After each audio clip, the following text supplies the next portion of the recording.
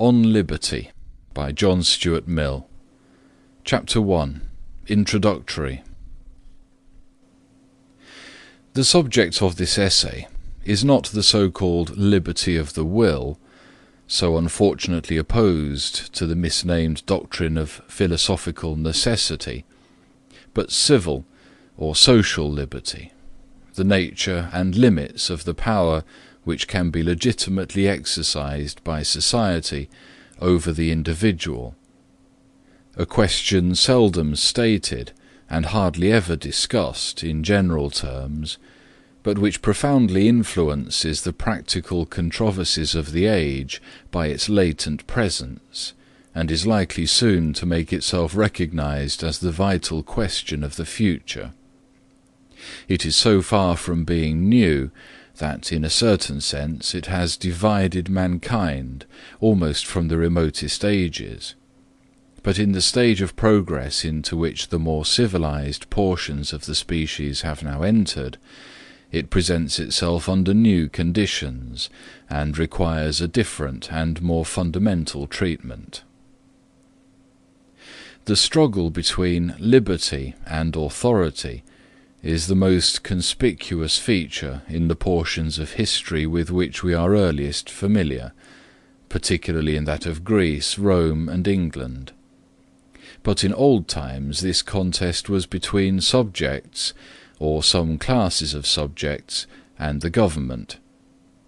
By liberty was meant protection against the tyranny of the political rulers. The rulers were conceived, except in some of the popular governments of Greece, as in a necessarily antagonistic position to the people whom they ruled. They consisted of a governing one, or a governing tribe or caste, who derived their authority from inheritance or conquest, who, at all events, did not hold it at the pleasure of the governed, and whose supremacy men did not venture, perhaps did not desire, to contest, whatever precautions might be taken against its oppressive exercise. Their power was regarded as necessary, but also as highly dangerous, as a weapon which they would attempt to use against their subjects no less than against external enemies. To prevent the weaker members of the community from being preyed upon by innumerable vultures, it was needful that there should be an animal of prey stronger than the rest, commissioned to keep them down. But as the king of the vultures would be no less bent upon preying on the flock than any of the minor harpies, it was indispensable to be in a perpetual attitude of defence against his beak and claws. The aim, therefore, of patriots was to set limits to the power which the ruler should be suffered to exercise over the community, and this limitation was what they meant by liberty. It was attempted in two ways.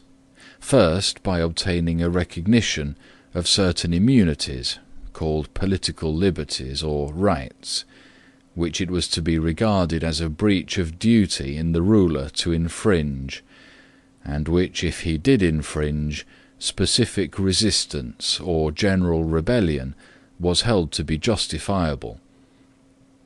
A second, and generally a later expedient, was the establishment of constitutional checks, by which the consent of the community, or of a body of some sort supposed to represent its interests, was made a necessary condition to some of the more important acts of the governing power.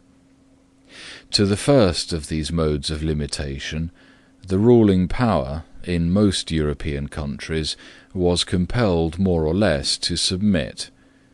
It was not so with the second, and to attain this, or when already in some degree possessed, to attain it more completely, became everywhere the principal object of the lovers of liberty.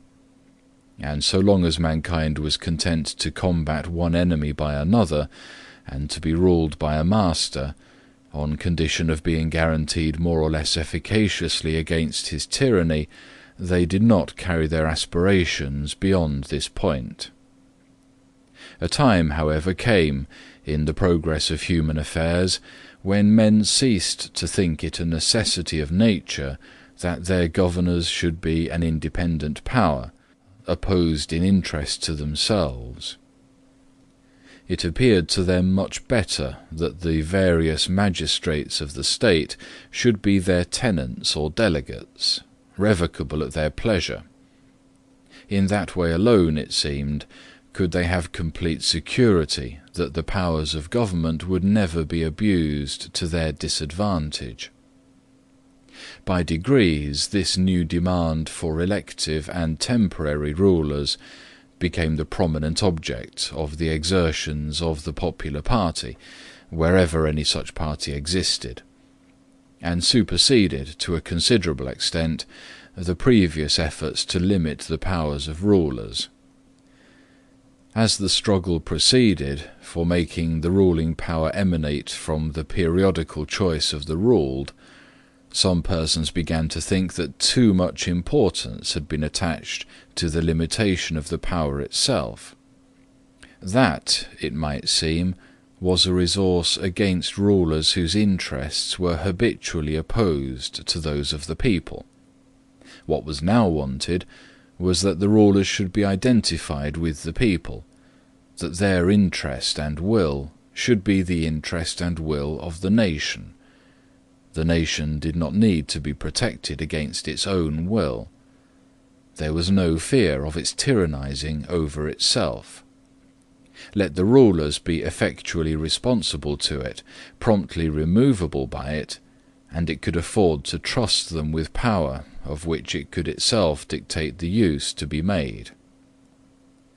Their power was but the nation's own power, concentrated and in a form convenient for exercise.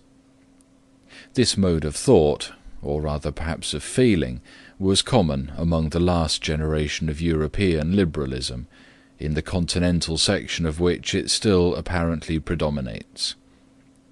Those who admit any limit to what a government may do, except in the case of such governments as they think ought not to exist, stand out as brilliant exceptions among the political thinkers of the continent.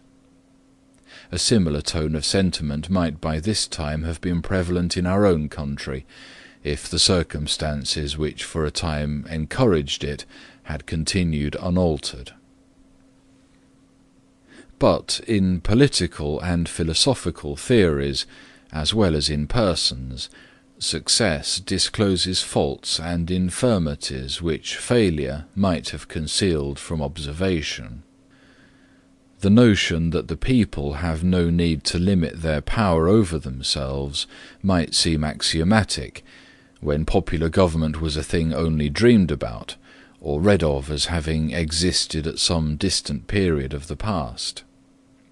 Neither was that notion necessarily disturbed by such temporary aberrations as those of the French Revolution, the worst of which were the work of an usurping few, and which, in any case, belonged not to the permanent working of popular institutions, but to a sudden and convulsive outbreak against monarchical and aristocratic despotism.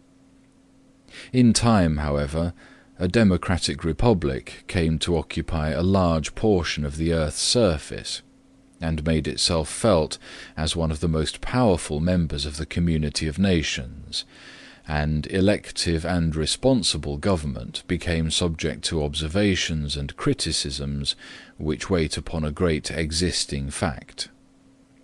It was now perceived that such phrases as self-government and the power of the people over themselves do not express the true state of the case.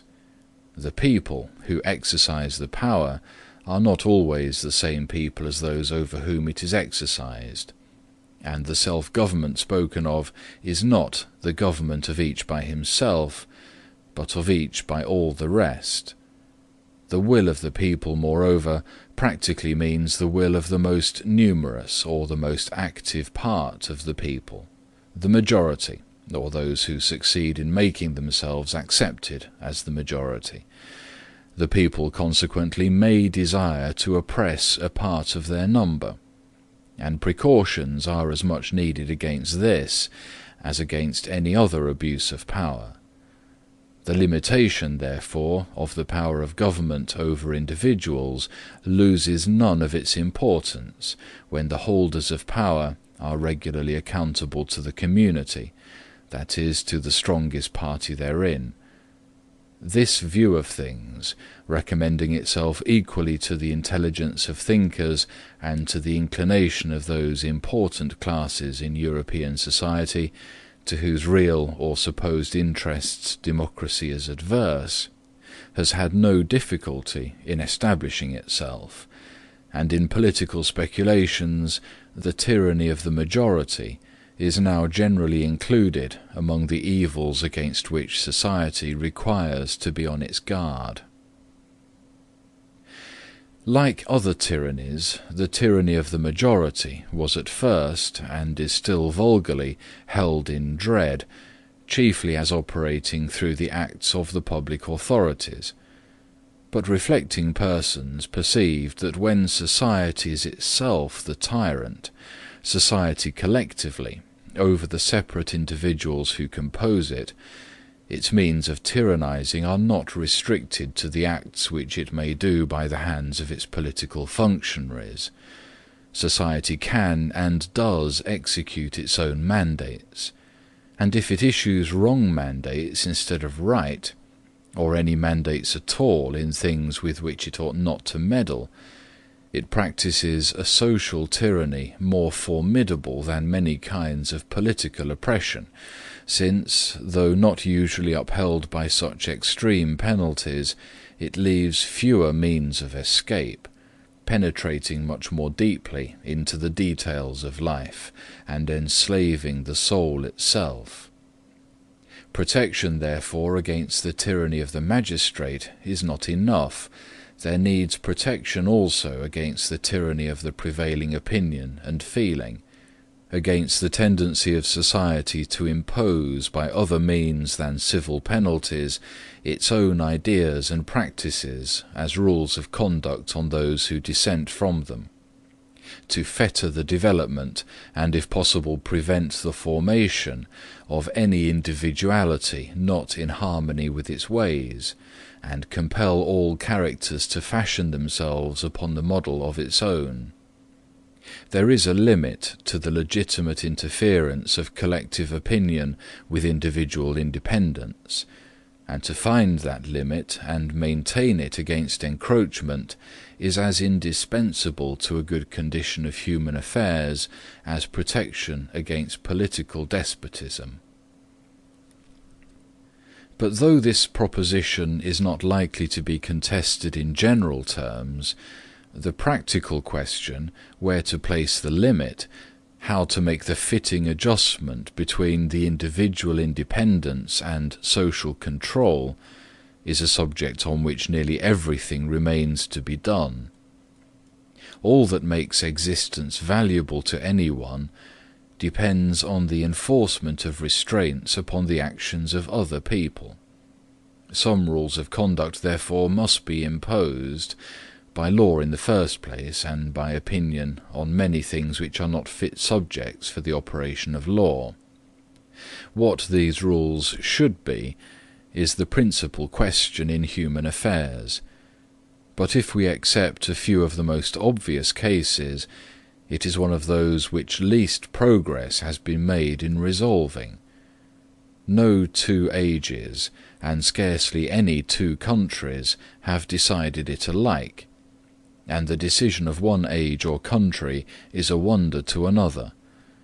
Yet the people of any given age and country no more suspect any difficulty in it than if it were a subject on which mankind had always been agreed. The rules which obtain among themselves appear to them self-evident and self-justifying. This all but universal illusion is one of the examples of the magical influence of custom, which is not only, as the proverb says, a second nature, but is continually mistaken for the first. The effect of custom in preventing any misgiving respecting the rules of conduct which mankind impose on one another is all the more complete because the subject is one on which it is not generally considered necessary that reasons should be given, either by one person to others or by each to himself. People are accustomed to believe, and have been encouraged in the belief by some who aspire to the character of philosophers, that their feelings on subjects of this nature are better than reasons, and render reasons unnecessary. The practical principle which guides them to their opinions on the regulation of human conduct is the feeling in each person's mind that everybody should be required to act as he, and those with whom he sympathizes, would like them to act. No one, indeed, acknowledges to himself that his standard of judgment is his own liking, but an opinion on a point of conduct, not supported by reasons, can only count as one person's preference, and if the reasons, when given, are a mere appeal to a similar preference felt by other people, it is still only many people's liking instead of one. To an ordinary man, however, his own preference, thus supported, is not only a perfectly satisfactory reason, but the only one he generally has for any of his notions of morality, taste, or propriety, which are not expressly written in his religious creed, and his chief guide in the interpretation even of that. Men's opinions, accordingly, on what is laudable or blamable, are affected by all the multifarious causes which influence their wishes in regard to the conduct of others, and which are as numerous as those which determine their wishes on any other subject. Sometimes their reason, at other times their prejudices or superstitions, often their social affections, not seldom their antisocial ones, their envy or jealousy, their arrogance or contemptuousness, but most commonly their desires or fears for themselves, their legitimate or illegitimate self-interest. Wherever there is an ascendant class, a large portion of the morality of the country emanates from its class interests and its feelings of class superiority. The morality between Spartans and Helots, between planters and negroes, between princes and subjects, between nobles and roturiers, between men and women, has been for the most part the creation of these class interests and feelings, and the sentiments thus generated react in turn upon the moral feelings of the members of the ascendant class in their relations among themselves. Where, on the other hand, a class formerly ascendant has lost its ascendancy, or where its ascendancy is unpopular, the prevailing moral sentiments frequently bear the impress of an impatient dislike of superiority. Another grand determining principle of the rules of conduct, both in act and forbearance, which have been enforced by law or opinion, has been the servility of mankind towards the supposed preferences or aversions of their temporal masters, or of their gods. This servility, though essentially selfish, is not hypocrisy. It gives rise to perfectly genuine sentiments of abhorrence. It made men burn magicians and heretics. Among so many baser influences, the general and obvious interests of society have of course had a share, and a large one, in the direction of the moral sentiments. Less, however, as a matter of reason and on their own account, than as a consequence of the sympathies and antipathies which grew out of them, and sympathies and antipathies which had little or nothing to do with the interests of society, have made themselves felt in the establishment of moralities with quite as great force.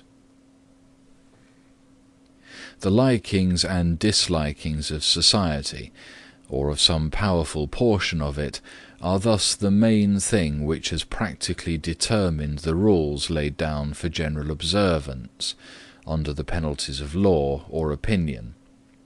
And in general, those who have been in advance of society in thought and feeling have left this condition of things unassailed in principle, however they may have come into conflict with it in some of its details.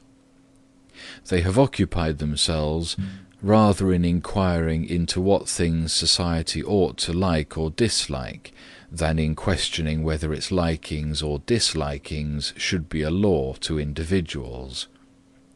They preferred endeavouring to alter the feelings of mankind on the particular points on which they were themselves heretical, rather than make common cause in defence of freedom with heretics generally.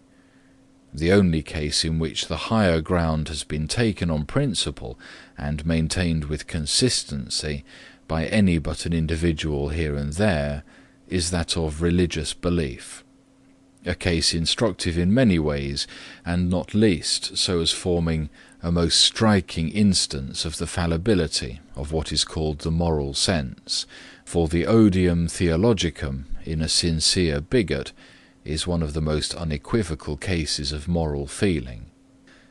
Those who first broke the yoke of what called itself the universal church were in general as little willing to permit difference of religious opinion as that church itself. But when the heat of the conflict was over, without giving a complete victory to any party, and each church or sect was reduced to limit its hopes to retaining possession of the ground it already occupied, minorities, seeing that they had no chance of becoming majorities, were under the necessity of pleading to those whom they could not convert for permission to differ. It is accordingly on this battlefield, almost solely, that the rights of the individual against society have been asserted on broad grounds of principle, and the claim of society to exercise authority over dissentients openly controverted. The great writers to whom the world owes what religious liberty it possesses have mostly asserted freedom of conscience as an indefeasible right, and denied absolutely that a human being is accountable to others for his religious belief. Yet so natural to mankind is intolerance of whatever they really care about, that religious freedom has hardly anywhere been practically realized, except where religious indifference, which dislikes to have its peace disturbed by theological quarrels, has added its weight to the scale. In the minds of almost all religious persons, even in the most tolerant countries, the duty of toleration is admitted with tacit reserves. One person will bear with dissent in matters of church government, but not of dogma. Another can tolerate everybody short of a papist or an Unitarian. Another, everyone who believes in revealed religion. A few extend their charity a little further, but stop at the belief in a God and in a future state. Wherever the sentiment of the majority is still genuine and intense, it is found to have abated little of its claim to be obeyed. In England, from the peculiar circumstances of our political history, though the yoke of opinion is perhaps heavier, that of law is lighter than in most other countries of Europe, and there is considerable jealousy of direct interference by the legislative or the executive power with private conduct, not so much from any just regard for the independence of the individual, as from the still subsisting habit of looking on the government as representing an opposite interest to the public. The majority have not yet learnt to feel the power of the government their power, or its opinions their opinions. When they do so, individual liberty will probably be as much exposed to invasion from the government as it already is from public opinion. But as yet there is a considerable amount of feeling ready to be called forth against any attempt of the law to control individuals in things in which they have not hitherto been accustomed to be controlled by it. and this with very little discrimination as to whether the matter is or is not within the legitimate sphere of legal control, insomuch that the feeling, highly salutary on the whole, is perhaps quite as much misplaced as well grounded in the particular instances of its application. There is, in fact, no recognized principle by which the propriety or impropriety of government interference is customarily tested. People decide according to their personal preferences. Some, whenever they see any good to be done or evil to be remedied, would willingly instigate the government to undertake the business, while others prefer to bear almost any amount of social evil rather than add one to the departments of human interests amenable to governmental control. And men range themselves on one or the other side of any particular case according to this general direction of their sentiments, or according to the degree of interest which they feel in the particular thing which it is proposed that the government should do, or according to the belief they entertain that the government would or would not do it in the manner they prefer, but very rarely on account of any opinion to which they consistently adhere as to what things are fit to be done by a government. And it seems to me that in consequence of this absence of rule or principle, one side is at present as often wrong as the other.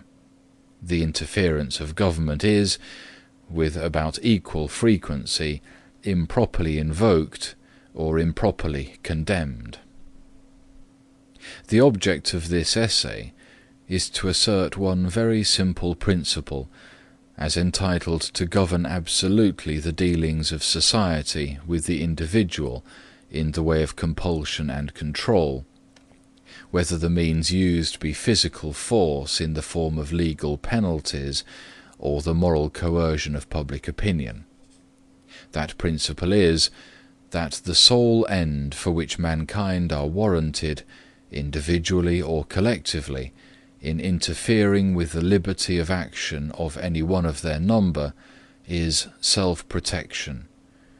That the only purpose for which power can be rightfully exercised over any member of a civilized community against his will is to prevent harm to others. His own good, either physical or moral, is not a sufficient warrant. He cannot rightfully be compelled to do or forbear, because it will be better for him to do so, because it will make him happier, because in the opinions of others to do so would be wise or even right. These are good reasons for remonstrating with him, or reasoning with him, or persuading him, or entreating him, but not for compelling him, or visiting him with any evil in case he do otherwise. To justify that, the conduct from which it is desired to deter him must be calculated to produce evil to someone else. The only part of the conduct of anyone for which he is amenable to society is that which concerns others. In the part which merely concerns himself, his independence is of right absolute. Over himself, over his own body and mind, the individual is sovereign. It is, perhaps, hardly necessary to say that this doctrine is meant to apply only to human beings in the maturity of their faculties. We are not speaking of children, or of young persons below the age which the law may fix as that of manhood or womanhood. Those who are still in a state to require being taken care of by others must be protected against their own actions as well as against external injury. For the same reason, we may leave out of consideration those backward states of society in which the race itself may be considered as in its nonage. The early difficulties in the way of spontaneous progress are so great that there is seldom any choice of means for overcoming them, and a ruler full of the spirit of improvement is warranted in the use of any expedients that will attain an end, perhaps otherwise unattainable. Despotism is a legitimate mode of government in dealing with barbarians, provided the end be their improvement and the means justified by actually effecting that end. Liberty, as a principle, has no application to any state of things anterior to the time when mankind have become capable of being improved by free and equal discussion. Until then, there is nothing for them but implicit obedience to an Akbar or a Charlemagne, if they are so fortunate as to find one. But as soon as mankind have attained the capacity of being guided to their own improvement by conviction or persuasion, a period long since reached in all nations with whom we need here concern ourselves, compulsion, either in the direct form or in that of pains and penalties for non-compliance, is no longer admissible as a means to their own good, and justifiable only for the security of others. It is proper to state that I forego any advantage which could be derived to my argument from the idea of abstract right as a being independent of utility. I regard utility as the ultimate appeal on all ethical questions, but it must be utility in the largest sense, grounded on the permanent interests of man as a progressive being. Those interests, I contend, authorize the subjection of individual spontaneity to external control only in respect to those actions of each which concern the interest of other people. If anyone does an act hurtful to others, there is a prima facie case for punishing him by law, or, where legal penalties are not safely applicable, by general disapprobation. There are also many positive acts for the benefit of others which he may rightfully be compelled to perform, such as to give evidence in a court of justice, to bear his fair share in the common defence, or in any other joint work necessary to the interest of the society of which he enjoys the protection, and to perform certain acts of individual beneficence, such as saving a fellow creature's life, or interposing to protect the defenceless against ill usage, things which, whenever it is obviously a man's duty to do so, he may rightly be made responsible to society for not doing. A person may cause evil to others, not only by his actions, but by his inaction, and in either case he is justly accountable to them for the injury. The latter case, it is true, requires a much more cautious exercise of compulsion than the former. To make anyone answerable for doing evil to others is the rule. To make him answerable for not preventing evil is, comparatively speaking, the exception. Yet there are many cases clear enough and grave enough to justify that exception. In all things which regard the external relations of the individual, he is de jure amenable to those whose interests are concerned, and, if need be, to society as their protector. There are often good reasons for not holding him to the responsibility, but these reasons must arise from the special expediencies of the case, either because it is a kind of case in which he is on the whole likely to act better when left to his own discretion than when controlled in any way in which society have it in their power to control him, or because the attempt to exercise control would produce other evils greater than those which it would prevent. When such reasons as these preclude the enforcement of responsibility, the conscience of the agent himself should step into the vacant judgment seat and protect those interests of others which have no external protection, judging himself all the more rigidly because the case does not admit of his being made accountable to the judgment of his fellow creatures. But there is a sphere of action in which society, as distinguished from the individual, has, if any, only an indirect interest, comprehending all that portion of a person's life and conduct which affects only himself, or if it also affects others, only with their free, voluntary, and undeceived consent and participation. When I say only himself, I mean directly, and in the first instance, for whatever affects himself may affect others through himself, and the objection which may be grounded on this contingency will receive consideration in the sequel. This, then, is the appropriate region of human liberty.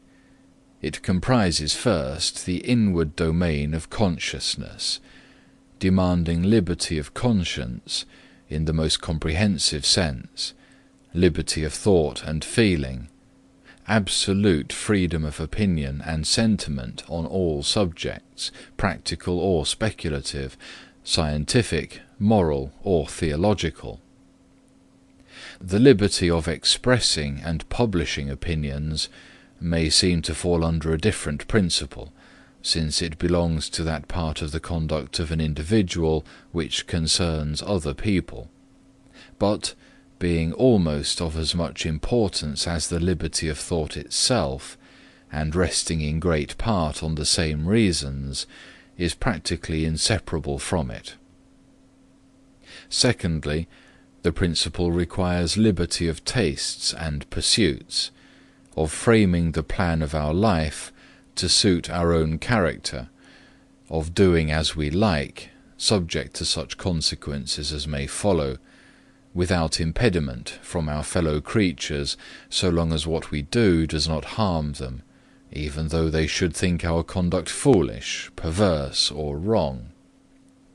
Thirdly, from this liberty of each individual follows the liberty, within the same limits, of combination among individuals, freedom to unite for any purpose not involving harm to others, the persons combining being supposed to be of full age and not forced or deceived.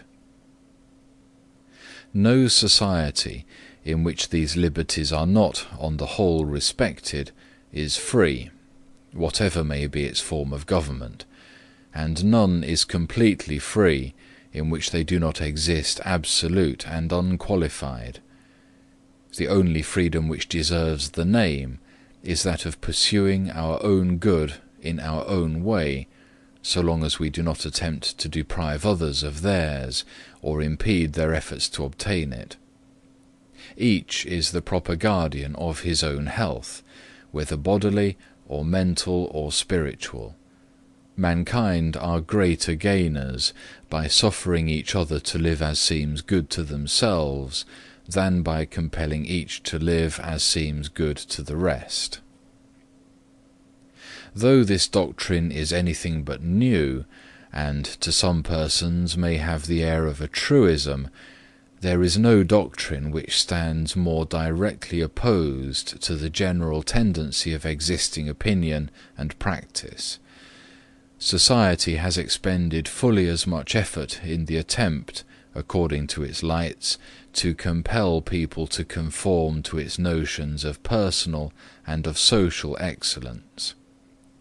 The ancient commonwealths thought themselves entitled to practice, and the ancient philosophers countenanced, the regulation of every part of private conduct by public authority, on the ground that the state had a deep interest in the whole bodily and mental discipline of every one of its citizens. A mode of thinking which may have been admissible in small republics surrounded by powerful enemies, in constant peril of being subverted by foreign attack or internal commotion, and to which even a short interval of relaxed energy and self-command might so easily be fatal, that they could not afford to wait for the salutary permanent effects of freedom. In the modern world, the greater size of political communities, and, above all, the separation between spiritual and temporal authority, which placed the direction of men's consciences in other hands than those which controlled their worldly affairs, prevented so great an interference by law in the details of private life. But the engines of moral repression have been wielded more strenuously against divergence from the reigning opinion in self-regarding than even in social matters. Religion, the most powerful of the elements which have entered into the formation of moral feeling, having almost always been governed either by the ambition of a hierarchy, seeking control over every department of human conduct, or by the spirit of Puritanism. And some of those modern reformers who have placed themselves in strongest opposition to the religions of the past have been no way behind either churches or sects in their assertion of the right of spiritual domination. M. Comte, in particular, whose social system, as unfolded in his Système de politique positive, aims at establishing, though by moral more than by legal appliances, a despotism of society over the individual, surpassing anything contemplated in the political ideal of the most rigid disciplinarian among the ancient philosophers. Apart from the peculiar tenets of individual thinkers, there is also in the world at large an increasing inclination to stretch unduly the powers of society over the individual, both by the force of opinion and even by that of legislation. And as the tendency of all the changes taking place in the world is to strengthen society and diminish the power of the individual, this encroachment is not one of the evils which tend spontaneously to disappear, but on the contrary to grow more and more formidable. The disposition of mankind, whether as rulers or as fellow citizens, to impose their own opinions and inclinations as a rule of conduct on others, is so energetically supported by some of the best and by some of the worst feelings incident to human nature, that it is hardly ever kept under restraint by anything but want of power. And as the power is not declining but growing, unless a strong barrier of moral conviction be raised against the mischief, we must expect, in the present circumstances of the world, to see it increase. It will be convenient for the argument if, instead of at once entering upon the general thesis, we confine ourselves in the first instance to a single branch of it, on which the principle here stated is, if not fully, yet at a certain point, recognized by the current opinions. This one branch is the liberty of thought, from which it is impossible to separate the cognate liberty of speaking and of writing. Although these liberties, to some considerable amount, form part of the political morality of all countries which profess religious toleration and free institutions, the grounds, both philosophical and practical, on which they rest, are perhaps not so familiar to the general mind, nor so thoroughly appreciated by many even of the leaders of opinion as might even be expected. Those grounds, when rightly understood, are of much wider application than to only one division of the subject, and a thorough consideration of this part of the question will be found the best introduction to the remainder.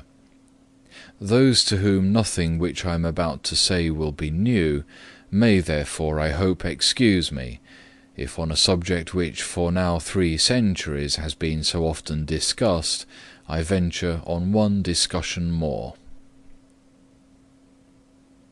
End of chapter 1.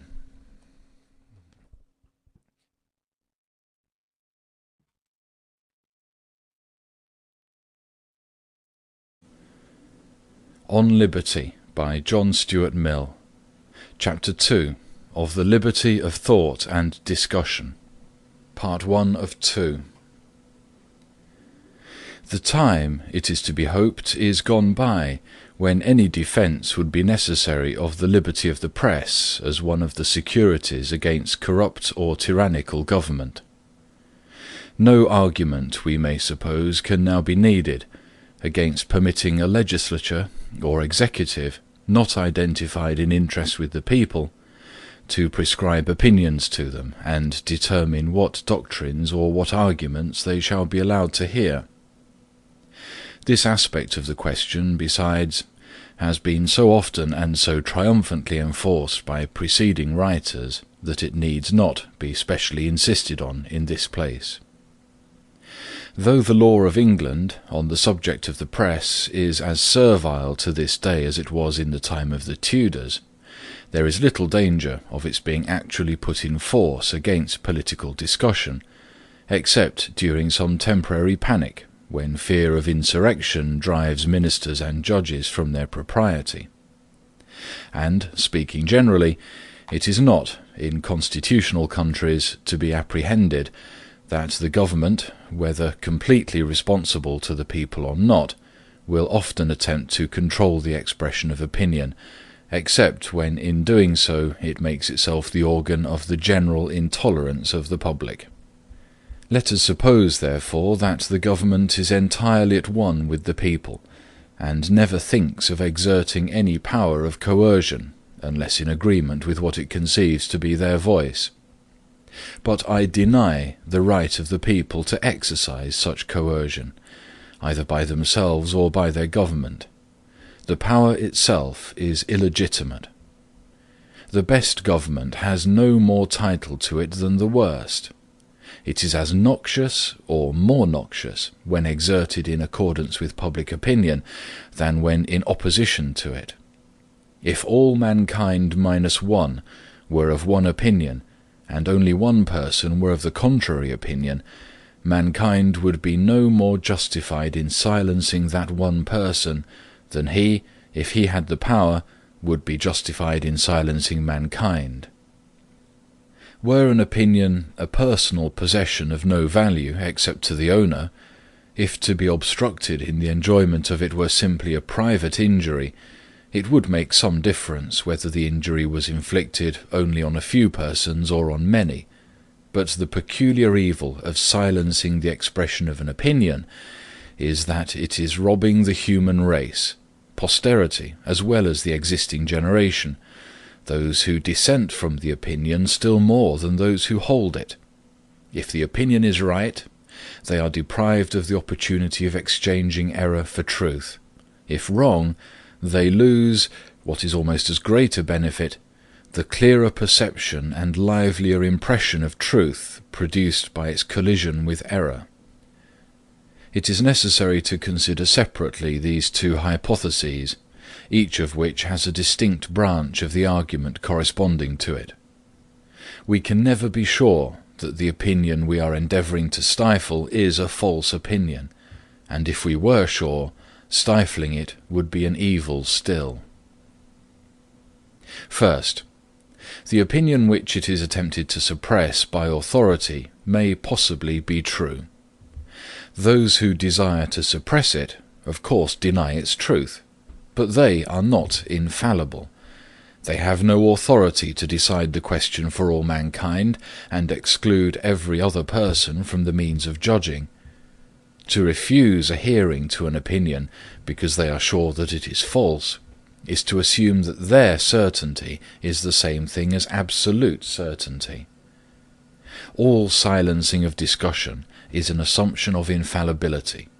Its condemnation may be allowed to rest on this common argument, not the worse for being common. Unfortunately, for the good sense of mankind, the fact of their fallibility is far from carrying the weight in their practical judgment, which is always allowed to it in theory, for while everyone well knows himself to be fallible, few think it necessary to take any precautions against their own fallibility, or admit the supposition that any opinion, of which they feel very certain, may be one of the examples of the error to which they acknowledge themselves to be liable. Absolute princes, or others who are accustomed to unlimited deference, usually feel this complete confidence in their own opinions on nearly all subjects.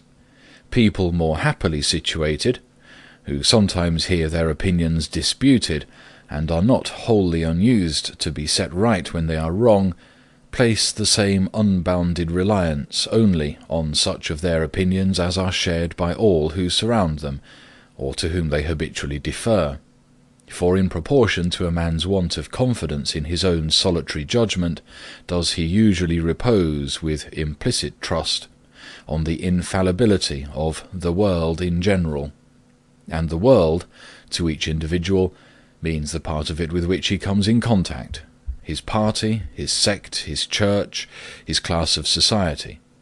The man may be called, by comparison, almost liberal and large-minded, to whom it means anything so comprehensive as his own country or his own age. Nor is his faith in this collective authority at all shaken by his being aware that other ages, countries, sects, churches, classes, and parties have thought, and even now think, the exact reverse. He devolves upon his own world the responsibility of being in the right against the dissentient worlds of other people, and it never troubles him that mere accident has decided which of these numerous worlds is the object of his reliance, and that the same causes which make him a churchman in London would have made him a Buddhist or a Confucian in Peking. Yet it is as evident in itself as any amount of argument can make it, that ages are no more infallible than individuals, every age having held many opinions which subsequent ages have deemed not only false but absurd. And it is as certain that many opinions now general will be rejected by future ages, as it is that many, once general, are rejected by the present. The objection likely to be made to this argument would probably take some such form as the following. There is no greater assumption of infallibility in forbidding the propagation of error than in any other thing which is done by public authority on its own judgment and responsibility. Judgment is given to men that they may use it. Because it may be used erroneously, are men to be told that they ought not to use it at all? To prohibit what they think pernicious is not claiming exemption from error, but fulfilling the duty incumbent on them, although fallible, of acting on their own conscientious conviction. If we were never to act on our opinions, because those opinions may be wrong, we should leave all our interests uncared for, and all our duties unperformed. An objection which applies to all conduct can be no valid objection to any conduct in particular.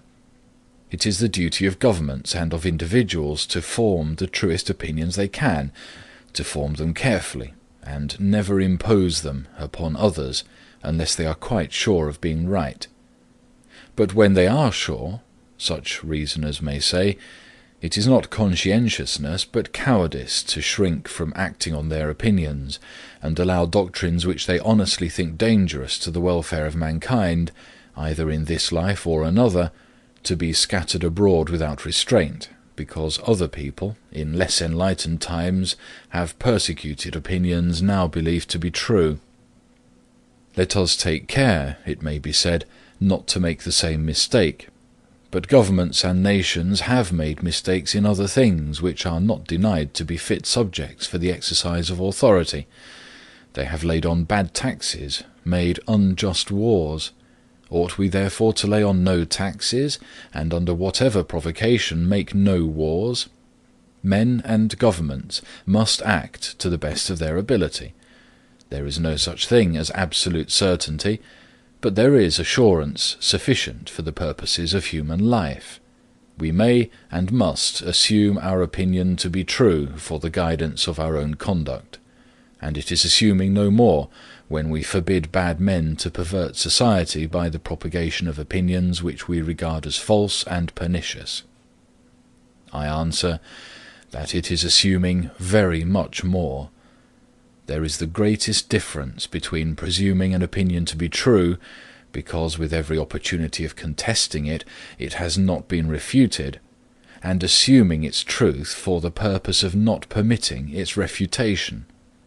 Complete liberty of contradicting and disproving our opinion is the very condition which justifies us in assuming its truth for purposes of action, and on no other terms can a being with human faculties have any rational assurance of being right.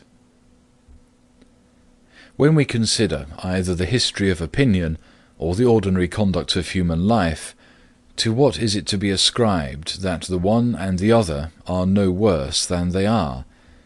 Not certainly to the inherent force of the human understanding, for on any matter not self-evident there are 99 persons totally incapable of judging it for one who is capable, and the capacity of the 100th person is only comparative, for the majority of the eminent men of every past generation held many opinions now known to be erroneous, and did or approved numerous things which no one will now justify.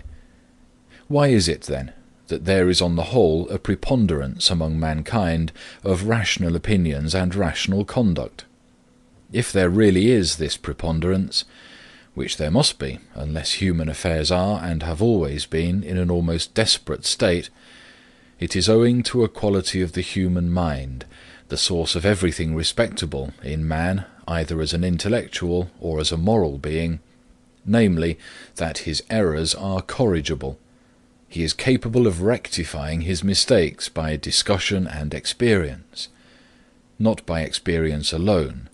There must be discussion to show how experience is to be interpreted. Wrong opinions and practices gradually yield to fact and argument. But facts and arguments, to produce any effect on the mind, must be brought before it.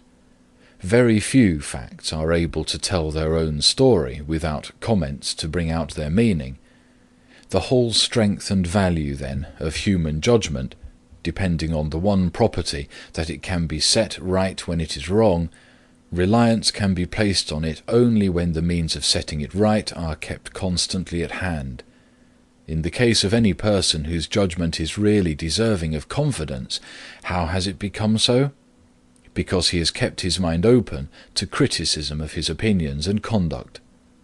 Because it has been his practice to listen to all that could be said against him, to profit by as much of it as was just, and expound to himself, and upon occasion to others, the fallacy of what was fallacious.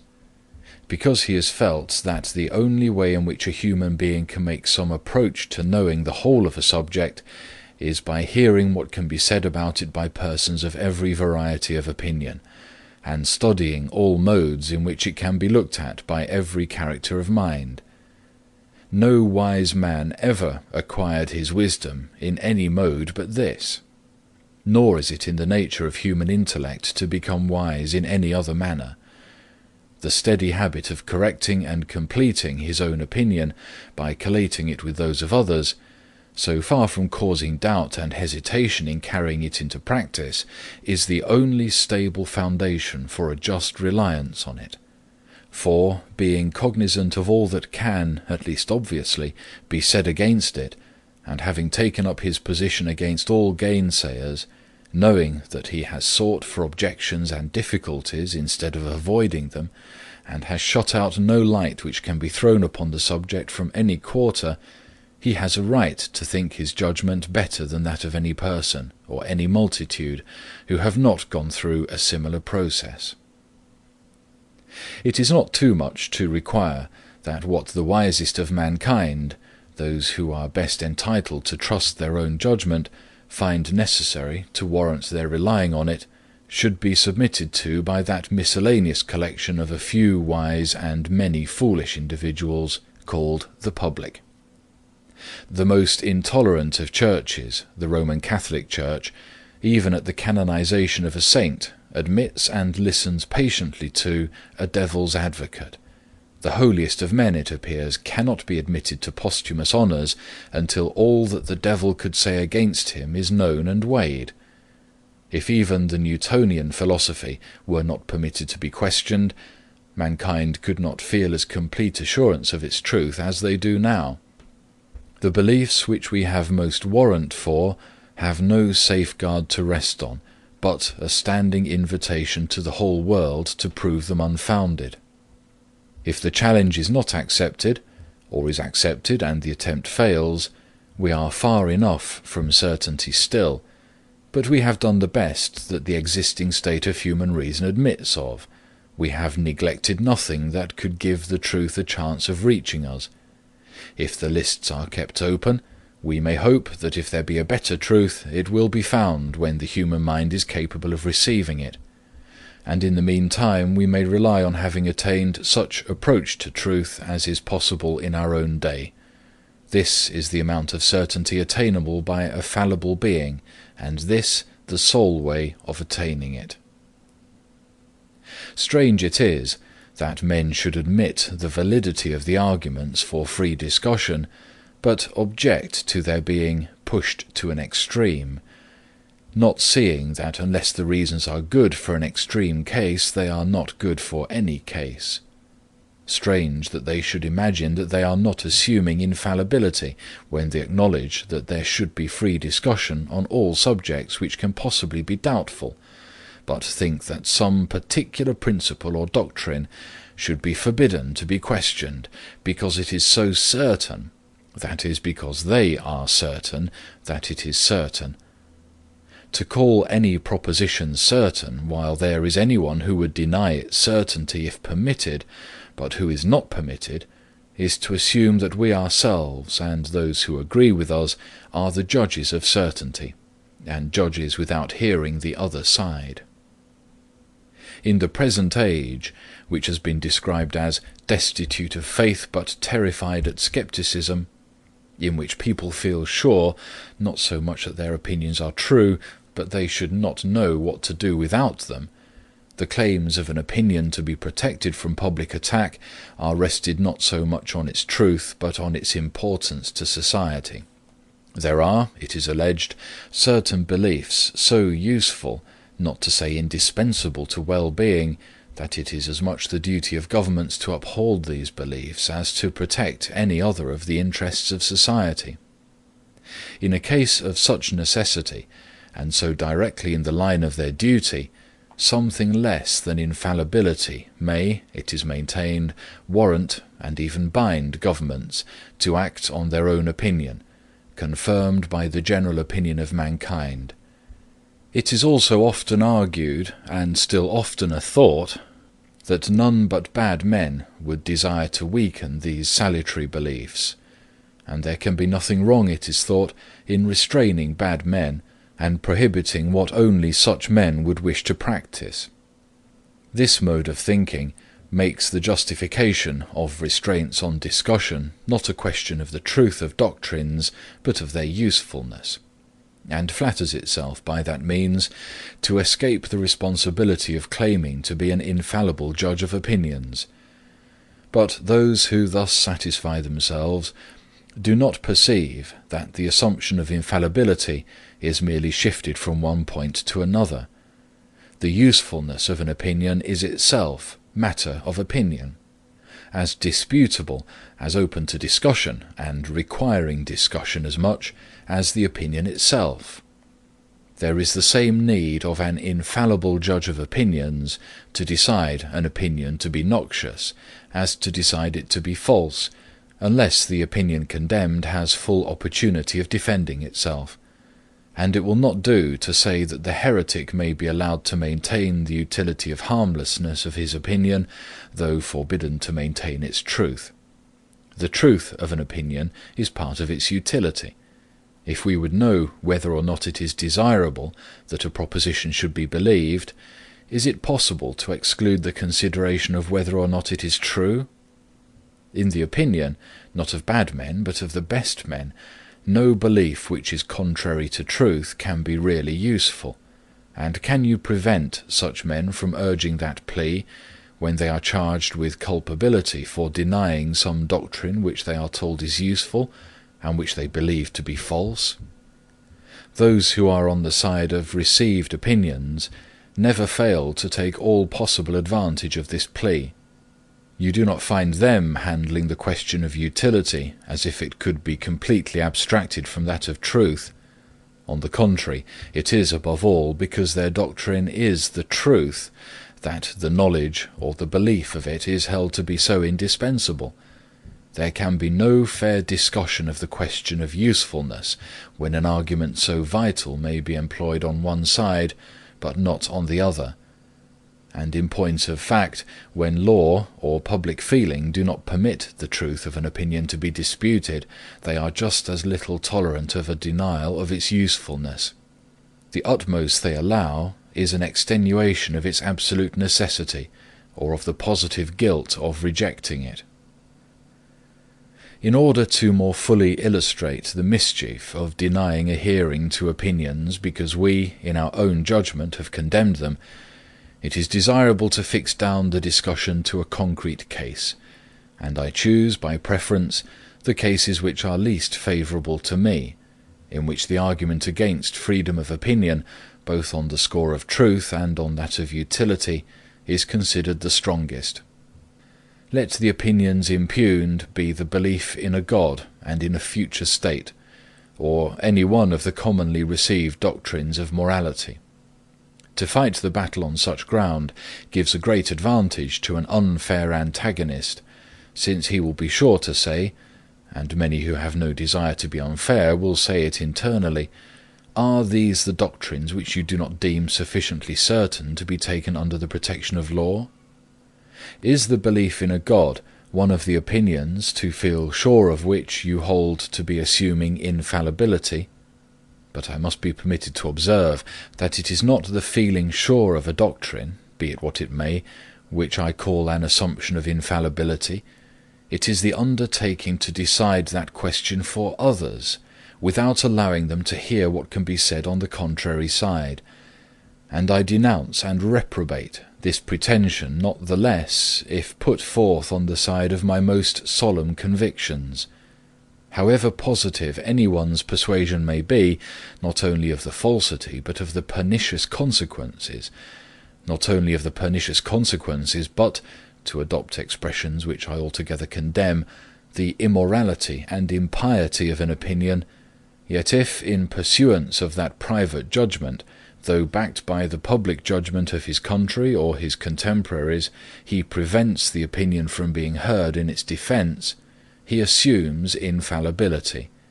And so far from the assumption being less objectionable or less dangerous because the opinion is called immoral or impious, this is the case of all others in which it is most fatal. These are exactly the occasions on which the men of one generation commit those dreadful mistakes which excite the astonishment and horror of posterity.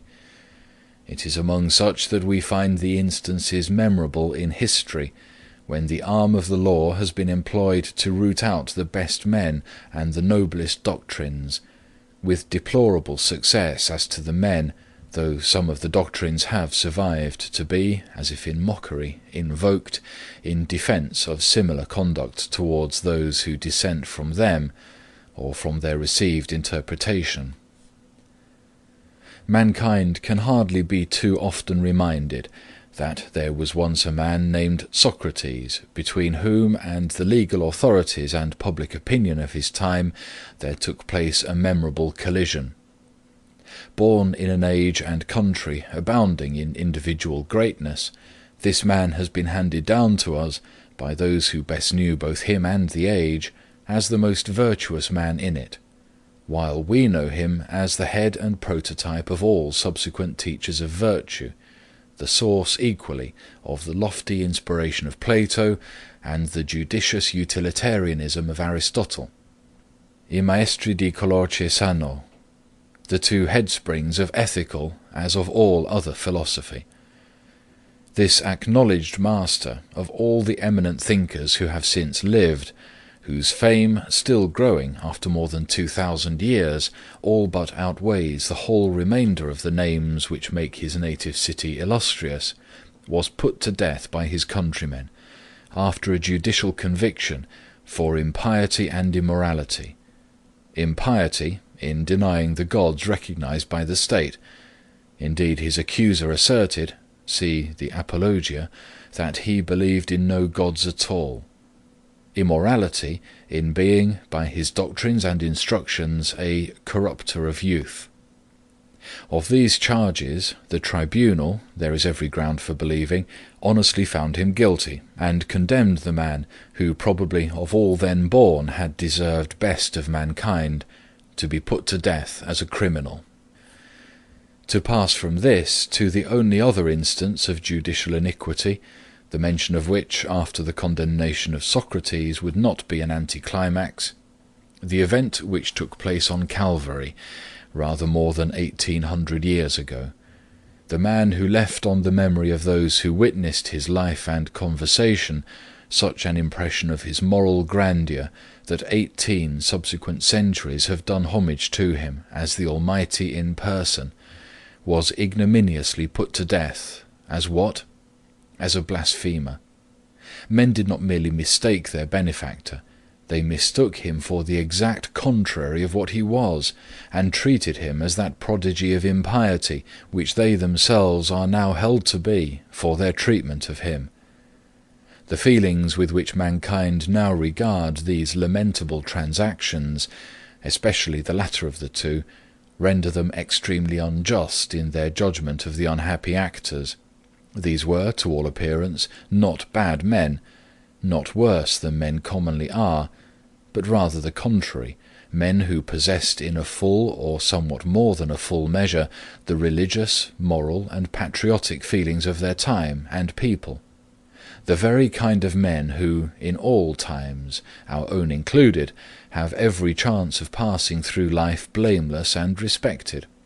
The high priest who rent his garments when the words were pronounced, which, according to all the ideas of his country, constituted the blackest guilt, was in all probability quite as sincere in his horror and indignation as the generality of respectable and pious men now are in the religious and moral sentiments they profess, and most of those who now shudder at his conduct, if they had lived in his time and had been born Jews, would have acted precisely as he did. Orthodox Christians who are tempted to think that those who stoned to death the first martyrs must have been worse men than they themselves are, ought to remember that one of those persecutors was St. Paul. Let us add one more example, the most striking of all, if the impressiveness of an error is measured by the wisdom and virtue of him who falls into it. If ever anyone, possessed of power, had grounds for thinking himself the best and most enlightened among his contemporaries, it was the Emperor Marcus Aurelius. Absolute monarch of the whole civilized world, he preserved through life not only the most unblemished justice, but what was less to be expected from his stoical breeding, the tenderest heart. The few failings which are attributed to him were all on the side of indulgence, while his writings, the highest ethical product of the ancient mind, differ scarcely perceptibly, if they differ at all, from the most characteristic teachings of Christ. This man, a better Christian in all but the dogmatic sense of the word than almost any of the ostensibly Christian sovereigns who have since reigned, persecuted Christianity. Placed at the summit of all the previous attainments of humanity, with an open, unfettered intellect, and a character which led him of himself to embody in his moral writings the Christian ideal, he yet failed to see that Christianity was to be a good and not an evil to the world, with his duties to which he was so deeply penetrated. Existing society he knew to be in a deplorable state, but such as it was, he saw, or thought he saw, that it was held together, and prevented from being worse, by belief and reverence of the received divinities. As a ruler of mankind, he deemed it his duty not to suffer society to fall in pieces, and saw not how, if its existing ties were removed, any others could be formed which could again knit it together. The new religion openly aimed at dissolving these ties, Unless, therefore, it was his duty to adopt that religion, it seemed to be his duty to put it down. Inasmuch, then, as the theology of Christianity did not appear to him true or of divine origin, inasmuch as this strange history of a crucified God was not credible to him, and a system which purported to rest entirely upon a foundation to him so wholly unbelievable, could not be foreseen by him to be that renovating agency which, after all abatements, it was in fact proved to be, the gentlest and most amiable of philosophers and rulers, under a solemn sense of duty, authorized the persecution of Christianity. To my mind, this is one of the most tragical facts in all history. It is a bitter thought how different a thing the Christianity of the world might have been if the Christian faith had been adopted as the religion of the empire under the auspices of Marcus Aurelius instead of those of Constantine. But it would be equally unjust to him and false to truth to deny that no one plea which can be urged for punishing anti-Christian teaching was wanting to Marcus Aurelius for punishing, as he did, the propagation of all Christianity. No Christian more firmly believes that atheism is false and tends to the dissolution of society than Marcus Aurelius believed the same thing of Christianity. He who, of all men living, might have been thought the most capable of appreciating it. Unless anyone who approves of punishment for the promulgation of opinions flatters himself that he is a wiser and better man than Marcus Aurelius, more deeply versed in the wisdom of his time, more elevated in his intellect above it, more earnest in his search for truth, or more single-minded in his devotion to it when found, let him abstain from that assumption of the joint infallibility of himself and the multitude, which the great Antoninus made with so unfortunate a result. Aware of the impossibility of defending the use of punishment for restraining irreligious opinions by any argument which will not justify Marcus Antonius, the enemies of religious freedom, when hard pressed, occasionally accept this consequence, and say, with Dr. Johnson, that the persecutors of Christianity were in the right, that persecution is an ordeal through which truth ought to pass, and always passes successfully, legal penalties being, in the end, powerless against truth, though sometimes beneficially effective against mischievous errors. This is a form of the argument for religious intolerance, sufficiently remarkable not to be passed without notice. A theory which maintains that truth may justifiably be persecuted, because persecution cannot possibly do it any harm, cannot be charged with being intentionally hostile to the reception of new truths, but we cannot commend the generosity of its dealing with the persons to whom mankind are indebted for them. To discover to the world something which deeply concerns it, and of which it was previously ignorant, to prove to it that it had been mistaken on some vital point of temporal or spiritual interest, is as important a service as a human being can render to his fellow creatures, and in certain cases, as in those of the early Christians and of the Reformers, those who think with Dr. Johnson believe it to have been the most precious gift which could be bestowed on mankind. That the authors of such splendid benefits should be requited by martyrdom, that their reward should be to be dealt with as the vilest of criminals, is not, upon this theory, a deplorable error and misfortune, for which humanity should mourn in sackcloth and ashes, but the normal and justifiable state of things. The propounder of a new truth, according to this doctrine, should stand, as stood, in the legislation of the Locrians, the proposer of a new law, with a halter around his neck, to be instantly tightened if the public assembly did not, on hearing his reasons, then and there adopt his proposition. People who defend this mode of treating benefactors cannot be supposed to set much value on the benefit, and I believe this view of the subject is mostly confined to the sort of persons who think that new truths may have been desirable once, but that we have had enough of them now. But, indeed, the dictum that truth always triumphs over persecution is one of those pleasant falsehoods which men repeat after one another till they pass into commonplaces, but which all experience refutes. History teems with instances of truth put down by persecution. If not suppressed forever, it may be thrown back for centuries. To speak only of religious opinions, the Reformation broke out at least 20 times before Luther, and was put down. Arnold of Brescia was put down, Fra Dolcino was put down, Savonarola was put down, the Albigeois were put down, the Vaudois were put down, the Lollards were put down, the Hussites were put down. Even after the era of Luther, wherever persecution was persisted in, it was successful. In Spain, Italy, Flanders, the Austrian Empire, Protestantism was rooted out, and most likely would have been so in England had Queen Mary lived or Queen Elizabeth died. Persecution has always succeeded, save where the heretics were too strong a party to be effectually persecuted. No reasonable person can doubt that Christianity might have been extirpated in the Roman Empire. It spread and became predominant because the persecutions were only occasional, lasting but a short time, and separated by long intervals of almost undisturbed propagandism.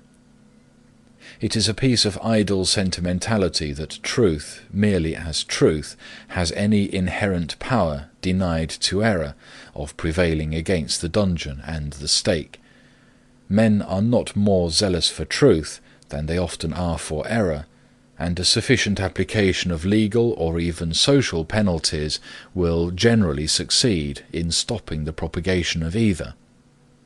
The real advantage which truth has consists in this, that when an opinion is true, it may be extinguished once, twice, or many times, but in the course of ages there will generally be found persons to rediscover it, until some one of its reappearances falls on a time when from favourable circumstances it escapes persecution, until it has made such head as to withstand all subsequent attempts to suppress it. It will be said that we do not now put to death the introducers of new opinions. We are not like our fathers who slew the prophets. We even build sepulchres to them. It is true, we no longer put heretics to death, but the amount of penal infliction which modern feeling would probably tolerate, even against the most obnoxious opinions, is not sufficient to extirpate them. But let us not flatter ourselves that we are yet free from the strain even of legal persecution. Penalties for opinion, or at least for its expression, still exist by law, and their enforcement is not, even in these times, so unexampled as to make it at all credible that they may some day be revived in full force.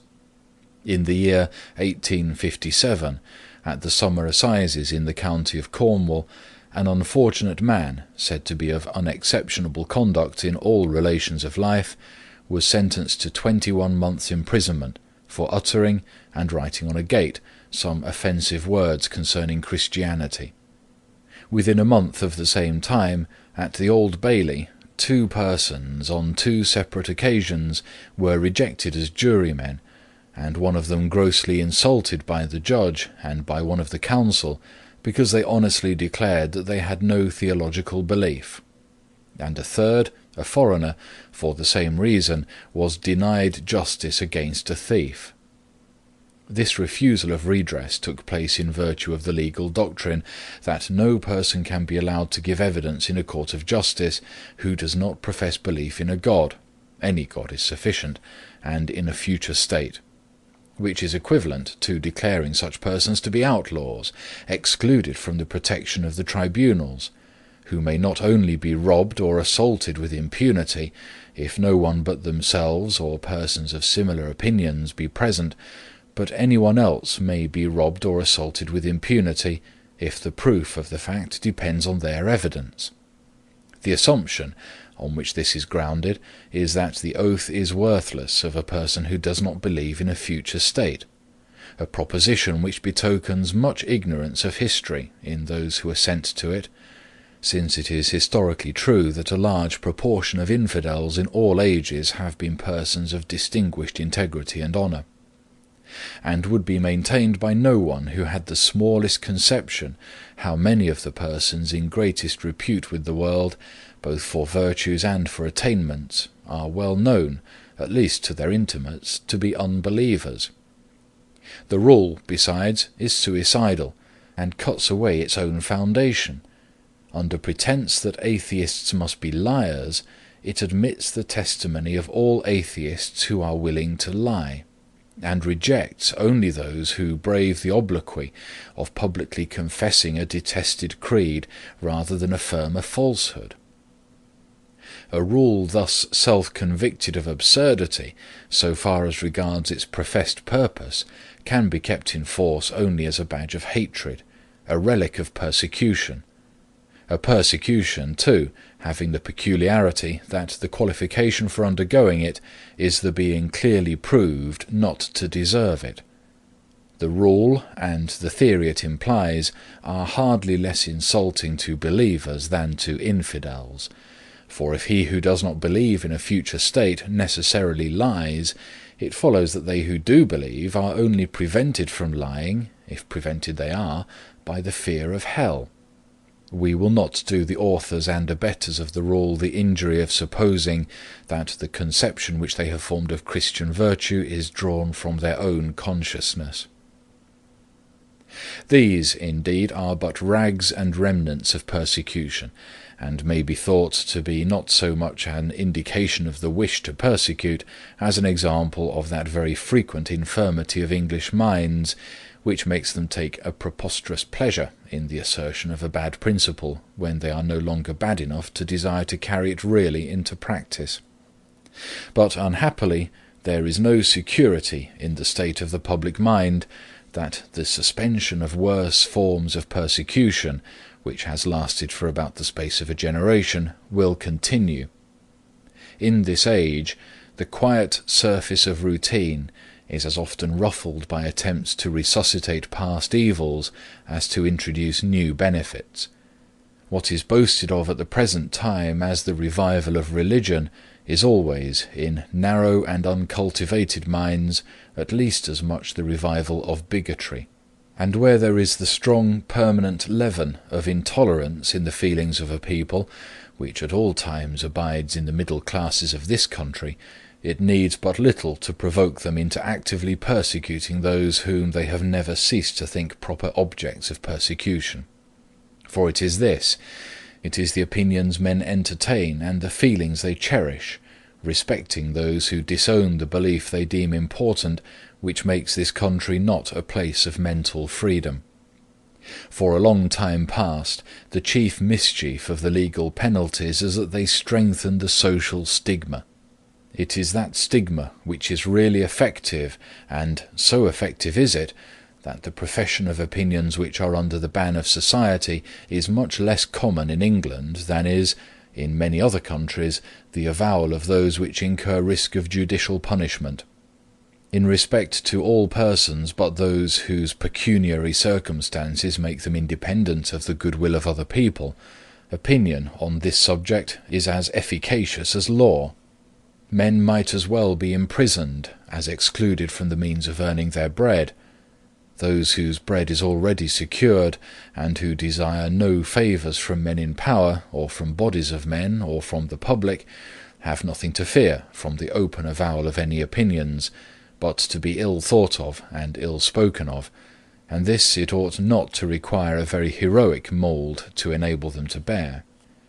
There is no room for any appeal ad misericordiam in behalf of such persons, but though we do not now inflict so much evil on those who think differently from us, as it was formerly our custom to do, it may be that we do ourselves as much evil as ever by our treatment of them.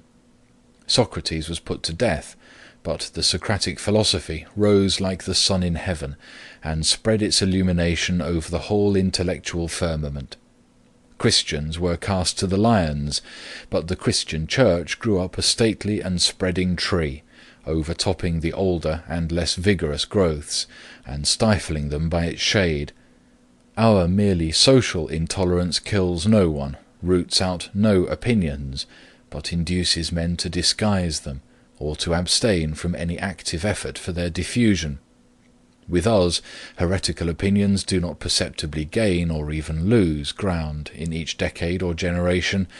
They never blaze out far and wide, but continue to smoulder in the narrow circles of thinking and studious persons among whom they originate, without ever lighting up the general affairs of mankind with either a true or a deceptive light.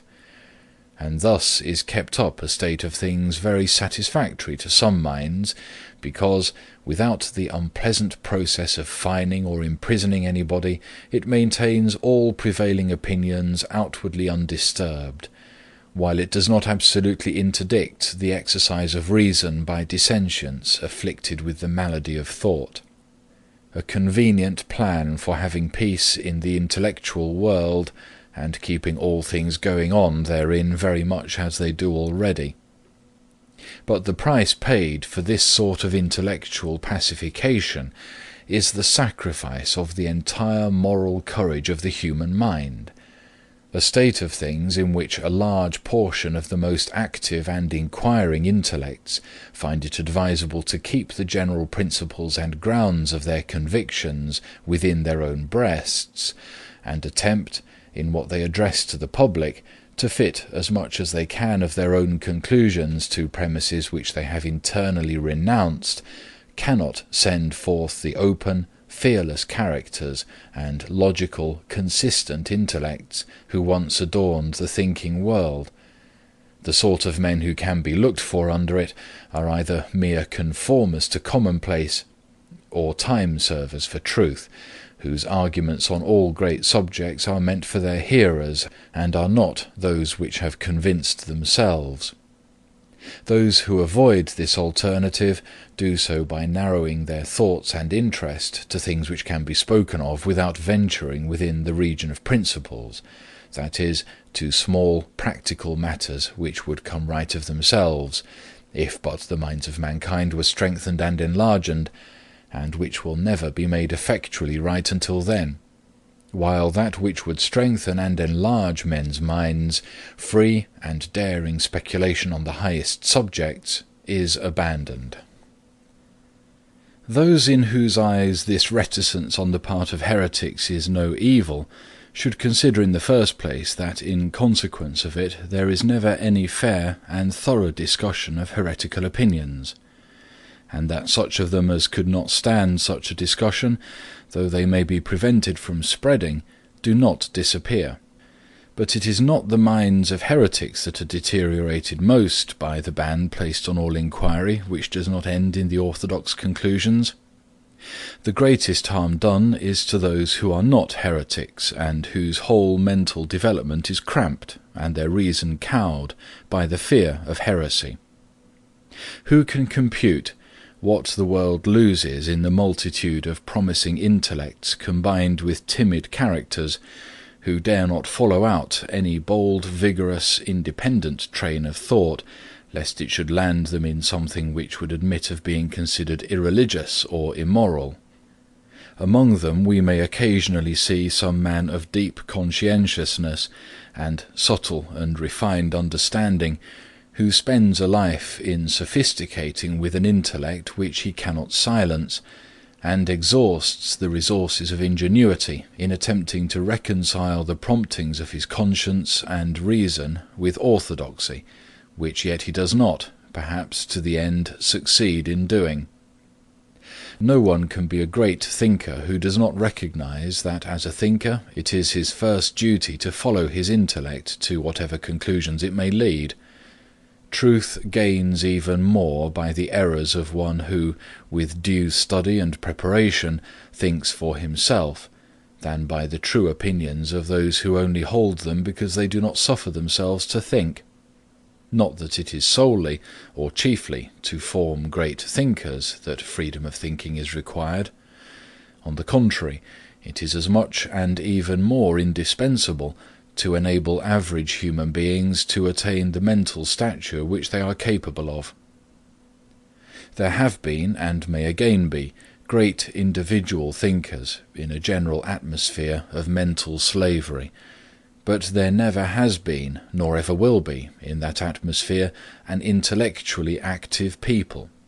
When any people has made a temporary approach to such a character, it has been because the dread of heterodox speculation was for a time suspended. Where there is a tacit convention that principles are not to be disputed, where the discussion of the greatest questions which can occupy humanity is considered to be closed, we cannot hope to find that generally high scale of mental activity which has made some periods of history so remarkable. Never, when controversy avoided the subjects which are large and important enough to kindle enthusiasm, was the mind of a people stirred up from its foundations, and the impulse given which raised even persons of the most ordinary intellect to something of the dignity of thinking beings. Of such we have had an example in the condition of Europe during the times immediately following the Reformation. Another, though limited to the continent and to a more cultivated class, in the speculative movement of the latter half of the 18th century, and a third, of still briefer duration, in the intellectual fermentation of Germany during the Goethean and Fichtean period. These periods differed widely in the particular opinions which they developed, but were alike in this, that during all three the yoke of authority was broken. In each, an old mental despotism had been thrown off, and no new one had yet taken its place. The impulse given at these three periods has made Europe what it is now. Every single improvement which has taken place, either in the human mind or in institutions, may be traced distinctly to one or other of them. Appearances have for some time indicated that all three impulses are well nigh spent, and we can expect no fresh start until we again assert our mental freedom. End of part 1 of chapter 2 of On Liberty.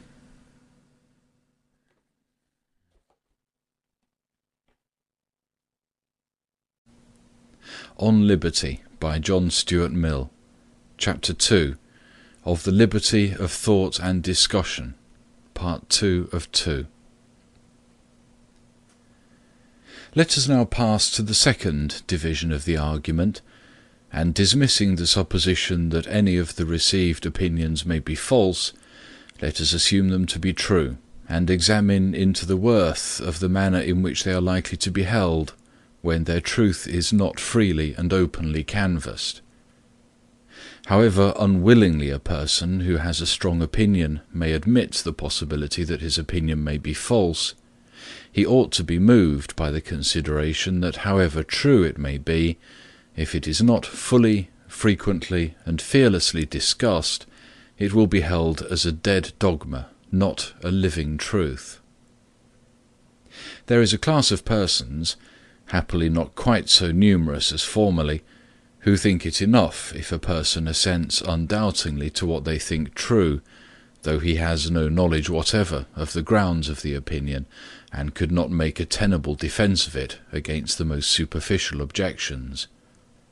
Such persons, if they can once get their creed taught from authority, naturally think that no good and some harm comes of its being allowed to be questioned.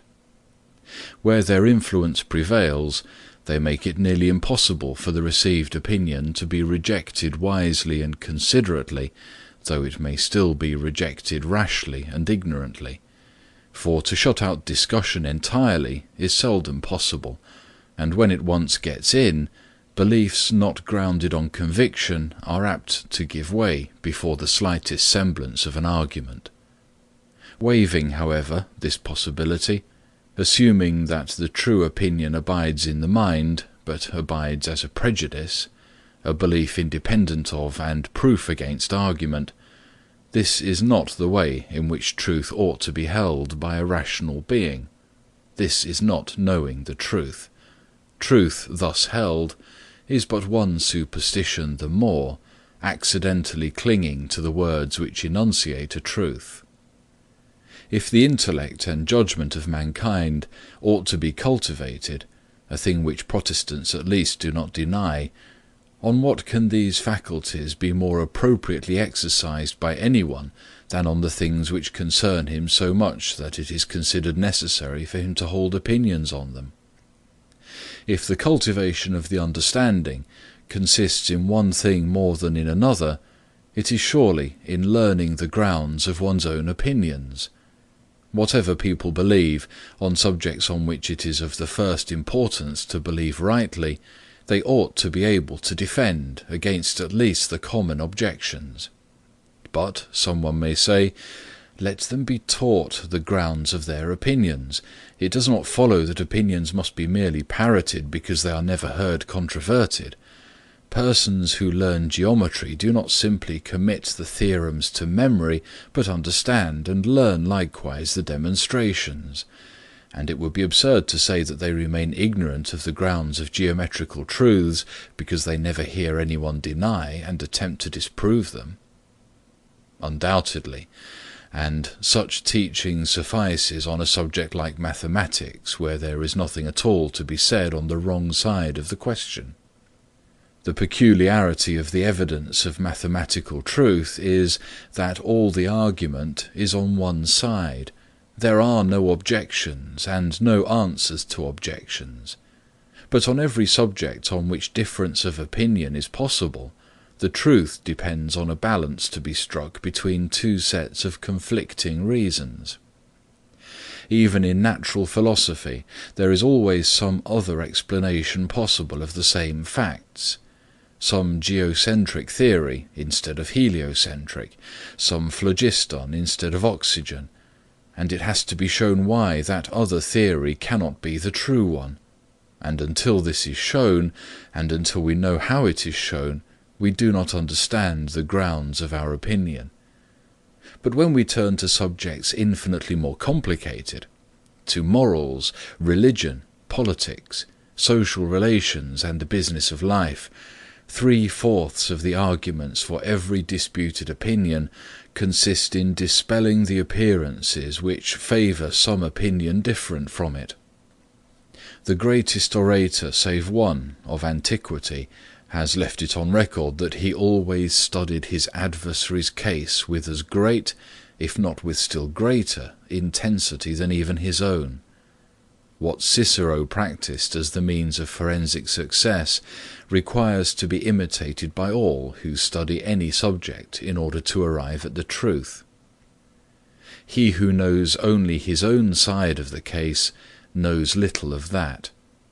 His reasons may be good, and no one may have been able to refute them, but if he is equally unable to refute the reasons on the opposite side, if he does not so much as know what they are, he has no ground for preferring either opinion. The rational position for him would be suspension of judgment, and unless he contents himself with that, he is either led by authority, or adopts, like the generality of the world, the side to which he feels most inclination. Nor is it enough that he should hear the arguments of adversaries from his own teachers, presented as they state them, and accompanied by what they offer as refutations. That is not the way to do justice to the arguments, or bring them into real contact with his own mind. He must be able to hear them from persons who actually believe them, who defend them in earnest, and do their very utmost for them. He must know them in their most plausible and persuasive form. He must feel the whole force of the difficulty which the true view of the subject has to encounter and dispose of. Else he will never really possess himself of the portion of truth which meets and removes that difficulty. 99 in 100 of what are called educated men are in this condition, even of those who can argue fluently for their opinions. Their conclusion may be true, but it might be false for anything they know. They have never thrown themselves into the mental position of those who think differently from them, and considered what such persons may have to say. and consequently they do not, in any proper sense of the word, know the doctrine which they themselves profess. They do not know those parts of it which explain and justify the remainder, the considerations which show that a fact which seemingly conflicts with another is reconcilable with it, or that, of two apparently strong reasons, one and not the other ought to be preferred. All that part of the truth which turns the scale and decides the judgment of a completely informed mind, they are strangers to. Nor is it ever really known but to those who have attended equally and impartially to both sides, and endeavoured to see the reasons of both in the strongest light. So essential is this discipline to a real understanding of moral and human subjects, that if opponents of all important truths do not exist, it is indispensable to imagine them, and supply them with the strongest arguments which the most skilful devil's advocate can conjure up. To abate the force of these considerations, an enemy of free discussion may be supposed to say that there is no necessity for mankind in general to know and understand all that can be said against or for their opinions by philosophers and theologians; that it is not needful for common men to be able to expose all the misstatements or fallacies of an ingenious opponent; that it is enough if there is always somebody capable of answering them, so that nothing likely to mislead uninstructed persons remains unrefuted; that simple minds, having been taught the obvious grounds of the truths inculcated on them, may trust to authority for the rest, and being aware that they have neither knowledge nor talent to resolve every difficulty which can be raised, may repose in the assurance that all those which have been raised have been or can be answered by those who are specially trained to the task. Conceding to this view of the subject the utmost that can be claimed for it by those most easily satisfied with the amount of understanding of truth which ought to accompany the belief of it, even so the argument for free discussion is no way weakened. For even this doctrine acknowledges that mankind ought to have a rational assurance that all objections have been satisfactorily answered. And how are they to be answered if that which requires to be answered is not spoken? Or how can the answer be known to be satisfactory if the objectors have no opportunity of showing that it is satisfactory? If not the public, at least the philosophers and theologians who are to resolve the difficulties must make themselves familiar with those difficulties in their most puzzling form, and this cannot be accomplished unless they are freely stated and placed in the most advantageous light which they admit of. The Catholic Church has its own way of dealing with this embarrassing problem. It makes a broad separation between those who can be permitted to receive its doctrines on conviction and those who must accept them on trust. Neither, indeed, are allowed any choice as to what they will accept, but the clergy, such at least as can be fully confided in, may admissibly and meritoriously make themselves acquainted with the arguments of opponents, in order to answer them, and may therefore read heretical books; the laity not unless by special permission hard to be obtained. This discipline recognizes a knowledge of the enemy's case as beneficial to the teachers, but finds means, consistent with this, of denying it to the rest of the world, thus giving to the elite more mental culture, though not more mental freedom, than it allows to the mass. By this device it succeeds in obtaining the kind of mental superiority which its purposes require, for though culture without freedom never made a large and liberal mind, it can make a clever nisi prius advocate of a cause. But in countries professing Protestantism, this resource is denied, since Protestants hold, at least in theory, that the responsibility for the choice of a religion must be borne by each for himself, and cannot be thrown off upon teachers. Besides, in the present state of the world, it is practically impossible that writings which are read by the instructed can be kept from the uninstructed. If the teachers of mankind are to be cognizant of all that they ought to know, everything must be free to be written and published without restraint.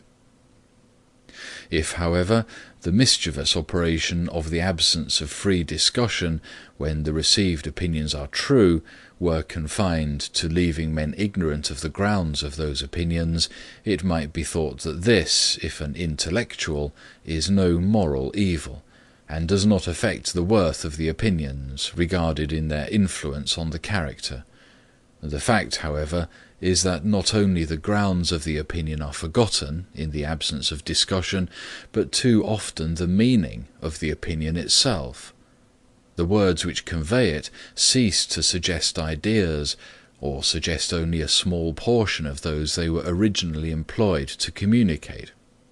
Instead of a vivid conception and a living belief, there remain only a few phrases retained by rote, or if any part, the shell and husk only of the meaning is retained, the finer essence being lost. The great chapter in human history which this fact occupies and fills cannot be too earnestly studied and meditated on. It is illustrated in the experience of almost all ethical doctrines and religious creeds. They are all full of meaning and vitality to those who originate them, and to the direct disciples of the originators. Their meaning continues to be felt in undiminished strength, and is perhaps brought out into even fuller consciences, so long as the struggle lasts to give the doctrine or creed an ascendancy over other creeds. At last it either prevails and becomes the general opinion, or its progress stops. It keeps possession of the ground it has gained, but ceases to spread further. When either of these results has become apparent, controversy on the subject flags and gradually dies away. The doctrine has taken its place, if not as a received opinion, as one of the admitted sects or divisions of opinion.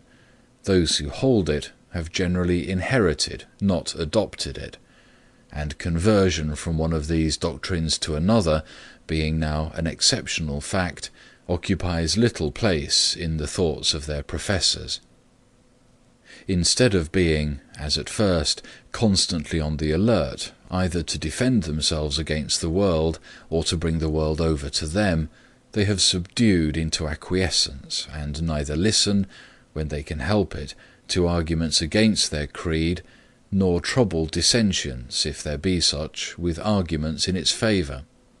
From this time may usually be dated the decline in the living power of the doctrine. We often hear the teachers of all creeds lamenting the difficulty of keeping up in the minds of believers a lively apprehension of the truth which they nominally recognize, so that it may penetrate the feelings and acquire a real mastery over the conduct. No such difficulty is complained of while the creed is still fighting for its existence. Even the weaker combatants then know and feel what they are fighting for, and the difference between it and other doctrines. And in that period of every creed's existence, not a few persons may be found who have realized its fundamental principles in all the forms of thought, have weighed and considered them in all their important bearings, and have experienced the full effect on the character which belief in that creed ought to produce in a mind thoroughly imbued with it.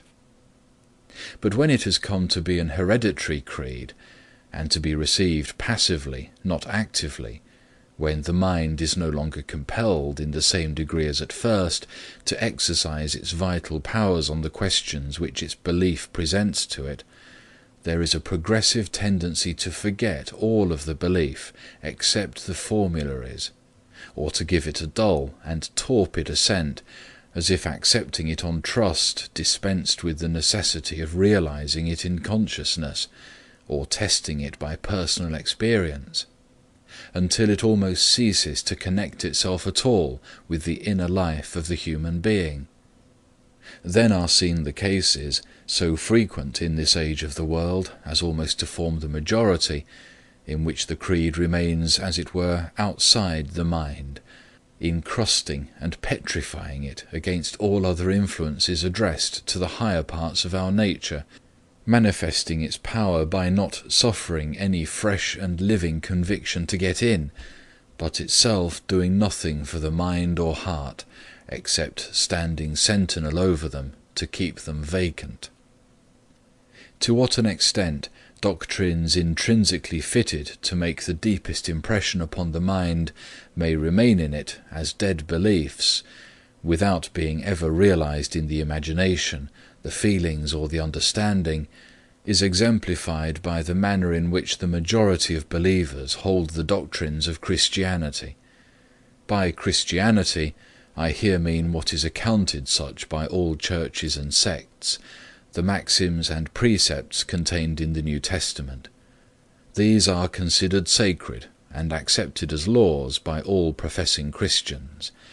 Yet it is scarcely too much to say that not one Christian in 1,000 guides or tests his individual conduct by reference to those laws. The standard to which he does refer it is the custom of his nation, his class, or his religious profession. He has thus, on the one hand, a collection of ethical maxims which he believes to have been vouchsafed to him by infallible wisdom as rules for his government, and on the other, a set of everyday judgments and practices which go a certain length with some of those maxims, not so great a length with others, stand in direct opposition to some, and are, on the whole, a compromise between the Christian creed and the interests and suggestions of worldly life. To the first of these standards he gives his homage, to the latter his real allegiance. All Christians believe that the blessed are the poor and humble, and those who are ill-used by the world, that it is easier for a camel to pass through the eye of a needle than for a rich man to enter the kingdom of heaven, that they should judge not lest they be judged, that they should swear not at all, that they should love their neighbour as themselves, that if one take their cloak they should give him their coat also, that they should take no thought for the morrow, that if they would be perfect they should sell all that they have and give it to the poor. They are not insincere when they say that they believe these things. They do believe them, as people believe what they have always heard lauded and never discussed. But in the sense of that living belief which regulates conduct, they believe these doctrines just up to the point to which it is usual to act upon them.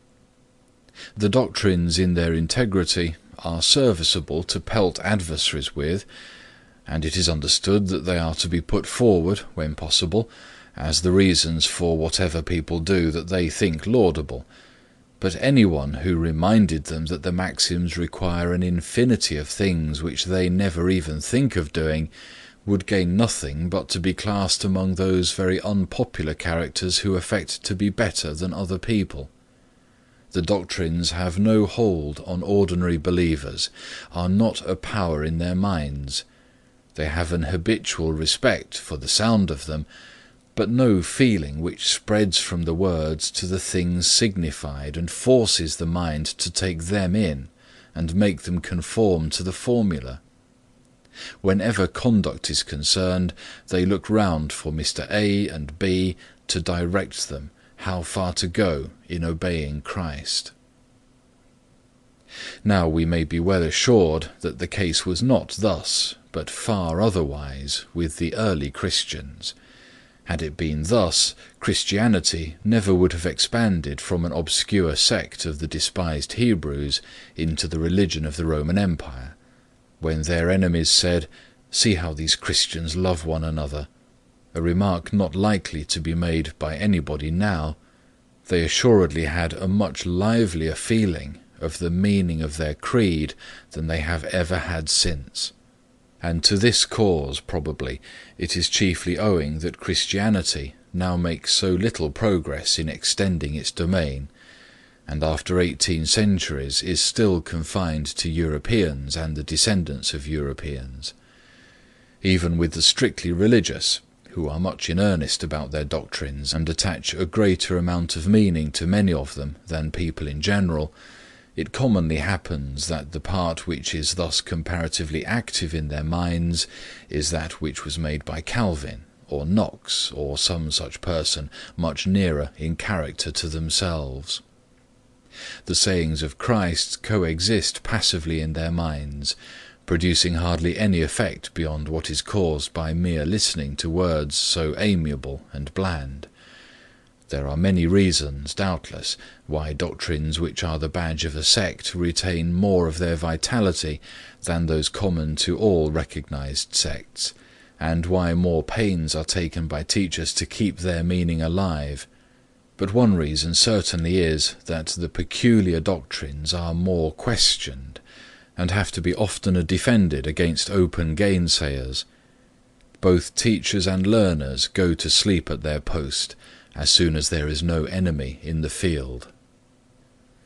The same thing holds true, generally speaking, of all traditional doctrines, those of prudence and knowledge of life, as well as of morals or religion. All languages and literatures are full of general observations on life, both as to what it is and how to conduct oneself in it, observations which everybody knows, which everybody repeats or hears with acquiescence, which are received as truisms, yet of which most people first truly learn the meaning when experience, generally of a painful kind, has made it a reality to them. How often, when smarting under some unforeseen misfortune or disappointment, does a person call to mind some proverb or common saying, familiar to him all his life, the meaning of which, if he had ever before felt it as he does now, would have saved him from the calamity. There are indeed reasons for this, other than the absence of discussion. There are many truths of which the full meaning cannot be realized until personal experience has brought it home, but much more of the meaning, even of these, would have been understood, and what was understood would have been far more deeply impressed on the mind, if the man had been accustomed to hear it argued pro and con by people who did understand it. The fatal tendency of mankind to leave off thinking about a thing when it is no longer doubtful is the cause of half their errors. A contemporary author has well spoken of the deep slumber of a decided opinion. But what, it may be asked, is the absence of unanimity an indispensable condition of true knowledge? Is it necessary that some part of mankind should persist in error to enable any to realize the truth? Does a belief cease to be real and vital as soon as it is generally received? And is a proposition never thoroughly understood and felt, unless some doubt of it remains? As soon as mankind have unanimously accepted a truth, does the truth perish within them? The highest aim and best result of improved intelligence, it has hitherto been thought, is to unite mankind more and more in the acknowledgment of all important truths. And does the intelligence only last as long as it has not achieved its object? Do the fruits of conquest perish by the very completeness of the victory? I affirm no such thing. As mankind improve, the number of doctrines which are no longer disputed or doubted will be constantly on the increase, and the well-being of mankind may almost be measured by the number and gravity of the truths which have reached the point of being uncontested. The cessation, on one question after another, of serious controversy is one of the necessary incidents of the consolidation of opinion, a consolidation as salutary in the case of true opinions as it is dangerous and noxious when the opinions are erroneous. But though this gradual narrowing of the bounds of diversity of opinion is necessary in both senses of the term, being at once inevitable and indispensable, we are not therefore obliged to conclude that all its consequences must be beneficial. the loss of so important an aid to the intelligent and living apprehension of a truth, as is afforded by the necessity of explaining it to, or defending it against, opponents, though not sufficient to outweigh, is no trifling drawback from the benefit of its universal recognition. Where this advantage can no longer be had, I confess I should like to see the teachers of mankind endeavouring to provide a substitute for it, some contrivance for making the difficulties of the question as present to the learner's consciousness as if they were pressed upon him by a dissentient champion, eager for his conversion. But instead of seeking contrivances for this purpose, they have lost those they formerly had. The Socratic dialectics, so magnificently exemplified in the dialogues of Plato, were a contrivance of this description. They were essentially a negative discussion of the great questions of philosophy and life, directed with consummate skill to the purpose of convincing anyone who had merely adopted the commonplaces of received opinion that he did not understand the subject, that he as yet attached no definite meaning to the doctrines he professed, in order that, becoming aware of his ignorance, he might be put in the way to attain a stable belief, resting on a clear apprehension both of the meaning of doctrines and of their evidence. The school disputations of the Middle Ages had a somewhat similar object. They were intended to make sure that the pupil understood his own opinion, and, by necessary correlation, the opinion opposed to it, and could enforce the grounds of the one and confute those of the other. These last-mentioned contests had indeed the incurable defect that the premises appealed to were taken from authority, not from reason, and as a discipline to the mind they were in every respect inferior to the powerful dialectics which formed the intellects of the Socratici viri. But the modern mind owes far more to both than it is generally willing to admit, and the present modes of education contain nothing which in the smallest degree supplies the place either of the one or of the other. A person who derives all his instruction from teachers or books, even if he escape the besetting temptation of contenting himself with cram, is under no compulsion to hear both sides. Accordingly, it is far from a frequent accomplishment, even among thinkers, to know both sides, and the weakest part of what everybody says in defence of his opinion is what he intends as a reply to antagonists. It is the fashion of the present time to disparage negative logic, that which points out weaknesses in theory or errors in practice, without establishing positive truths. Such negative criticism would indeed be poor enough as an ultimate result, but as a means to attaining any positive knowledge or conviction worthy the name, it cannot be valued too highly, and until people are again systematically trained to it, there will be few great thinkers, and a low general average of intellect in any but the mathematical and physical departments of speculation.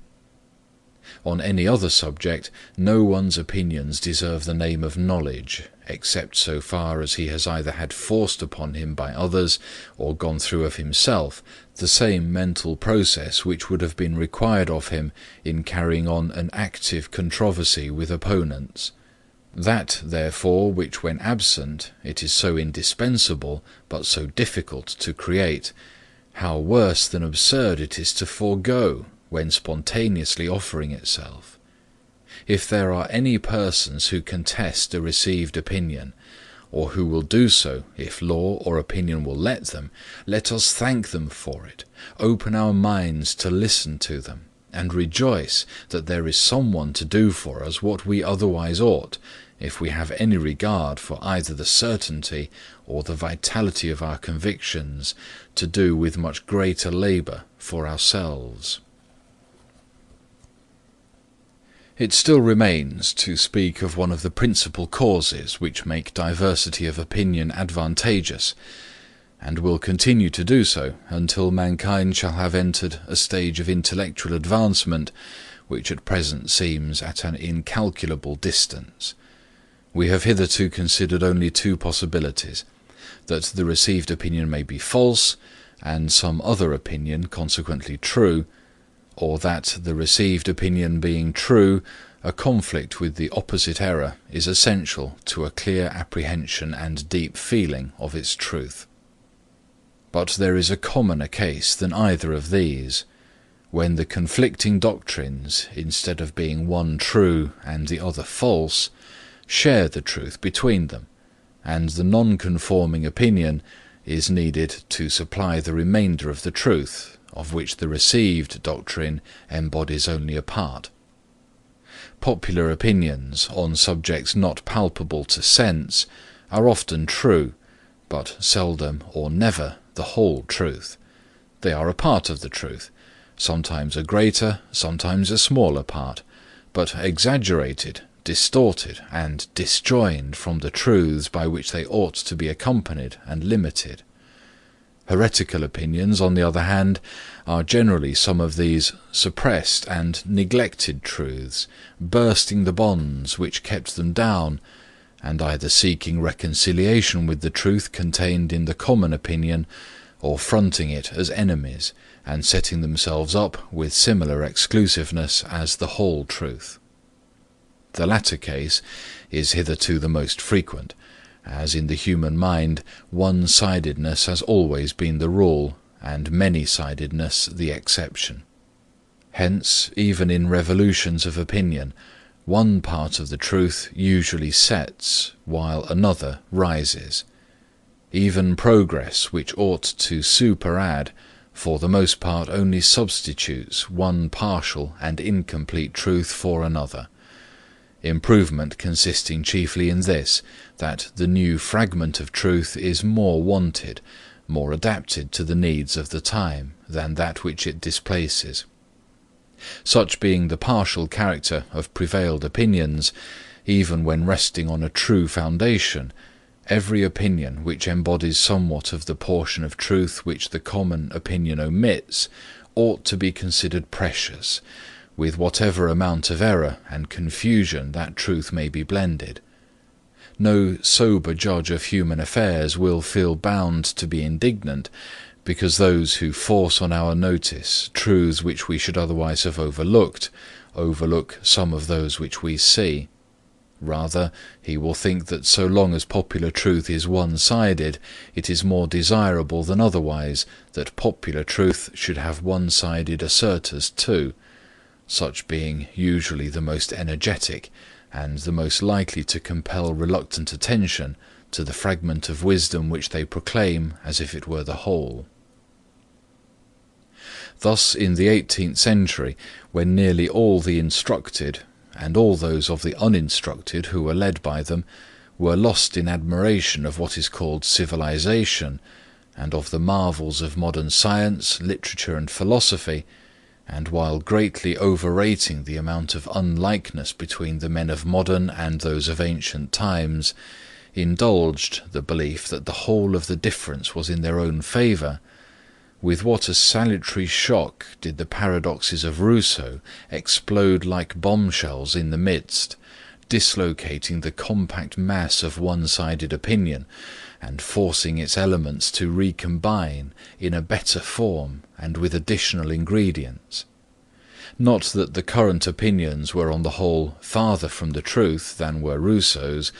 On the contrary, they were nearer to it. They contained more of positive truth and very much less of error. Nevertheless, there lay in Rousseau's doctrine, and has floated down the stream of opinion along with it, a considerable amount of exactly those truths which the popular opinion wanted, and these are the deposit which was left behind when the flood subsided: the superior worth of simplicity of life, the enervating and demoralizing effect of the trammels and hypocrisies of artificial society, are ideas which have never been entirely absent from cultivated minds since Rousseau wrote, and they will in time produce their due effect, though at present needing to be asserted as much as ever, and to be asserted by deeds, for words on this subject have nearly exhausted their power. In politics, again, it is almost a commonplace that a party of order or stability and a party of progress or reform are both necessary elements of a healthy state of political life, until the one or the other shall have so enlarged its mental grasp as to be a party equally of order and of progress, knowing and distinguishing what is fit to be preserved from what ought to be swept away. Each of these modes of thinking derives its utility from the deficiencies of the other, but it is in a great measure the opposition of the other that keeps each within the limits of reason and sanity. Unless opinions favourable to democracy and to aristocracy, to property and to equality, to cooperation and to competition, to luxury and to abstinence, to sociality and individuality, to liberty and discipline, and all the other standing antagonisms of practical life are expressed with equal freedom and enforced and defended with equal talent and energy, there is no chance of both elements obtaining their due. One scale is sure to go up and the other down. Truth, in the great practical concerns of life, is so much a question of the reconciling and combining of opposites, that very few have minds sufficiently capacious and impartial to make the adjustment with an approach to correctness, and it has to be made by the rough process of a struggle between combatants fighting under hostile banners. On any of the great open questions just enumerated, if either of the two opinions has a better claim than the other, not merely to be tolerated, but to be encouraged and countenanced, it is the one which happens at the particular time and place to be in a minority. That is the opinion which, for the time being, represents the neglected interests, the side of human well-being which is in danger of obtaining less than its share. I am aware that there is not, in this country, any intolerance of difference of opinion on most of these topics. They are reduced to show, by admitted and multiplied examples, the universality of the fact that only through diversity of opinion is there, in the existing state of human intellect, a chance of fair play to all sides of the truth. When there are persons to be found who form an exception to the apparent unanimity of the world on any subject, even if the world is in the right, it is always probable that dissentients have something worth hearing to say for themselves, and that truth would lose something by their silence. It may be objected, but some received principles, especially on the highest and most vital subjects, are more than half-truths. The Christian morality, for instance, is the whole truth on that subject, and if anyone teaches a morality which varies from it, he is wholly in error. As this is of all cases the most important in practice, none can be fitter to test the general maxim. But before pronouncing what Christian morality is or is not, it would be desirable to decide what is meant by Christian morality. If it means the morality of the New Testament, I wonder that anyone who derives his knowledge of this from the book itself can suppose that it was announced or intended as a complete doctrine of morals. The Gospel always refers to a pre-existing morality, and confines its precepts to the particulars in which that morality was to be corrected or superseded by a wider and higher, expressing itself, moreover, in terms more general, often impossible to be interpreted literally, and possessing rather the impressiveness of poetry or eloquence than the precision of legislation. To extract from it a body of ethical doctrine has never been possible without eking it out from the Old Testament, that is, from a system elaborate indeed, but in many respects barbarous, and intended only for a barbarous people. St. Paul, a declared enemy to this Judaical mode of interpreting the doctrine and filling up the scheme of his master, equally assumes a pre-existing morality, namely that of the Greeks and Romans, and his advice to Christians is in a great measure a system of accommodation to that. even to the extent of giving an apparent sanction to slavery. What is called Christian, but should rather be termed theological morality, was not the work of Christ or the Apostles, but is of much later origin, having been gradually built up by the Catholic Church of the first 5 centuries, and though not implicitly adopted by moderns and Protestants, has been much less modified by them than might have been expected. For the most part, indeed, they have contented themselves with cutting off the additions which had been made to it in the Middle Ages, each sect supplying the place by fresh additions adapted to its own character and tendencies. That mankind owe a great debt to this morality and to its early teachers, I should be the last person to deny, but I do not scruple to say of it that it is, in many important points, incomplete and one-sided, and that, unless ideas and feelings not sanctioned by it had contributed to the formation of European life and character, human affairs would have been in a worse condition than they now are.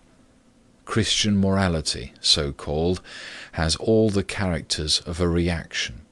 It is in great part a protest against paganism. Its ideal is negative rather than positive, passive rather than active, innocence rather than nobleness, abstinence from evil rather than energetic pursuit of good. In its precepts, as has been well said, "Thou shalt not" predominates unduly over "thou shalt." In its horror of sensuality, it made an idol of asceticism, which has been gradually compromised away into one of legality. It holds out the hope of heaven and the threat of hell as the appointed and appropriate motives to a virtuous life, in this falling far below the best of the ancients, and doing what lies in it to give to human morality an essentially selfish character, by disconnecting each man's feelings of duty from the interests of his fellow creatures, except so far as a self-interested inducement is offered to him for consulting them. It is essentially a doctrine of passive obedience.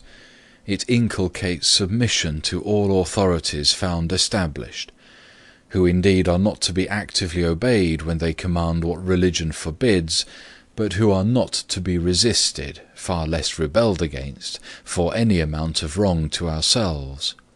And while, in the morality of the best pagan nations, duty to the state holds even a disproportionate place, infringing on the just liberty of the individual, in purely Christian ethics that grand department of duty is scarcely noticed or acknowledged.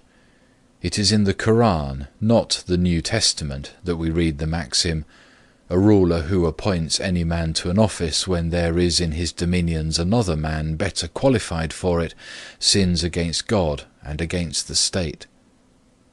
What little recognition the idea of obligation to the public obtains in modern morality is derived from Greek and Roman sources, not from Christian.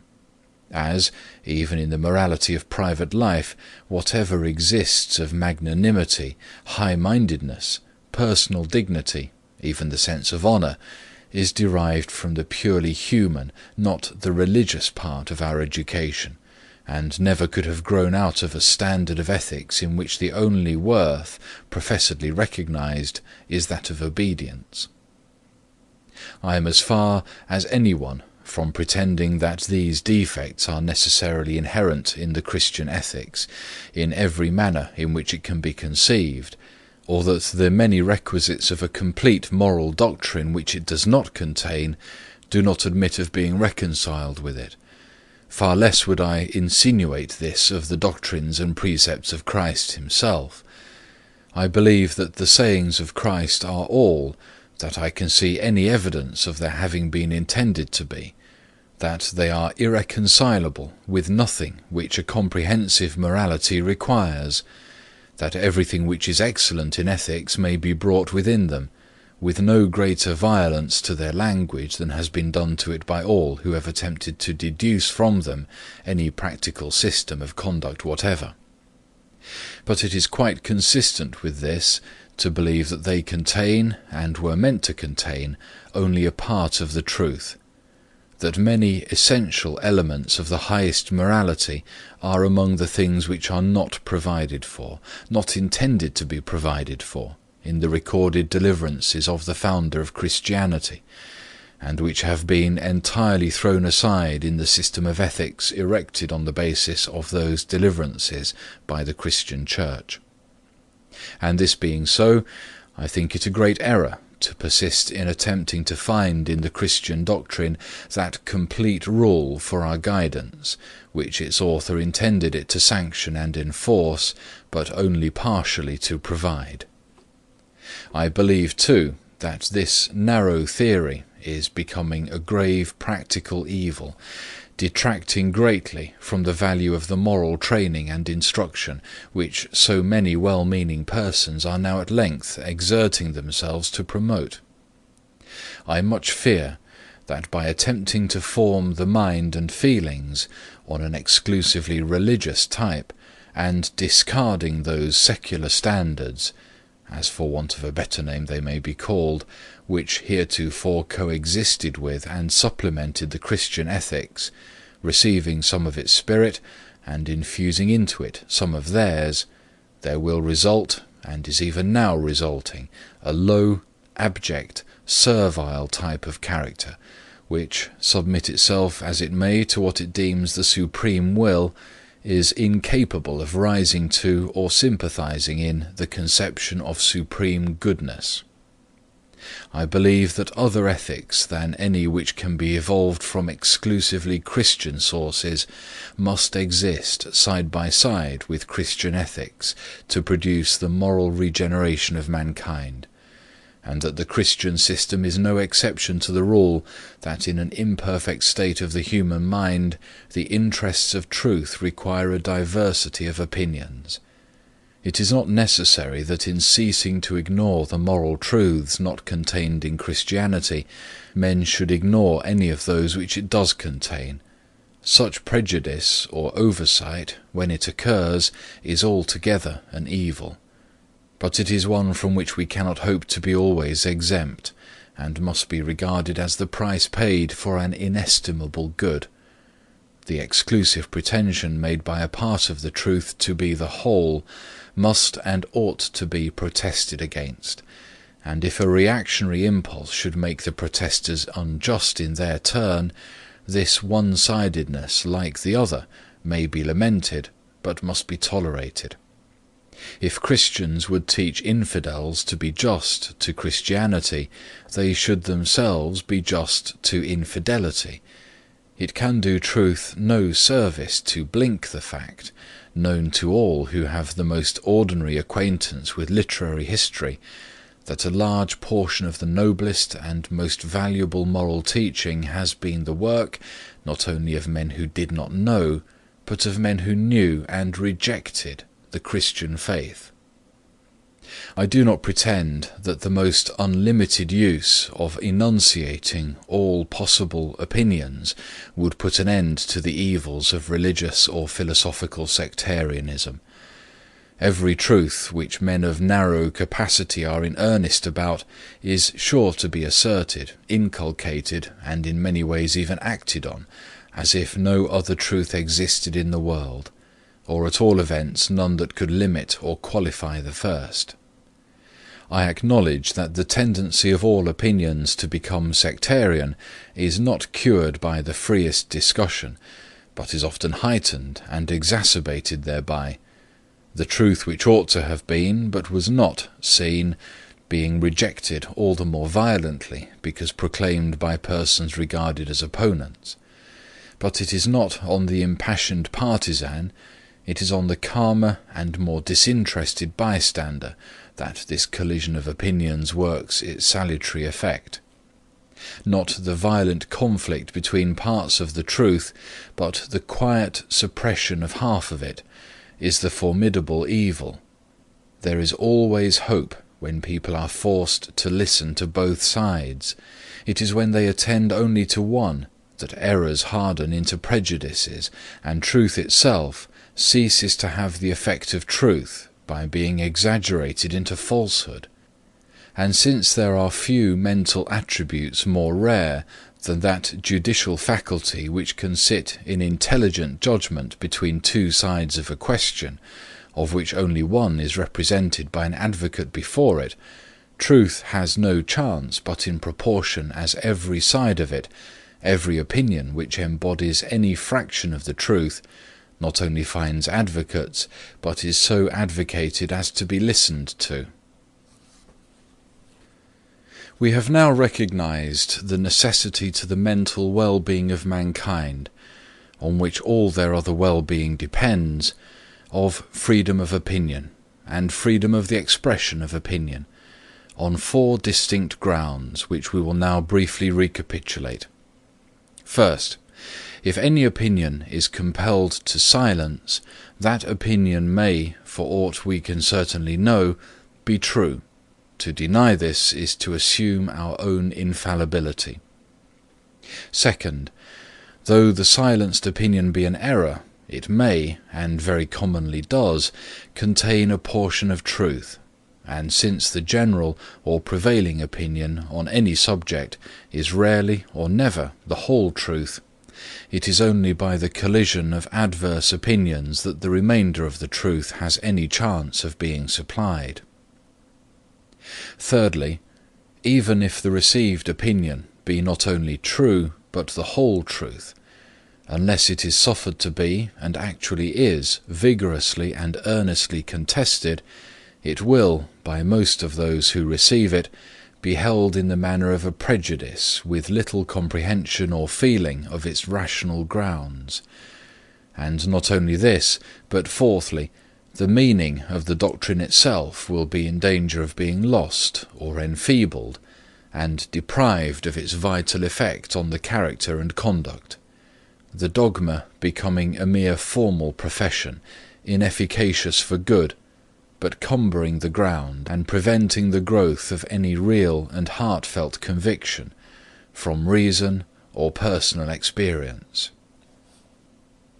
Before quitting the subject of freedom of opinion, it is fit to take some notice of those who say that the free expression of all opinions should be permitted on condition that the manner be temperate, and do not pass the bounds of fair discussion. Much might be said on the impossibility of fixing where these supposed bounds are to be placed, for if the test be offence to those whose opinion is attacked, I think experience testifies that this offence is given whenever the attack is telling and powerful, and that every opponent who pushes them hard, and whom they find it difficult to answer, appears to them, if he shows any strong feeling on the subject, an intemperate opponent.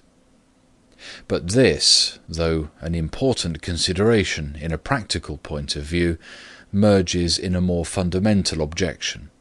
Undoubtedly, the manner of asserting an opinion, even though it be a true one, may be very objectionable, and may justly incur severe censure, but the principal offences of the kind are such as it is mostly impossible, unless by accidental self-betrayal, to bring home to conviction. The gravest of them is to argue sophistically, to suppress facts or arguments, to misstate the elements of the case, or misrepresent the opposite opinion. But all this, even to the most aggravated degree, is so continually done in perfect good faith, by persons who are not considered, and in many other respects may not deserve to be considered, ignorant or incompetent, that it is rarely possible, on adequate grounds, conscientiously to stamp the misrepresentation as morally culpable, and still less could law presume to interfere with this kind of controversial misconduct. With regard to what is commonly meant by intemperate discussion, namely invective, sarcasm, personality, and the like, the denunciation of these weapons would deserve more sympathy if it were ever proposed to interdict them equally to both sides, but it is only desired to restrain the employment of them against the prevailing opinion, Against the unprevailing, they may not only be used without general disapproval, but will be likely to obtain for him who uses them the praise of honest zeal and righteous indignation. Yet whatever mischief arises from their use is greatest when they are employed against the comparatively defenceless, and whatever unfair advantage can be derived by any opinion from this mode of asserting it accrues almost exclusively to received opinions. The worst offence of this kind which can be committed by a polemic is to stigmatize those who hold the contrary opinion as bad and immoral men. To calumny of this sort, those who hold any unpopular opinion are peculiarly exposed, because they are in general few and uninfluential, and nobody but themselves feels much interested in seeing justice done them. But this weapon is, from the nature of the case, denied to those who attack a prevailing opinion. They can neither use it with safety to themselves, nor, if they could, would it do anything but recoil on their own cause. In general, opinions contrary to those commonly received can only obtain a hearing by studied moderation of language, and the most cautious avoidance of unnecessary offence, from which they hardly ever deviate, even in a slight degree, without losing ground. While unmeasured vituperation, employed on the side of the prevailing opinion, really does deter people from professing contrary opinions, and from listening to those who profess them. For the interest, therefore, of truth and justice, it is far more important to restrain this employment of vituperative language than the other. And, for example, if it were necessary to choose, there would be much more need to discourage offensive attacks on infidelity than on religion. It is, however, obvious that law and authority have no business with restraining either, while opinion ought, in every instance, to determine its verdict by the circumstance of the individual case, condemning every one, on whichever side of the argument he places himself, in whose mode of advocacy either want of candour or malignity, bigotry or intolerance of feeling manifest themselves, but not inferring these vices from the side which a person takes, though it be the contrary side of the question to our own, and giving merited honour to every one, whatever opinion he may hold, who has calmness to see and honesty to state what his opponents and their opinions really are, exaggerating nothing to their discredit, keeping nothing back which tells or can be supposed to tell in their favour. This is the real morality of public discussion, and if often violated, I am happy to think that there are many controversialists who to a great extent observe it, and a still greater number who conscientiously strive towards it. End of chapter 2.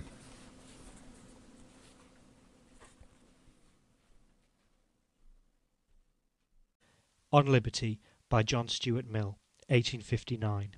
Chapter 3. Of Individuality as one of the elements of well-being. Such being the reasons which make it imperative that human beings should be free to form opinions and to express their opinions without reserve, and such the baneful consequences to the intellectual, and through that to the moral nature of man, unless this liberty is either conceded or asserted in spite of prohibition, let us next examine whether the same reasons do not require that men should be free to act upon their opinions, to carry these out in their lives without hindrance, either physical or moral, from their fellow men, so long as it is at their own risk and peril. This last proviso is of course indispensable. No one pretends that actions should be free as opinions. On the contrary, even opinions lose their immunity when the circumstances in which they are expressed are such as to constitute their expression a positive instigation to some mischievous act.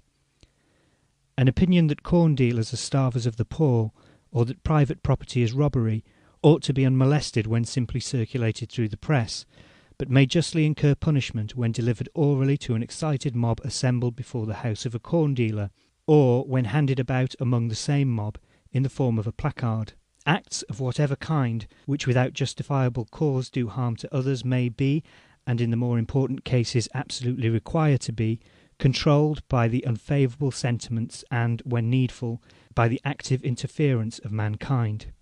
The liberty of the individual must be thus far limited. He must not make himself a nuisance to other people. But if he refrains from molesting others in what concerns them, and merely acts according to his own inclination and judgment in things which concern himself, the same reasons which show that opinion should be free prove also that he should be allowed, without molestation, to carry his opinions into practice at his own cost.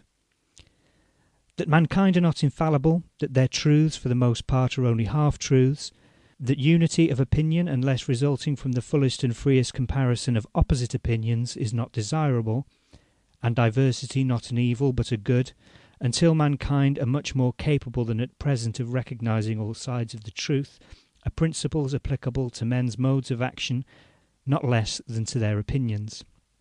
As it is useful that while mankind are imperfect there should be different opinions, so it is that there should be different experiments of living, that free scope should be given to varieties of character short of injury to others, and that the worth of different modes of life should be proved practically, when anyone thinks fit to try them.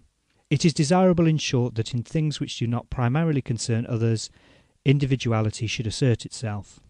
Where not the person's own character, but the traditions or customs of other people are the rule of conduct, there is wanting one of the principal ingredients of human happiness, and quite the chief ingredient of individual and social progress.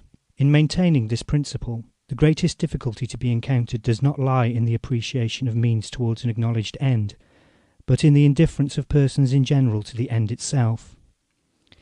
If it were felt that the free development of individuality is one of the leading essentials of well-being, that it is not only a coordinate element with all that is designated by the terms civilization, instruction, education, culture, but is itself a necessary part and condition of all those things, there would be no danger that liberty should be undervalued, and the adjustment of the boundaries between it and social control would present no extraordinary difficulty.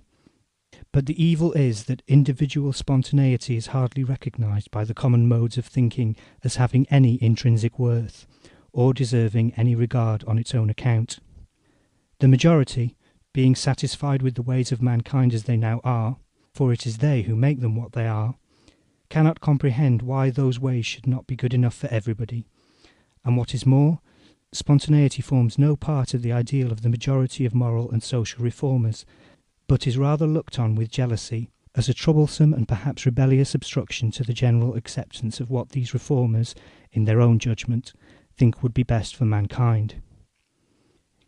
Few persons out of Germany even comprehend the meaning of the doctrine which Wilhelm von Humboldt, so eminent both as a savant and as a politician, made the text of a treatise, that, quote, the end of man, or that which is prescribed by the eternal or immutable dictates of reason, and not suggested by vague and transient desires, is the highest and most harmonious development of his powers to a complete and consistent whole, end quote.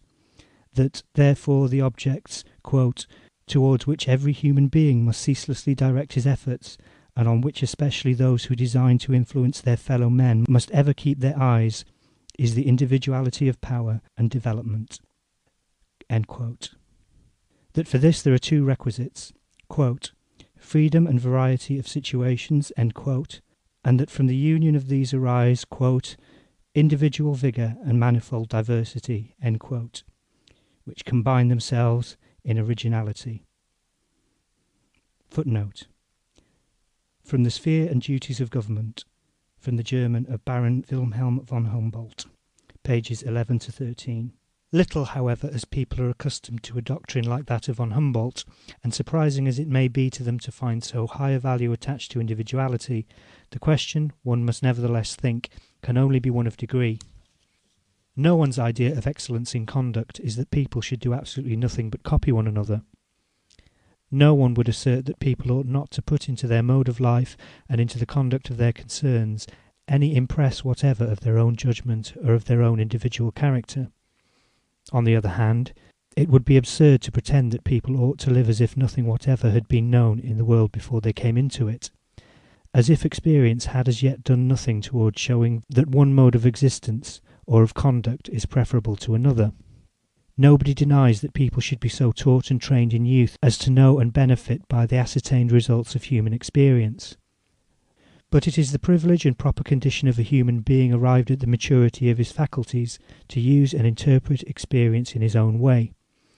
It is for him to find out what part of recorded experience is properly applicable to his own circumstances and character. The traditions and customs of other people are, to a certain extent, evidence of what their experience has taught them, presumptive evidence, and as such have a claim to his deference. But, in the first place, their experience may be too narrow, or they may not have interpreted it rightly. Secondly, their interpretation of experience may be correct, but unsuitable to him. Customs are made for customary circumstances and customary characters, and his circumstances or his character may be uncustomary. Thirdly, though the customs be both good as customs and suitable to him, yet to conform to custom merely as custom does not educate or develop in him any of the qualities which are the distinctive endowment of a human being. The human faculties of perception, judgment, discriminative feeling, mental activity, and even moral preference are exercised only in making a choice. He who does anything because it is the custom makes no choice. He gains no practice either in discerning or in desiring what is best. The mental and moral, like the muscular, powers are improved only by being used. The faculties are called into no exercise by doing a thing merely because others do it, no more than by believing a thing only because others believe it. If the grounds of an opinion are not conclusive to the person's own reason, his reason cannot be strengthened, but is likely to be weakened by his adopting it. And if the inducements to an act are not such as are consentaneous to his own feelings and character, where affection or the rights of others are not concerned, it is so much done towards rendering his feelings and character inert and torpid instead of active and energetic. He who lets the world, or his own portion of it, choose his plan of life for him, has no need of any other faculty than the ape-like one of imitation. He who chooses his plan for himself employs all his faculties. He must use observation to see, reasoning and judgment to foresee, activity to gather materials for decision, discrimination to decide, and when he has decided, firmness and self-control to hold to his deliberate decision. And these qualities he requires and exercises exactly in proportion as the part of his conduct which he determines according to his own judgment and feelings is a large one. It is possible that he might be guided in some good path and kept out of harm's way without any of these things. But what will be his comparative worth as a human being? It really is of importance, not only what men do, but also what manner of men they are that do it. Among the works of man which human life is rightly employed in perfecting and beautifying, the first in importance surely is man himself. Supposing it were possible to get houses built, corn grown, battles fought, causes tried, and even churches erected and prayers said by machinery, by automatons in human form, it would be a considerable loss to exchange for these automatons even the men and women who at present inhabit the more civilized parts of the world, and who assuredly are but starved specimens of what nature can and will produce. Human nature is not a machine to be built after a model, and set to do exactly the work prescribed for it, but a tree, which requires to grow and develop itself on all sides, according to the tendency of the inward forces which make it a living thing. It will probably be conceded that it is desirable people should exercise their understandings, and that an intelligent following of custom, or even occasionally an intelligent deviation from custom, is better than a blind and simply mechanical adhesion to it.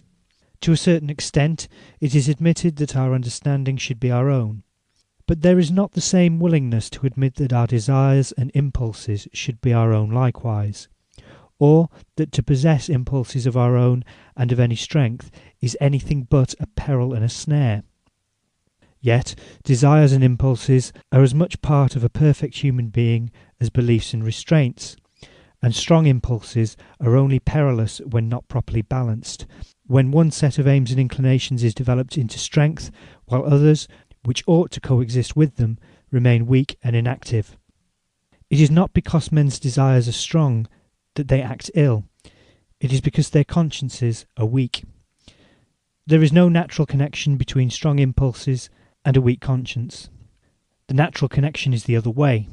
To say that one person's desires and feelings are stronger and more various than those of another is merely to say that he has more of the raw material of human nature and is therefore capable, perhaps of more evil, but certainly of more good.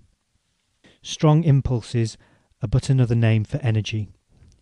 Energy may be turned to bad uses, but more good may always be made of an energetic nature than of an indolent and impassive one. Those who have more natural feelings are always those whose cultivated feelings may be made the strongest. The same strong susceptibilities which make the personal impulses vivid and powerful are also the source from whence are generated the most passionate love of virtue and the sternest of self-control.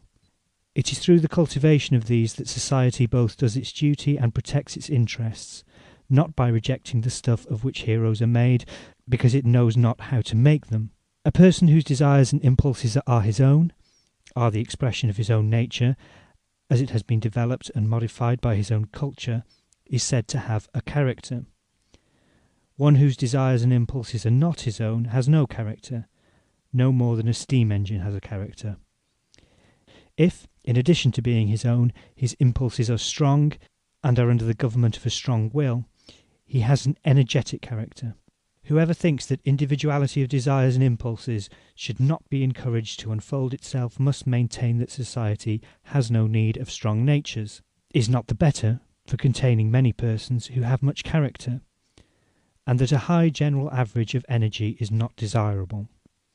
In some early states of society, these forces might be, and were, too much ahead of the power which society then possessed of disciplining and controlling them. There has been a time when the element of spontaneity and individuality was in excess, and the social principle had a hard struggle with it. The difficulty then was to induce men of strong bodies or minds to pay obedience to any rules which required them to control their impulses. To overcome this difficulty, law and discipline, like the Pope struggling against the emperors, asserted a power over the whole man, claiming to control all his life in order to control his character, which society had not found any other sufficient means of binding. But society has now fairly got the better of individuality, and the danger which threatens human nature is not the excess, but the deficiency of personal impulses and preferences. Things have vastly changed since the passions of those who were strong by station or by personal endowment were in a state of habitual rebellion against laws and ordinances, and required to be rigorously chained up to enable the persons within their reach to enjoy any particle of security. In our times, from the highest class of society down to the lowest, everyone lives as under the eye of a hostile and dreaded censorship. Not only in what concerns others, but in what concerns only themselves. The individual or the family do not ask themselves, what do I prefer, or what would suit my character and disposition, or what would allow the best and highest in me to have fair play and enable it to grow and thrive. They ask themselves, what is suitable for my position? What is usually done by persons of my station and pecuniary circumstances? Or, worse still, what is usually done by persons of a station and circumstances superior to mine? I do not mean that they choose what is customary in preference to what suits their own inclination. It does not occur to them to have any inclination except for what is customary. Thus the mind itself is bowed to the yoke. Even in what people do for pleasure, conformity is the first thing thought of. They like in crowds. They exercise choice only among the things commonly done. Peculiarity of taste, eccentricity of conduct are shunned equally with crime, until by dint of not following their own nature they have no nature to follow. Their human capacities are withered and starved. They become incapable of any strong wishes or native pleasures, and are generally without either opinions or feelings of home growth, or properly their own. Now is this, or is it not, the desirable condition of human nature? It is so on the Calvinistic theory. According to that, the one great offence of man is self-will. All the good of which humanity is capable is comprised in obedience. You have no choice. Thus you must do, and no otherwise. Whatever is not a duty is a sin. Human nature being radically corrupt, there is no redemption for anyone until human nature is killed within him. To one holding this theory of life, crushing out any of the human faculties, capacities, and susceptibilities is no evil. Man needs no capacity but that of surrendering himself to the will of God, and if he uses any of his faculties for any other purpose, but to do that supposed will more effectually, he is better without them. This is the theory of Calvinism, and it is held, in a mitigated form, by many who do not consider themselves Calvinists, the mitigation consisting in giving a less ascetic interpretation to the alleged will of God, asserting it to be his will that mankind should gratify some of their inclinations, of course not in the manner they themselves prefer, but in the way of obedience, that is, in a way prescribed to them by authority, and therefore by the necessary condition of the case, the same for all. In some such insidious form, there is at present a strong tendency to this narrow theory of life, and to the pinched and hide-bound type of human character which it patronizes. Many persons, no doubt, sincerely think that human beings thus cramped and dwarfed are as their Maker designed them to be, just as many have thought that trees are a much finer thing when clipped into pollards, or cut into figures of animals, than as nature made them.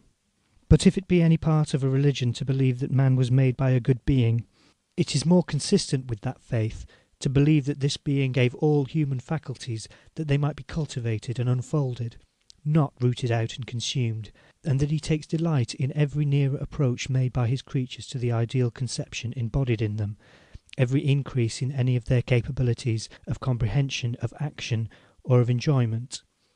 There is a different type of human excellence from the Calvinistic, a conception of humanity as having its nature bestowed on it for other purposes than merely to be abnegated.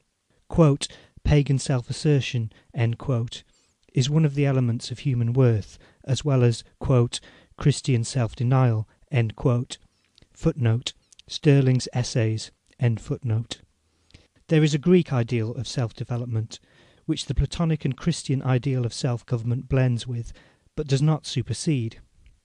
It may be better to be a John Knox than an Alcibiades, but it is better to be a Pericles than either.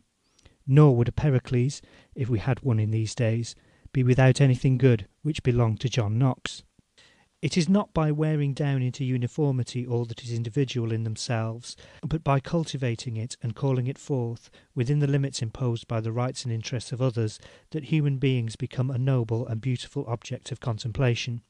And as the works partake the character of those who do them, by the same process human life also becomes rich, diversified, and animating, furnishing more abundant aliment to high thoughts and elevating feelings, and strengthening the tie which binds every individual to the race, by making the race infinitely better worth belonging to. In proportion to the development of his individuality, each person becomes more valuable to himself, and is therefore capable of being more valuable to others. There is a greater fullness of life about his own existence, and when there is more life in the units, there is more in the mass which is composed of them. As much compression as is necessary to prevent the stronger specimens of human nature from encroaching on the rights of others cannot be dispensed with. But for this there is ample compensation even in the point of view of human development. The means of development which the individual loses by being prevented from gratifying his inclinations to the injury of others are chiefly obtained at the expense of the development of other people. And even to himself there is a full equivalent in the better development of the social part of his nature, rendered possible by the restraint put upon the selfish part. To be held to rigid rules of justice for the sake of others develops the feelings and capacities which have the good of others for their object. But to be restrained in things not affecting their good, by their mere displeasure, develops nothing valuable except such force of character as may unfold itself in resisting the restraint. If acquiesced in, it dulls and blunts the whole nature. To give any fair play to the nature of each, it is essential that different persons should be allowed to lead different lives. In proportion as this latitude has been exercised in any age, has that age been noteworthy to posterity. Even despotism does not produce its worst effects so long as individuality exists under it, and whatever crushes individuality is despotism, by whatever name it may be called, and whether it professes to be enforcing the will of God or the injunctions of men. Having said that the individuality is the same thing with development, and that it is only the cultivation of individuality which produces or can produce well-developed human beings, I might here close the argument. For what more or better can be said of any condition of human affairs than that it brings human beings themselves nearer to the best thing they can be? Or what worse can be said of any obstruction to good than that it prevents this? Doubtless, however, these considerations will not suffice to convince those who must need convincing, and it is necessary further to show that these developed human beings are of some use to the undeveloped, to point out to those who do not desire liberty, and would not avail themselves of it, that they may be in some intelligible manner rewarded for allowing other people to make use of it without hindrance. In the first place, then, I would suggest that they might possibly learn something from them. It will not be denied by anybody that originality is a valuable element in human affairs. There is always need of persons not only to discover new truths and point out when what were once truths are true no longer, but also to commence new practices and set the example of more enlightened conduct and better taste and sense in human life. This cannot well be gainsaid by anybody who does not believe that the world has already attained perfection in all its ways and practices. It is true that this benefit is not capable of being rendered by everybody alike. There are but few persons, in comparison with the whole of mankind, whose experiments, if adopted by others, would be likely to be any improvement on established practice. But these few are the salt of the earth. Without them, human life would become a stagnant pool. Not only is it they who introduce good things which did not before exist, it is they who keep the life in those which already exist. If there were nothing new to be done, would human intellect cease to be necessary?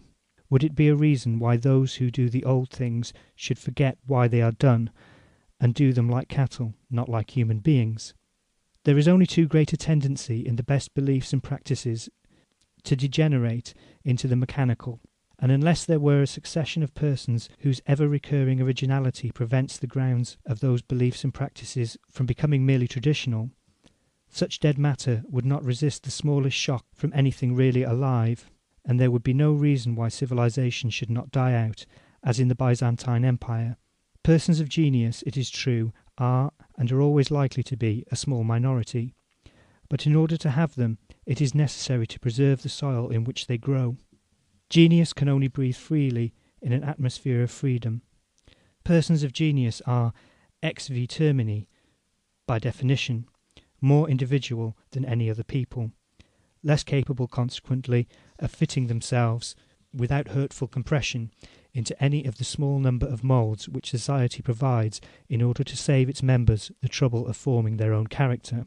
If from timidity they consent to be forced into one of these moulds, and to let all that part of themselves which cannot expand under the pressure remain unexpanded, society will be little the better for their genius.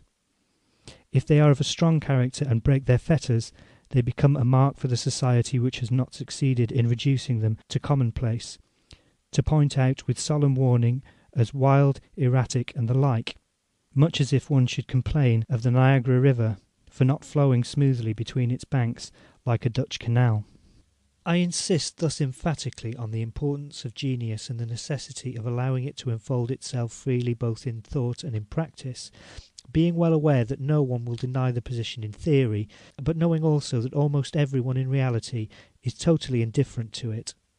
People think genius a fine thing if it enables a man to write an exciting poem or paint a picture, but in its true sense, that of originality in thought and action, though no one says that it is not a thing to be admired, nearly all at heart think that they can do very well without it. Unhappily, this is too natural to be wondered at. Originality is the one thing which unoriginal minds cannot feel the use of. They cannot see what it is to do for them. How should they?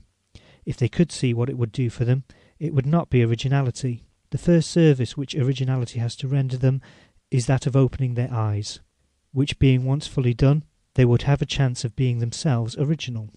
Meanwhile, recollecting that nothing was ever done which someone was not the first to do, and that all good things which exist are the fruits of originality, let them be modest enough to believe that there is something still left for it to accomplish, and assure themselves that they are more in need of originality the less they are conscious of the want. In sober truth, whatever homage may be professed or even paid to real or supposed mental superiority, The general tendency of things throughout the world is to render mediocrity in the ascendant power among mankind. In ancient history, in the Middle Ages, and in a diminishing degree through the long transition from feudality to the present time, the individual was a power in himself, and if he had either great talents or a high social position, he was a considerable power. At present, individuals are lost in the crowd. In politics, it is almost a triviality to say that public opinion now rules the world. The only power deserving of the name is that of masses, and of governments, while they make themselves the organ of the tendencies and instincts of masses. This is as true in the moral and social relations of private life as in public transactions. Those whose opinions go by the name of public opinion are not always the same sort of public. In America, they are the whole white population. In England, chiefly the middle class. But they are always a mass, that is to say, collective mediocrity. And what is a still greater novelty, the mass do not now take their opinions from dignitaries in church or state, from ostensible leaders, or from books. Their thinking is done for them by men much like themselves, addressing them or speaking in their name on the spur of the moment through the newspapers. I am not complaining of all this. I do not assert that anything better is compatible as a general rule with the present low state of the human mind. But that does not hinder the government of mediocrity from being mediocre government. No government by a democracy or a numerous aristocracy, either in its political acts or in the opinions, qualities and tone of mind which it fosters, ever did or could rise above mediocrity, except in so far as the sovereign many have let themselves be guided, which in their best times they always have done, by the counsels and influence of a more highly gifted and instructed one or few. The initiation of all wise or noble things comes and must come from individuals, generally at first from some one individual.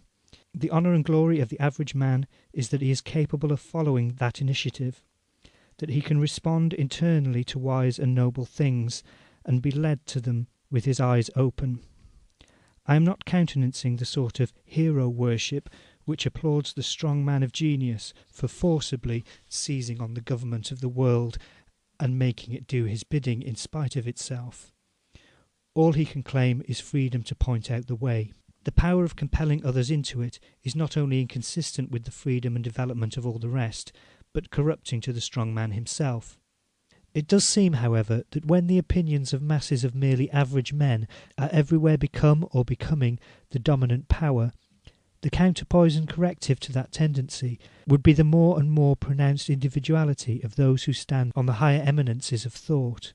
It is in these circumstances most especially that exceptional individuals, instead of being deterred, should be encouraged in acting differently from the mass. In other times there was no advantage in their doing so, unless they acted not only differently but better. In this age, the mere example of nonconformity, the mere refusal to bend the knee to custom, is itself a service. Precisely because the tyranny of opinion is such as to make eccentricity a reproach, it is desirable, in order to break through that tyranny, that people should be eccentric. Eccentricity has always abounded when and where strength of character has abounded, and the amount of eccentricity in a society has generally been proportional to the amount of genius, mental vigour, and moral courage it contained. That so few now dare to be eccentric marks the chief danger of the time. I have said that it is important to give the freest scope possible to uncustomary things, in order that it may in time appear which of these are fit to be converted into customs. But independence of action and disregard of custom are not solely deserving of encouragement for the chance they afford that better modes of action and customs more worthy of general adoption may be struck out. Nor is it only persons of decided mental superiority who have a just claim to carry on their lives in their own way. There is no reason that all human existence should be constructed on some one or some small number of patterns. If a person possesses any tolerable amount of common sense and experience, his own mode of laying out his existence is the best, not because it is the best in itself, but because it is his own mode. Human beings are not like sheep, and even sheep are not undistinguishably alike. A man cannot get a coat or a pair of boots to fit him unless they are either made to his measure or he has a whole warehouse full to choose from. and it is easier to fit him with a life than with a coat? Or are human beings more like one another in their whole physical and spiritual conformation than in the shape of their feet? If it were only that people have diversities of taste, that is enough reason for not attempting to shape them all after one model. But different persons also require different conditions for their spiritual development, and can no more exist healthily in the same moral than all the variety of plants can in the same physical atmosphere and climate. The same things which are helps to one person towards the cultivation of his higher nature are hindrances to another. The same mode of life is a healthy excitement to one, keeping all his faculties of action and enjoyment in their best order, while to another it is a distracting burden, which suspends or crushes all internal life. Such are the differences among human beings in their sources of pleasure, their susceptibilities of pain, and the operation on them of different physical and moral agencies, that, unless there is a corresponding diversity in their modes of life, they neither obtain their fair share of happiness, nor grow up to the mental, moral, and aesthetic stature of which their nature is capable. Why then should tolerance, as far as the public sentiment is concerned, extend only to tastes and modes of life which exhort acquiescence by the multitude of their adherents? Nowhere, except in some monastic institutions, is diversity of taste entirely unrecognized. A person may without blame either like or dislike rowing, or smoking, or music, or athletic exercises, or chess, or cards, or study, because both those who like each of these things and those who dislike them are too numerous to be put down. But the man, and still more the woman, who can be accused either of doing what nobody does, or of not doing what everybody does, is the subject of as much depreciatory remark as if he or she had committed some grave moral delinquency. Persons required to possess a title or some other badge of rank, or of the consideration of people of rank, to be able to indulge somewhat in the luxury of doing as they like without detriment to their estimation. To indulge somewhat, I repeat, for whoever allow themselves much of that indulgence incur the risk of something worse than disparaging speeches. They are in peril of a commission de lunatico, and of having their property taken from them and given to their relations. Footnote: there is something both contemptible and frightful in the sort of evidence on which of late years any person can be judicially declared unfit for the management of his affairs, and after his death his disposal of his property can be set aside if there is enough of it to pay the expenses of litigation, which are charged on the property itself. All the minute details of his daily life are pried into, and whatever is found which, seen through the medium of the perceiving and describing faculties of the lowest of the low, bears an appearance unlike absolute commonplace, is laid before the jury as evidence of insanity, and often with success, the jurors being little, if at all, less vulgar and ignorant than the witnesses, while the judges, with that extraordinary want of knowledge of human nature and life, which continually astonishes us in English lawyers, often help to mislead them. These trials speak volumes as to the state of feeling and opinion among the vulgar with regard to human liberty. So far from setting any value on individuality, so far from respecting the right of each individual to act in things indifferent, as seems good to his own judgment and inclinations, judges and juries cannot even conceive that a person in a state of sanity can desire such freedom. In former days, when it was proposed to burn atheists, charitable people used to suggest putting them in a madhouse instead. It would be nothing surprising nowadays were we to see this done, and the doers applauding themselves because, instead of persecuting for religion, they had adopted so humane and Christian a mode of treating these unfortunates, not without a silent satisfaction at their having thereby obtained their deserts. End footnote. There is one characteristic of the present direction of public opinion peculiarly calculated to make it intolerant of any marked demonstrations of individuality. The general average of mankind are not only moderate in intellect, but also moderate in inclinations. They have no tastes or wishes strong enough to incline them to do anything unusual, and they consequently do not understand those who have, and class all such with the wild and intemperate, whom they are accustomed to look down upon. Now, in addition to this fact, which is general, we have only to suppose that a strong movement has set in towards the improvement of morals, and it is evident what we have to expect. In these days such a movement has set in. Much has actually been effected in the way of increased regularity of conduct and discouragement of excesses, and there is a philanthropic spirit abroad for the exercise of which there is no more inviting field than the moral and prudential improvement of our fellow creatures. These tendencies of the times cause the public to be more disposed than at most former periods to prescribe general rules of conduct and endeavour to make every one conform to the approved standard. And that standard, express or tacit, is to desire nothing strongly. Its ideal of character is to be without any marked character, to maim by compression, like a Chinese lady's foot, every part of human nature which stands out prominently and tends to make the person markedly dissimilar in outline to commonplace humanity. As is usually the case with ideals which exclude one half of what is desirable, the present standard of approbation produces only an inferior imitation of the other half. Instead of great energies guided by vigorous reason, and strong feelings strongly controlled by a conscious will, its result is weak feelings and weak energies, which therefore can be kept in outward conformity to rule without any strength either of will or of reason. Already energetic characters on any large scale are becoming merely traditional. There is now scarcely any outlet for energy in this country except business. The energy expended in this may still be regarded as considerable. What little is left from that employment is expended on some hobby, which may be a useful, even a philanthropic hobby, but is always some one thing, and generally a thing of small dimensions. The greatness of England is now all collective. Individually small, we only appear capable of anything great by our habit of combining, and with this our moral and religious philanthropists are perfectly contented. But it was men of another stamp than this that made England what it has been, and men of another stamp will be needed to prevent its decline.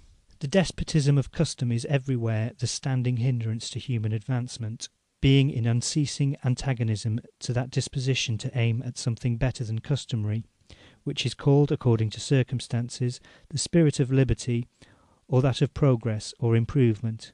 The spirit of improvement is not always a spirit of liberty, for it may aim at forcing improvements on an unwilling people, and the spirit of liberty, in so far as it resists such attempts, may ally itself locally and temporarily with the opponents of improvement.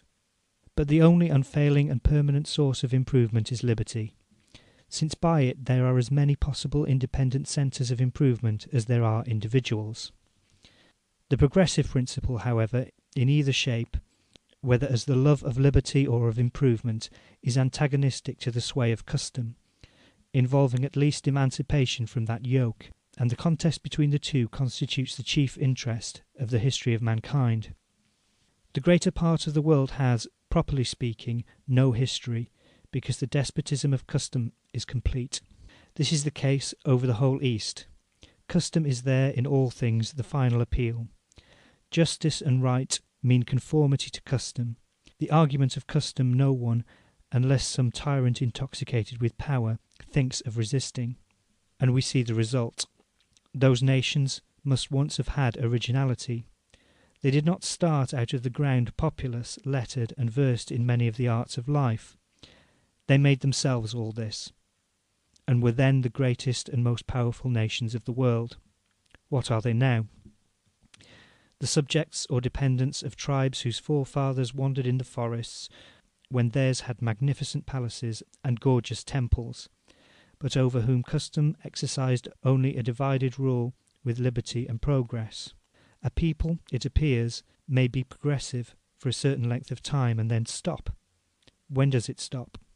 When it ceases to possess individuality. If a similar change should befall the nations of Europe, it will not be in exactly the same shape. The despotism of custom, with which these nations are threatened, is not precisely stationariness. It prescribes singularity, but it does not preclude change, provided all change together. We have discarded the fixed costumes of our forefathers. Everyone must still dress like other people, but the fashion may change once or twice a year. We thus take care that when there is a change, it shall be for change's sake, and not from any idea of beauty or convenience. For the same idea of beauty or convenience would not strike all the world at the same moment, and be simultaneously thrown aside by all at another moment. But we are progressive as well as changeable. We continually make new inventions in mechanical things, and keep them until they are again superseded by better. We are eager for improvement in politics, in education, even in morals, though in this last our idea of improvement chiefly consists in persuading or forcing other people to be as good as ourselves.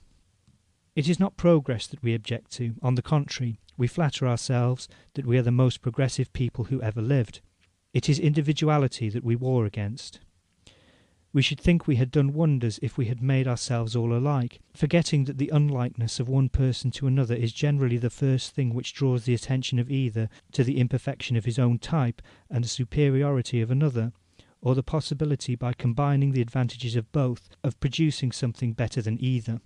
We have a warning example in China, a nation of much talent, and in some respects even wisdom, owing to the rare good fortune of having been provided at an early period with a particularly good set of customs, the work, in some measure, of men whom even the most enlightened European must accord, under certain limitations, the title of sages and philosophers. They are remarkable, too, in the excellence of their apparatus for impressing as far as possible the best wisdom they possess upon every mind in the community, and securing that those who have appropriated most of it shall occupy the posts of honour and power. Surely the people who did this have discovered the secret of human progressiveness, and must have kept themselves steadily at the head of the movement of the world. On the contrary, they have become stationary, have remained so for thousands of years, and if they are ever to be further improved, it must be by foreigners. They have succeeded, beyond all hope, in what English philanthropists are so industriously working at, in making a people all alike, all governing their thoughts and conduct by the same maxims and rules, and these are the fruits. The modern regime of public opinion is, in an unorganized form, what the Chinese educational and political systems are in an organized. And unless individuality shall be able successfully to assert itself against this yoke, Europe, notwithstanding its noble antecedents and its professed Christianity, will tend to become another China. What is it that has hitherto preserved Europe from this lot? What has made the European family of nations an improving instead of a stationary portion of mankind? Not any superior excellence in them, which, when it exists as the effect, not as the cause, but their remarkable diversity of character and culture. Individuals, classes, nations have been extremely unlike one another. They have struck out a great variety of paths, each leading to something valuable. And although at every period those who travelled in different paths have been intolerant of one another, and each would have thought it an excellent thing if all the rest could have been compelled to travel his road, their attempts to thwart each other's development have rarely had any permanent success, and each has in time endured to receive the good which the others have offered. Europe is, in my judgment, wholly indebted to this plurality of paths for its progressive and many-sided development. But it already begins to possess this benefit in a considerably less degree. It is decidedly advancing towards the Chinese ideal of making all people alike. M. de Tocqueville, in his last important work, remarks how much more the Frenchmen of the present day resemble one another than did those even of the last generation. The same remark might be made of Englishmen in a far greater degree. In a passage already quoted from Wilhelm von Humboldt, he points out two things as necessary conditions of human development, because necessary to render people unlike one another, namely, freedom and variety of situations. The second of these two conditions is in this country every day diminishing. The circumstances which surround different classes and individuals, and shape their characters, are daily becoming more assimilated. Formerly, different ranks, different neighbourhoods, different trades and professions lived in what might be called different worlds, at present to a great degree in the same. Comparatively speaking, they now read the same things, listen to the same things, see the same things, go to the same places, have their hopes and fears directed to the same objects, have the same rights and liberties, and the same means of asserting them. Great as are the differences of position which remain, they are nothing to those which have ceased, and the assimilation is still proceeding. All the political changes of the age promote it, since they all tend to raise the low and to lower the high. Every extension of education promotes it, because education brings people under common influences and gives them access to the general stock of facts and sentiments. Improvement in the means of communication promotes it, by bringing the inhabitants of distant places into personal contact, and keeping up a rapid flow of changes of residence between one place and another. The increase of commerce and manufactures promotes it, by diffusing more widely the advantages of easy circumstances and opening all objects of ambition, even the highest, to general competition, whereby the desire of rising becomes no longer the character of a particular class, but of all classes. A more powerful agency than even all these in bringing about a general similarity among mankind is the complete establishment, in this and other free countries, of the ascendancy of public opinion in the state.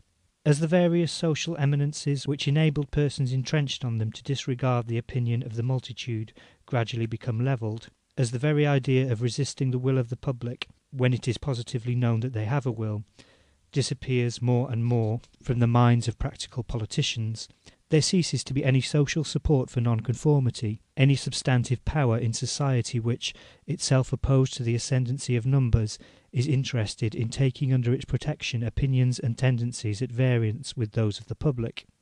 The combination of all these causes forms so great a mass of influence hostile to individuality that it is not easy to see how it can stand its ground. It will do so with increasing difficulty unless the intelligent part of the public can be made to feel its value, to see that it is good there should be differences, even though not for the better, even though, as it may appear to them, some should be for the worse. If the claims of individuality are ever to be asserted, the time is now, while much is still wanting to complete the enforced assimilation. It is only in the earlier stages that any stand can be successfully made against the encroachment. The demand that all other people shall resemble ourselves grows by what it feeds on.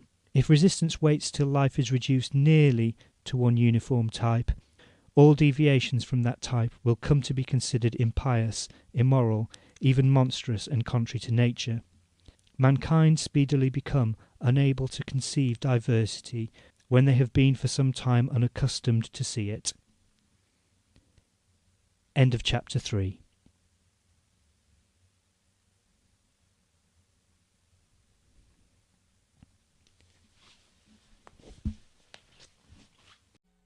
On Liberty by John Stuart Mill.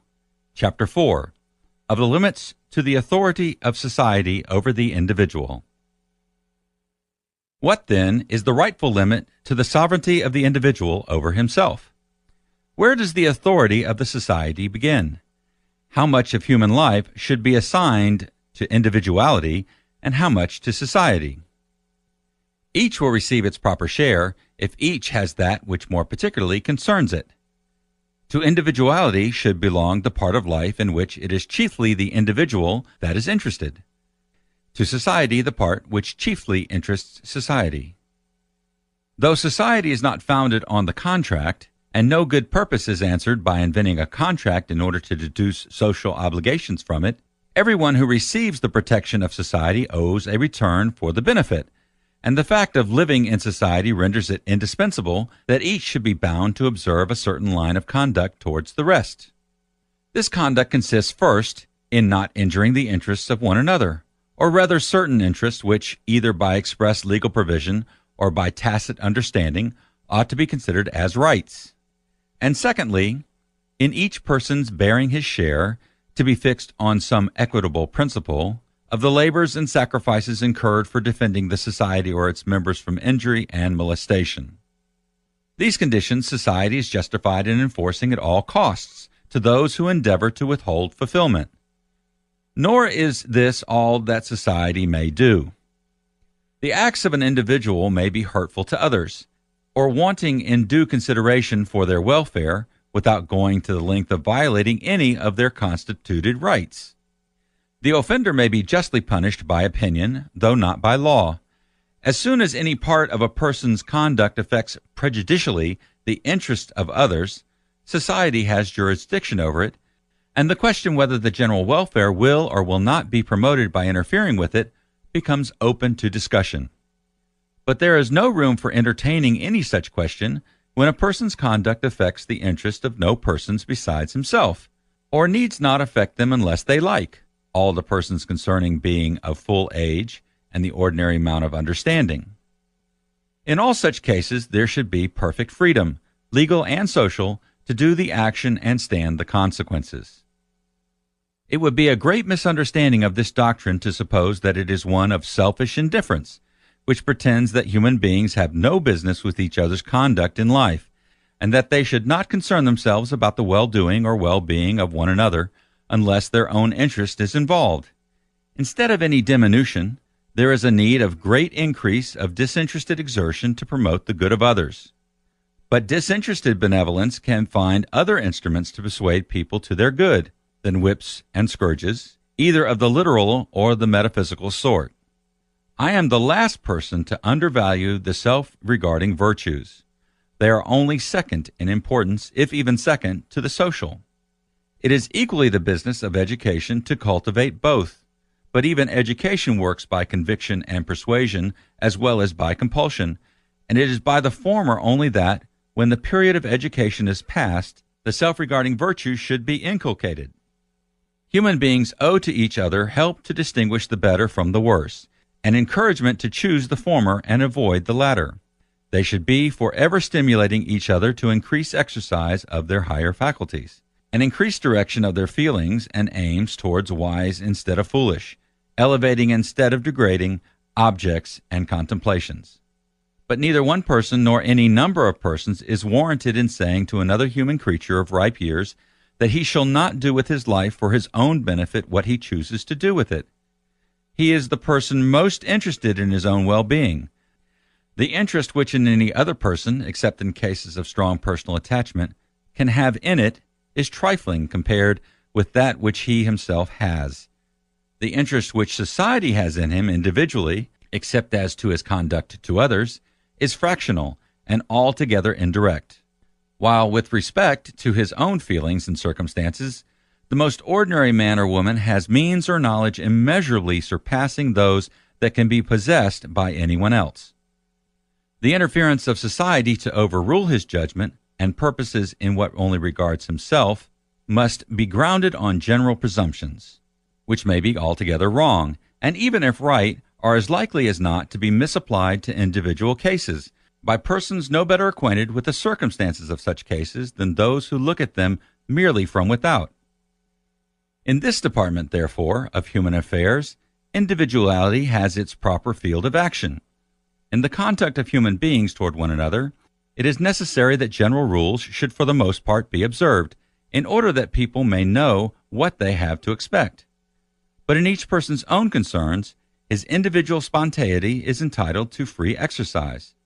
Considerations to aid his judgment, exhortations to strengthen his will may be offered to him, even obtruded on him by others, but he himself is the final judge. All errors which he is likely to commit against advice and warning are far outweighed by the evil of allowing others to constrain him to what they deem his good.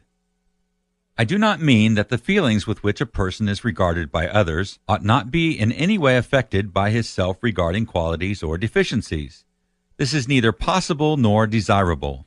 If he is eminent in any of the qualities which conduce to his own good, he is, so far, a proper object of admiration. He is so much the nearer to the ideal perfection of human nature. If he is grossly deficient in these qualities, a sentiment the opposite of admiration will follow. There is a degree of folly and a degree of what might be called, though the phrase is not unobjectionable, lowness or deprivation of taste, which, though it cannot justify doing harm to the persons who manifest it, renders him necessarily and properly a subject of distaste, or in extreme cases even of contempt. A person could not have the opposite qualities in due strength without entertaining these feelings. Though doing no wrong to anyone, a person may so act as to compel us to judge him and feel to him as a fool or as being of an inferior order. And since this judgment and feeling are a fact which he would prefer to avoid, it is doing him a service to warn him of it beforehand, as of any other disagreeable consequence to which he exposes himself. It would be well indeed if this good office were much more freely rendered than the common notions of politeness at present permit. And if one person could honestly point out to another that he thinks him in fault, without being considered unmannerly or presuming. We have a right also in various ways to act upon our unfavorable opinion of anyone, not to the oppression of his individuality, but in the exercise of ours. We are not bound, for example, to seek his society. We have a right to avoid it, though not to parade the avoidance. For we have a right to choose the society most acceptable to us. We have a right, and it may be our duty, to caution others against him, if we think his example or conversation likely to have a pernicious effect on those with whom he associates. We may give others a preference over him in optional good offices, except those which tend to his improvement. In these various modes, a person may suffer very severe penalties at the hands of others, for faults which directly concern only himself. But he suffers these penalties only in so far as they are the natural and, as it were, the spontaneous consequences of the faults themselves, not because they are purposely inflicted on him for the sake of punishment. A person who shows rashness, obstinacy, self-conceit, who cannot live within moderate means, who cannot restrain himself from hurtful indulgences, who pursues animal pleasures at the expense of those of feeling and intellect, must expect to be lowered in the opinion of others, and to have a less share of their favorable sentiments. But of this he has no right to complain unless he has merited their favor by special excellence in his social relations, and has thus established a title to their good offices which is not affected by his demerits toward himself. What I contend for this is, that the inconveniences which are strictly inseparable from the unfavorable judgment of others are the only ones to which a person should ever be subjected for that portion of his conduct and character which concerns his own good, but which does not affect the interest of others in their relations with him. Acts injurious to others require a totally different treatment. Encroachment on their rights, infliction on them of any loss or damage not justified by his own rights, falsehood or duplicity in dealing with them, unfair or ungenerous use of advantages over them, even selfish abstinence from defending them against injury, these are fit objects of moral reprobation, and in grave cases of moral retribution and punishment. And not only these acts, but the dispositions which lead to them are properly immoral, and fit subjects of disapprobation which may rise to abhorrence. Cruelty of disposition, malice and ill nature, that most antisocial and odious of all passions, envy, dissimulation and insincerity, irascibility on insufficient cause, and resentment disproportioned to the provocation, the love of domineering over others, the desire to engross more than one share of advantages, the pleonexia of the Greeks, the pride which derives gratification from the abasement of others, the egotism which thinks self and its concerns more important than everything else, and decides all doubtful questions in its own favor, these are moral vices and constitute a bad and odious moral character. Unlike the self-regarding faults previously mentioned, which are not properly immoralities, and to whatever pitch they may be carried, do not constitute wickedness. They may be proofs of any amount of folly or want of personal dignity and self-respect, but they are only a subject of moral reprobation when they involve a breach of duty to others, for whose sake the individual is bound to have care for himself. What are called duties to ourselves are not socially obligatory, unless circumstances render them at the same time duties to others. The term duty to oneself, when it means anything more than prudence, means self-respect or self-development. And for none of these is anyone accountable to his fellow creatures, because for none of them is it for the good of mankind that he be held accountable to them. The distinction between the loss of consideration for which a person may rightly incur by defect of prudence or of personal dignity, and the reprobation which is due to him for an offense against the rights of others, is not a merely nominal distinction. It makes a vast difference both in our feelings and in our conduct towards him, whether he displeases us in things in which we think we have a right to control him, or in things in which we know that we have not. If he displeases us, we may express our distaste, and we may stand aloof from a person as well as from a thing that displeases us. But we shall not, therefore, feel called on to make his life uncomfortable. We shall reflect that he already bears, or will bear, the whole penalty of his error. If he spoils his life by mismanagement, we shall not, for that reason, desire to spoil it still further. Instead of wishing to punish him, we shall rather endeavor to alleviate his punishment, by showing him how he may avoid or cure the evils of his conduct tends to bring upon him. He may be to us an object of pity, perhaps of dislike, but not of anger or resentment. We shall not treat him like an enemy of society. The worst we shall think ourselves justified in doing is leaving him to himself, if we do not interfere benevolently by showing interest or concern for him. It is far otherwise if he has infringed the rules necessary for the protection of his fellow creatures, individually or collectively. The evil consequences of his acts do not then fall on himself, but on others, and society, as the protector of all its members, must retaliate on him, must inflict pain on him for the express purpose of punishment, and must take care that it be sufficiently severe. In the one case, he is an offender at our bar, and we are called on him not only to sit in judgment of him, but in one shape or another to execute our own sentence. In the other case, it is not our part to inflict any suffering on him, except that we may incidentally follow from our using the same liberty in the regulation of our own affairs which we allow to him in his. The distinction here pointed out between the part of a person's life which concerns only himself and that which concerns others, many persons will refuse to admit. How, it may be asked, can any part of the conduct of a member of society be a matter of indifference to the other members? No person is entirely an isolated being.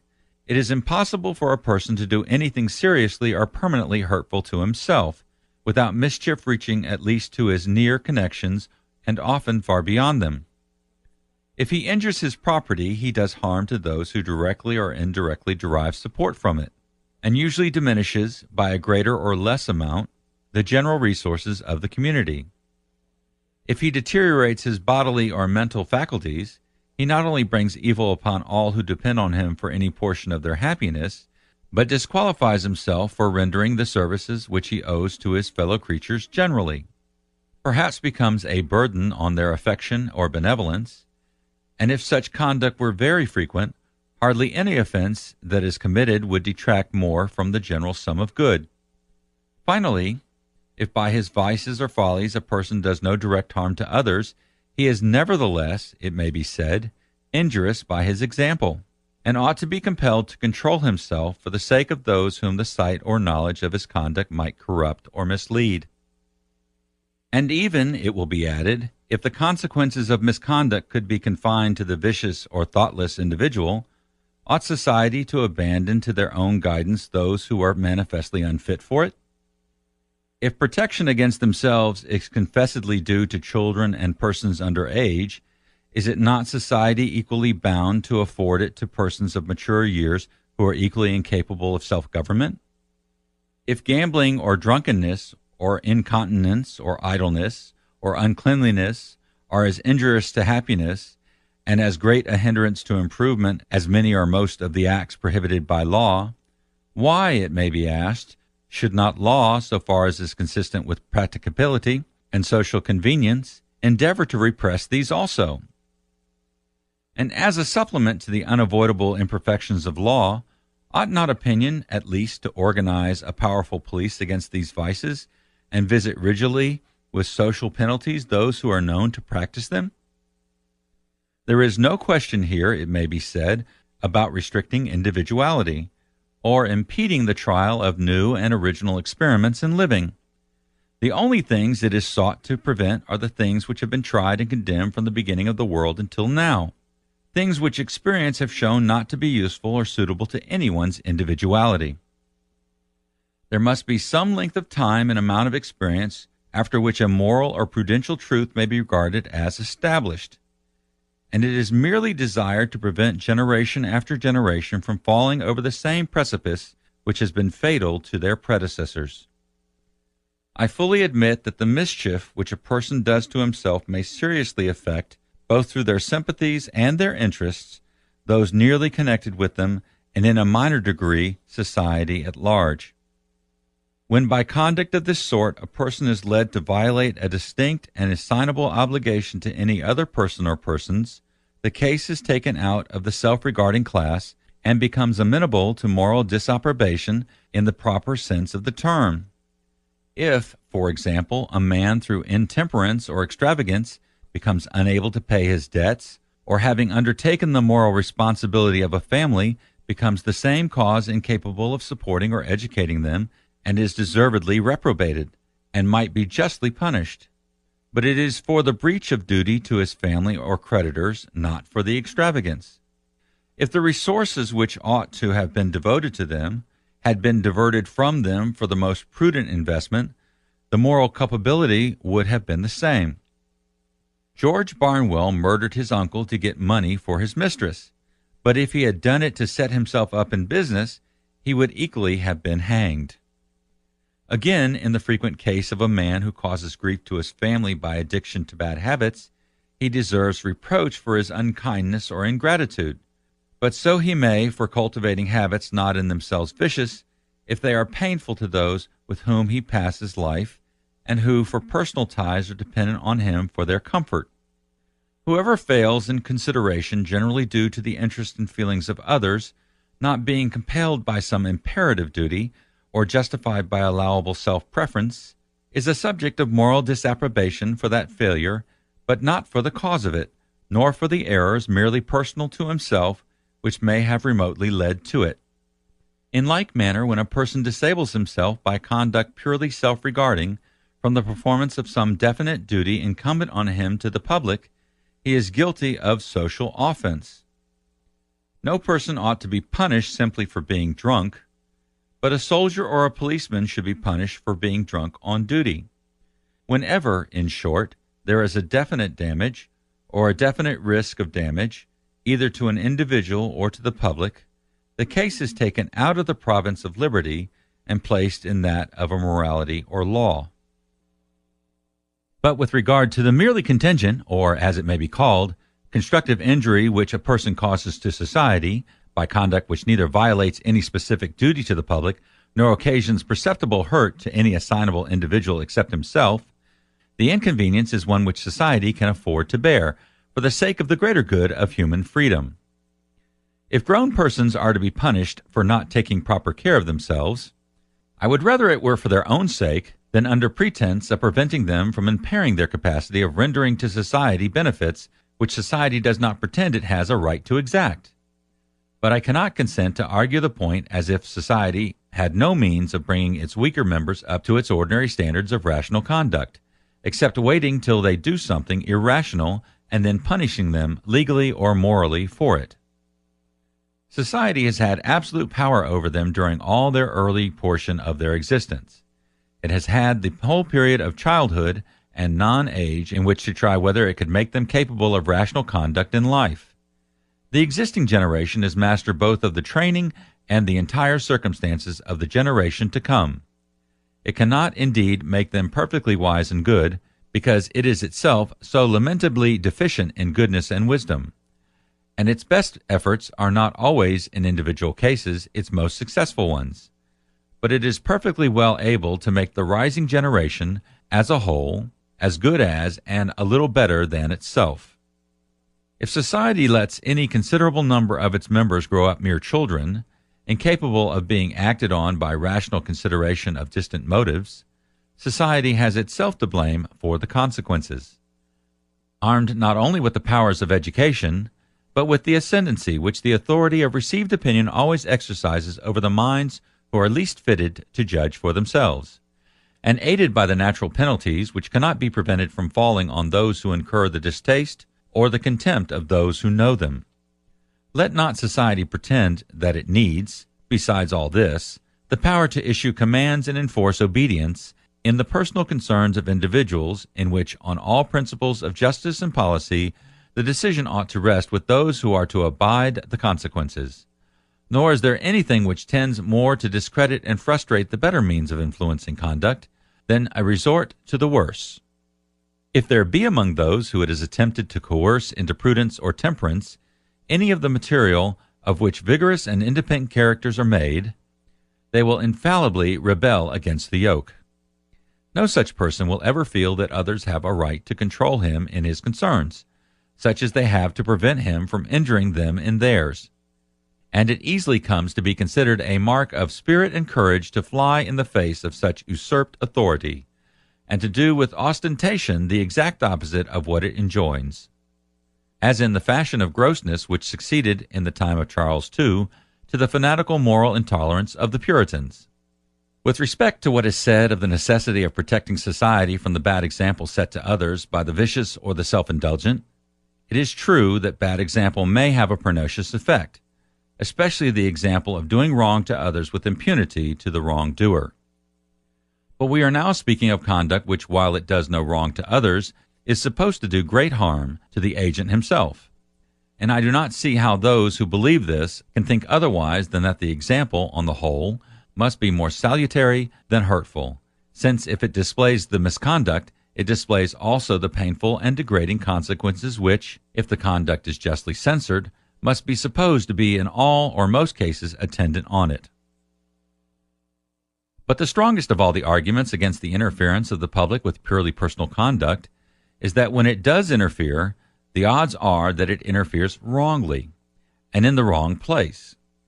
On questions of social morality, of duty to others, the opinions of the public, that is, of an overruling majority, though often wrong, is likely to be still oftener right, because on such questions they are only required to judge of their own interests, of the manner in which some mode of conduct, if allowed to be practiced, would affect themselves.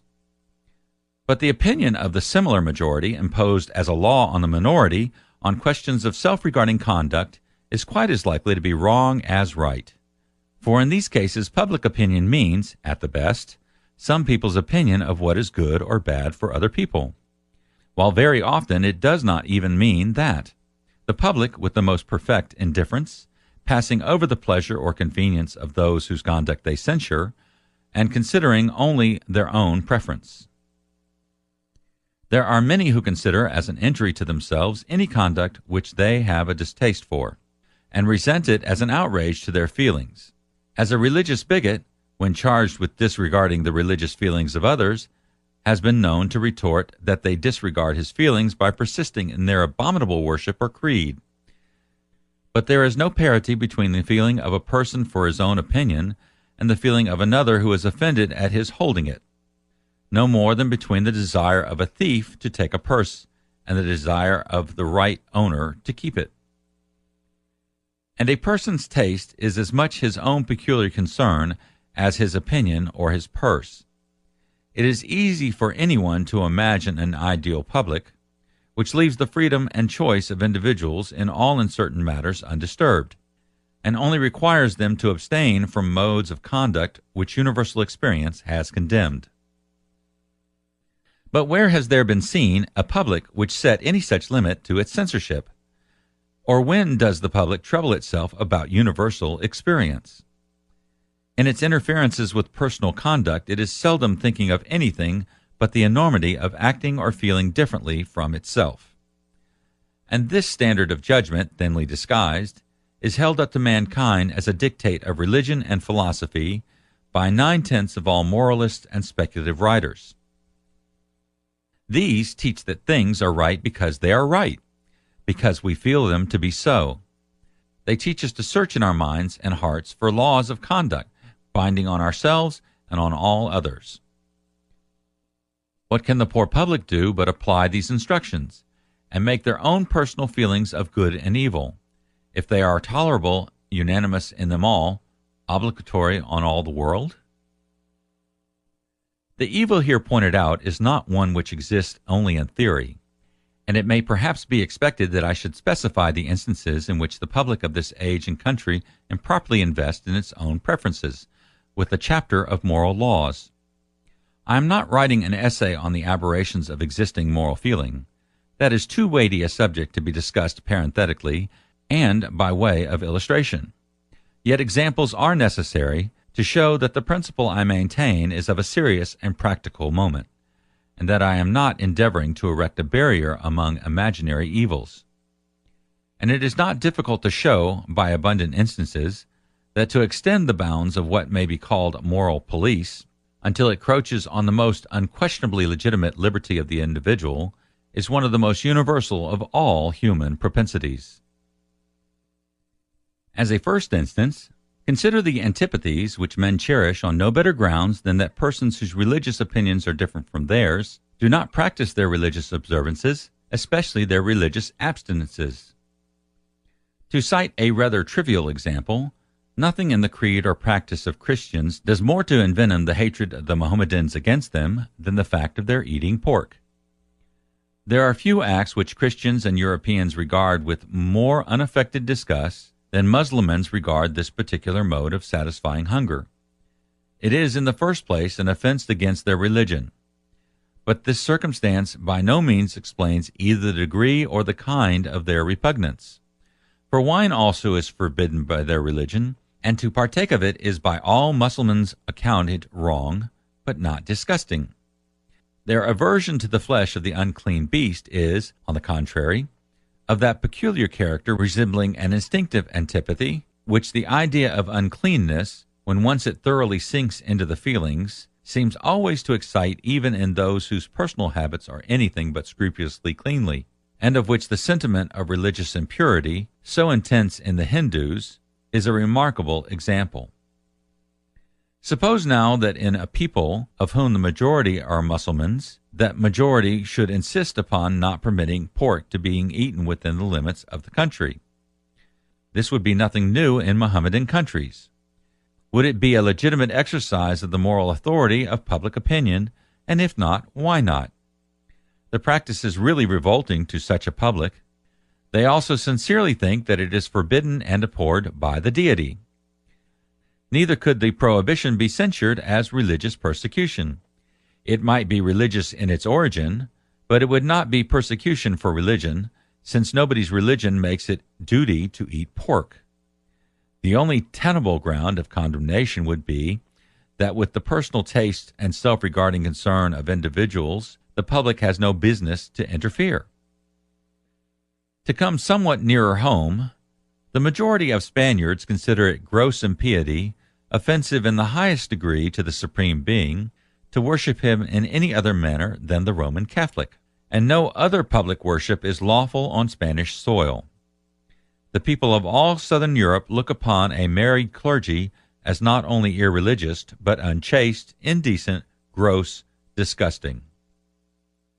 What do Protestants think of these perfectly sincere feelings, and of the attempt to enforce them against non-Catholics? Yet if mankind are justified in interfering with each other's liberty in things which do not concern the interest of others, on what principle is it possible consistently to exclude these cases? Or who can blame people for desiring to suppress what they regard as a scandal in the sight of God and man? No stronger case can be shown for prohibiting anything which is regarded as a personal immorality than is made out of suppressing these practices in the eyes of those who regard them as impieties.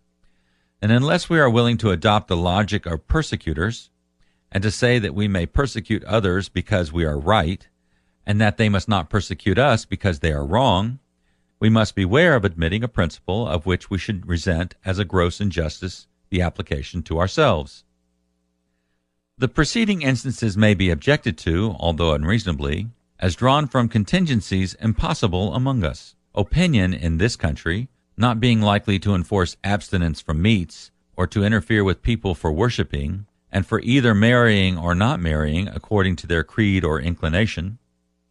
The next example, however, shall be taken from an interference with liberty which we have by no means past all danger of.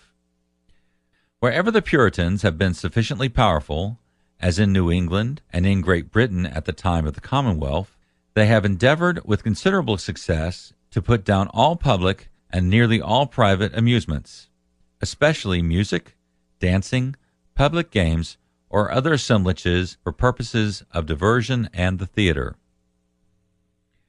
There are still in this country large bodies of persons by whose notions of morality and religion these recreations are condemned, and those persons belonging chiefly to the middle class, who are the ascendant power in the present social and political condition of the kingdom, it is by no means possible that persons of these sentiments may at some time or other command a majority in the Parliament. How will the remaining portion of the community like to have amusements that shall be permitted to them regulated by the religious and moral sentiments of the stricter Calvinists and Methodists? Would they not, with considerable peremptoriness, desire these intrusively pious members of society to mind their own business? This is precisely what should be said to every government and every public, who have the pretension that no person shall enjoy any pleasure which they think wrong. But if the principle of the pretension be admitted, no one can reasonably object to it being acted on in the sense of the majority, or other preponderating power in the country, and all persons must be ready to conform to the idea of a Christian commonwealth as understood by the early settlers in New England, if a religious profession similar to theirs should ever succeed in regaining its lost ground, as religions supposed to be declining have so often been known to do. To imagine another contingency, perhaps more likely to be realized than the one last mentioned, there is confessedly a strong tendency in the modern world towards a democratic constitution of society, accompanied or not by popular political institutions. It is affirmed that in the country where this tendency is most completely realized, where both society and the government are most democratic, the United States, the feeling of the majority, to whom any appearance of a more showy or costly style of living than they hope to rival is disagreeable, operates as a tolerable, effectual, sumptuary law, and that in many parts of the Union it is really difficult for a person possessing a very large income to find any mode of spending it which will not incur popular disapprobation. Though such statements as these are doubtless much exaggerated as a representation of existing facts, the state of things they describe is not only a conceivable and possible, but a probable result of a democratic feeling, combined with the notion that the public has the right to a veto on the manner in which individuals shall spend their incomes. We have only further to suppose a considerable diffusion of socialist opinions, and it may become infamous in the eyes of the majority to possess more property than some very small amount, or any income not earned by manual labor.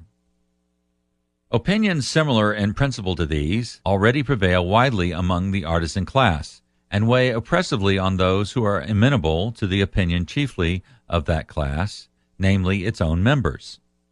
It is known that the bad workmen, of whom the majority of the operatives in many branches of industry are decidedly of the opinion that bad workmen ought to receive the same wages as good, and that no one ought to be allowed, through piecework or otherwise, to earn by superior skill or industry more than others can without it. And they employ a moral police, which occasionally becomes a physical one, to deter skillful workmen from receiving and employers from giving a larger remuneration for a more useful service. If the public have any jurisdiction over private concerns, I cannot see that these people are in fault, or that any individual's particular public can be blamed for asserting the same authority over his individual conduct which the general public asserts over people in general. But without dwelling upon suppositionist cases, there are, in our own day, gross usurpations upon the liberty of private life actually practiced, and still greater ones threatened with some expectation of success, and opinions propound which assert an unlimited right in the public not only to prohibit by law everything which it thinks wrong, but in order to get at what it thinks wrong, to prohibit any number of things which it admits to be innocent. Under the same preventing intemperance, the people of one English colony, and of nearly half the United States, have been interdicted by law from making any use whatever of fermented drinks, except for medicinal purposes. For prohibition of their sale is in fact, as it is intended to be, prohibition of their use. And though the impracticability of executing the law has caused its repeal in several of the states which had adopted it, including the one from which it derives its name, an attempt notwithstanding has been commenced, and is prosecuted with considerable zeal by many of the professional philanthropists, to agitate for a similar law in this country. The association, or alliance as it terms itself, which has been formed for this purpose, has acquired some notoriety through the publicity given to its correspondence between its secretary and one of the very few English public men who hold that a politician's opinions ought to be founded on principles. Lord Stanley's share in this correspondence is calculated to strengthen the hopes already built on him by those who know how rare such qualities are manifested in some of his public appearances, unhappily are among those who figure in political life. The organ of the alliance, who would deeply deplore the recognition of any principle which could be wrested to justify bigotry and persecution, undertakes to point out the broad and impassable barrier which divides such principles from those of the association. All matters relating to thought, opinion, conscience appear to me, he says, to be without the sphere of legislation. All pertaining to social act, habit, relation, subject only to disciplinary power vested in the state itself, and not in the individual to be within it. No mention is made of a third class, different from either of these, viz. Acts and habits which are not social but individual, although it is to this class surely that the act of drinking fermented liquors belongs. Selling fermented liquors, however, is trading, and trading is a social act. But the infringement complained of is not the liberty of the seller, but on that of the buyer and consumer, since the state might just as well forbid him to drink wine as purposely make it impossible for him to obtain it. The Secretary, however, says, I claim as a citizen a right to legislate whenever my social rights are invaded by the social act of another. And now for the definition of those social rights. If anything invades my social rights, certainly the traffic in strong drink does. It destroys my primary right of security by constantly creating and stimulating social disorder. It invades my right of equality by deriving a profit from the creation of a misery I am taxed to support. It impedes my right to free moral and intellectual development by surrounding my path with dangers and by weakening a demoralizing society, from which I have a right to complain mutual aid and intercourse. A theory of social rights, the like of which probably never before found its way into distinct language, being nothing short of this, that it is the absolute social right of every individual that every other individual shall act in every respect exactly as he ought, that whosoever fails thereof in the smallest particular violates my social right and entitles me to demand from the legislature the removal of the grievance. So monstrous a principle is far more dangerous than any single interference with liberty. There is no violation of the liberty which it would not justify. It acknowledges no right to any freedom whatever, except perhaps to that of holding opinions in secret, without ever disclosing them. For, the moment an opinion which I consider noxious passes one's lips, it invades all the social rights attributed to me by the alliance. The doctrine ascribes to all mankind a vested interest in each other's moral, intellectual, and even physical perfection, to be defined by each claimant according to his own standard. Another important example of the illegitimate interference with the rightful society of the individual, not simply threatened, but long since carried into triumphant effect, is the Sabbatarian legislation. Without doubt, abstinence on one day in the week, so far as the exigencies of life permit, from the usual daily occupation, though in no respect religiously binding on any exempt Jews, is a highly beneficial custom.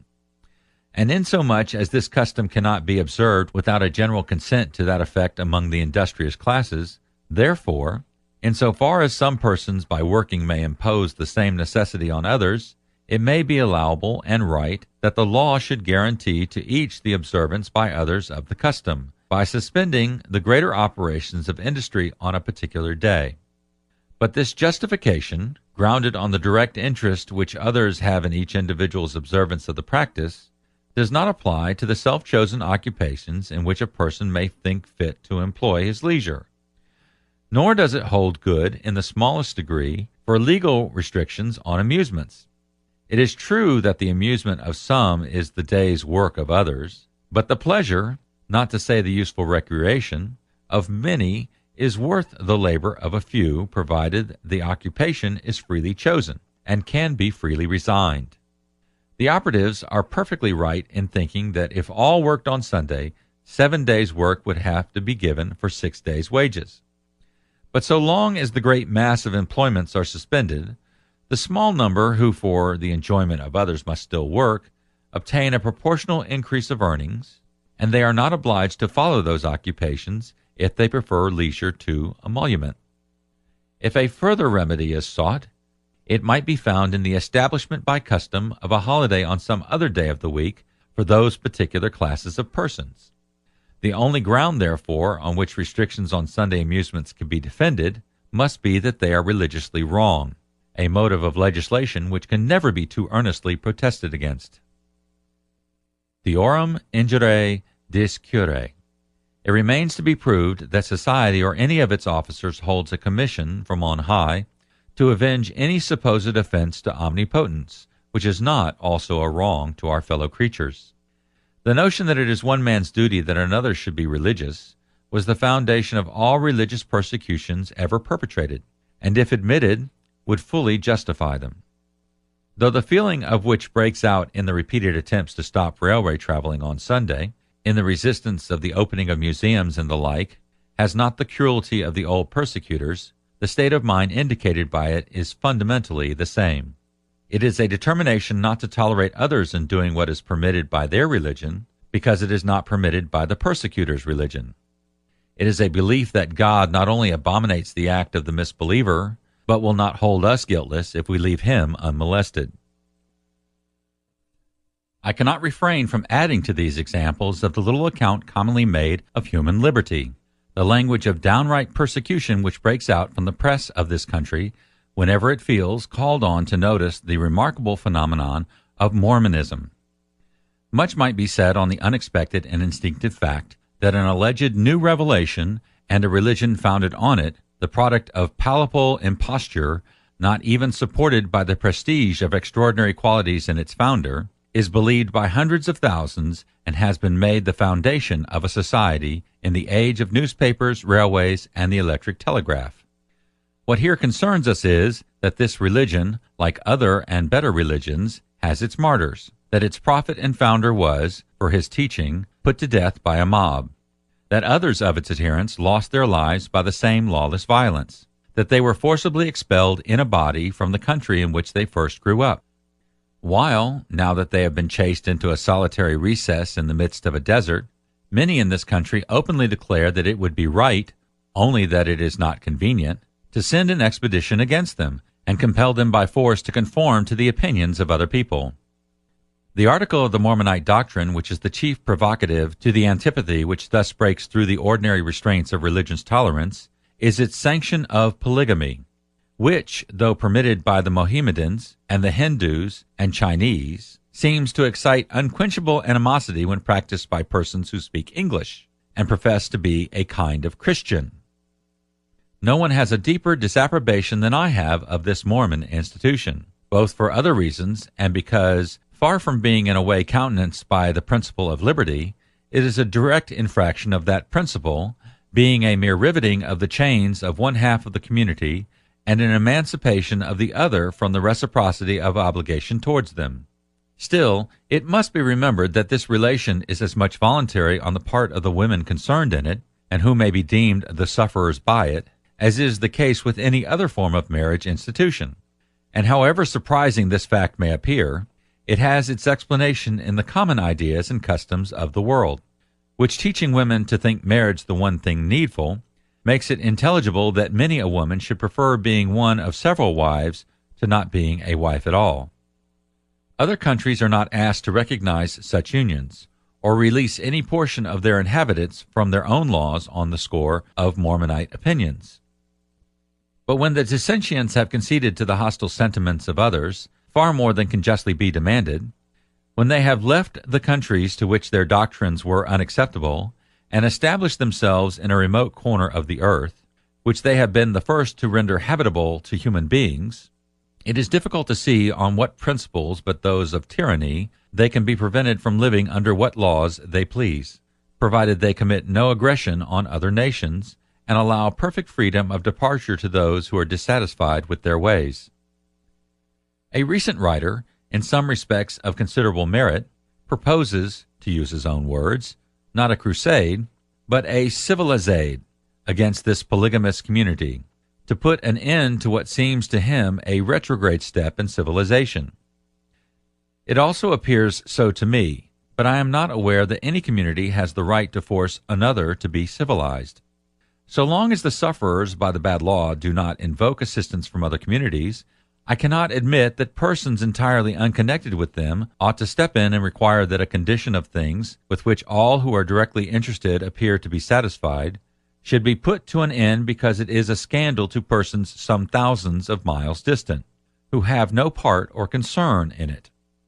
Let them send missionaries, if they please, to preach against it, and let them, by any fair means, of which silencing the teacher is not one, oppose the progress of similar doctrines among their own people. If civilization has got the better of barbarism when barbarism had the world to itself, it is too much to profess to be afraid lest barbarism, after having been fairly got under, should revive and conquer civilization. A civilization that can thus succumb to its vanquished enemy must first have become so degenerate that neither its appointed priests and teachers nor anybody else has the capacity or will take the trouble to stand up for it. If this be so, the sooner such a civilization receives notice to quit, the better. It can only go on from bad to worse until destroyed and regenerated, like the Western Empire, by energetic barbarians. Note 1. The case of the Bombay Parsis is a curious instance in point. When this industrious and enterprising tribe, the descendants of the Persian fire worshippers, flying from their native country before the caliphs, arrived in western India, they were admitted to toleration by the Hindu sovereigns on condition of not eating beef. When those regions afterwards fell under the dominion of the Mohammedan conquerors, the Parsis obtained from them a continuance of indulgence, on condition of refraining from pork. What was at first obedience to authority became a second nature, and the Parsis to this day abstain both from beef and pork. Though not required by their religion, the double abstinence has had time to grow into custom of their tribe, and custom in the East is a religion.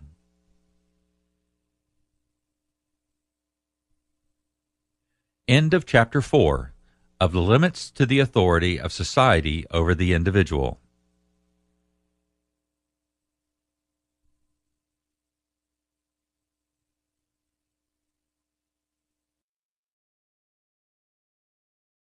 On Liberty by John Stuart Mill. Chapter 5. Applications. The principles asserted in these pages must be more generally admitted as the basis for discussion of details, before a consistent application of them to all the various departments of government and morals can be attempted with any prospect of advantage. The few observations I propose to make on questions of detail are designed to illustrate the principles rather than to follow them out to their consequences.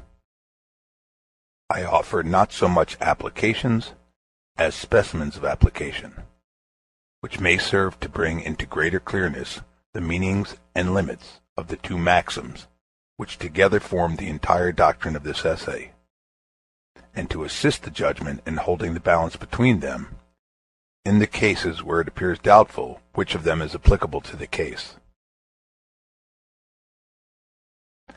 The maxims are, first, that the individual is not accountable to society for his actions, insofar as these concern the interest of no person but himself.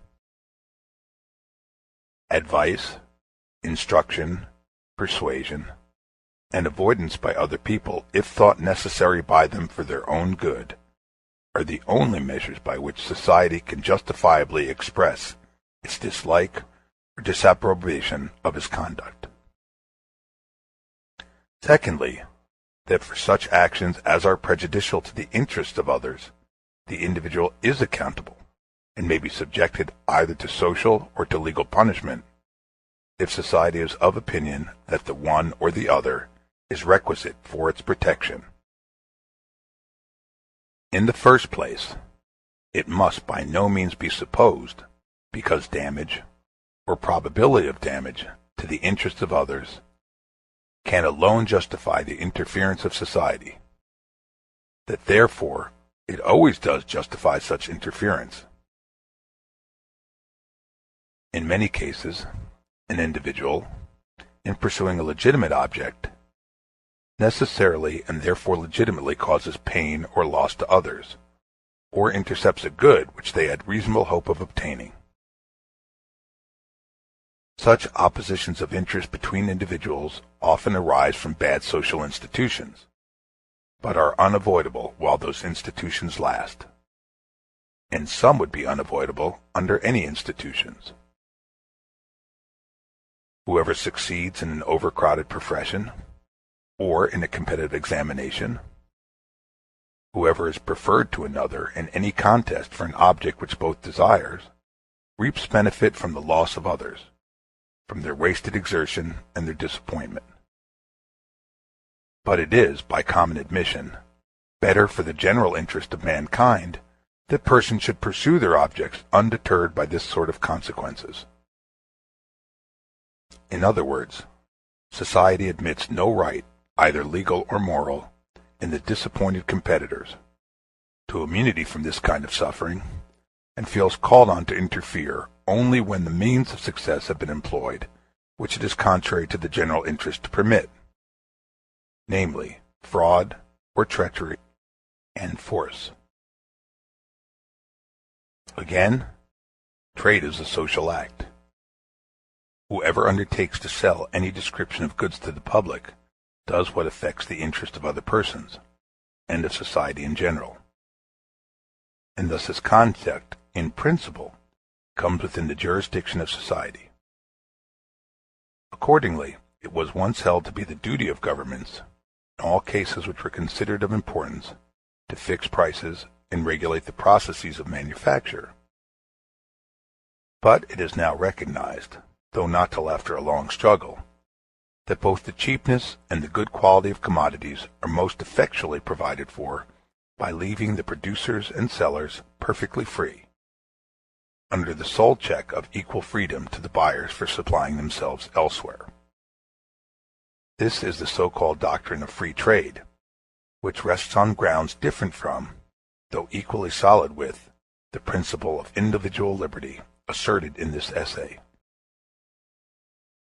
Restrictions on trade, or on production for the purposes of trade, are indeed restraints, and all restraint, qua restraint, is an evil. But the restraints in question affect only that part of conduct which society is competent to restrain, and are wrong solely because they do not really produce the results which it is desired to produce by them. As the principle of individual liberty is not involved in the doctrine of free trade, so neither is it in most of the questions which arise respecting the limits of that doctrine, as, for example, what amount of public control is admissible for the prevention of fraud by adulteration, how far sanitary precautions or arrangements to protect workpeople employed in dangerous occupations should be enforced on employers. Such questions involve considerations of liberty only insofar as leaving people to themselves is always better, caeteris paribus, than controlling them. But that they may be legitimately controlled for these ends is in principle undeniable. On the other hand, there are questions relating to interference with trade, which are essentially questions of liberty, such as the Maine Law already touched upon. The prohibition of the importation of opium into China, the restriction of the sale of poisons, all cases, in short, where the object of the interference is to make it impossible or difficult to obtain a particular commodity. These interferences are objectionable, not as infringements on the liberty of the producer or seller, but on that of the buyer. One of these examples, that of the sale of poisons, opens a new question: the proper limits of what may be called the functions of police. how far liberty may legitimately be invaded for the prevention of crime or of accident. It is one of the undisputed functions of government to take precautions against crime before it has committed, as well as to detract and punish it afterwards. The preventative function of government, however, is far more liable to be abused, to the prejudice of liberty, than the punitory function. For there is hardly any part of the legitimate freedom of action of a human being which would not admit of being represented, and fairly too, as increasing the facilities for some form or other of delinquency. Nevertheless, if a public authority, or even a private person, sees anyone evidently preparing to commit a crime, they are not bound to look on inactive until the crime is committed, but may interfere to prevent it. If poisons were never bought or used for any purpose except the commission of murder, it would be right to prohibit their manufacture and sale. They may, however, be wanted not only for innocent but for useful purposes, and restrictions cannot be imposed in the one case without operating in the other. Again, it is the proper office of public authority to guard against accidents. If either a public officer or anyone else saw a person attempting to cross a bridge which had been ascertained to be unsafe, and there were no time to warn him of the danger, they might seize him and turn him back without any real infringement of his liberty. For liberty consists in doing what one desires, and he does not desire to fall into the river. Nevertheless, when there is not a certainty, but only a danger of mischief, no one but the person himself can judge of the sufficiency of the motive which may prompt him to incur the risk. In this case, therefore, unless he is a child, or delirious, or in some state of excitement or absorption incompatible with the full use of the reflecting faculty, he ought, I conceive, to be only warned of the danger, not forcibly prevented from exposing himself to it. Similar considerations, applied to such a question as the sale of poisons, may enable us to decide which among the possible modes of regulation are or are not contrary to principle.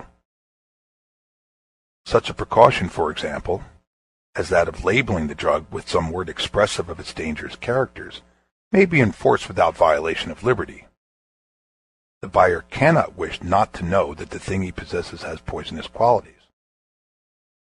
But to require in all cases the certificate of a medical practitioner would make it sometimes impossible, always expensive, to obtain the article for legitimate uses.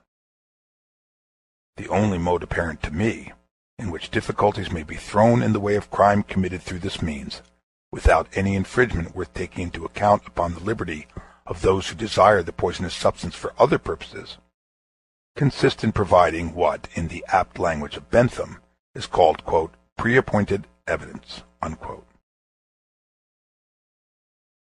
This provision is familiar to everyone in the case of contracts.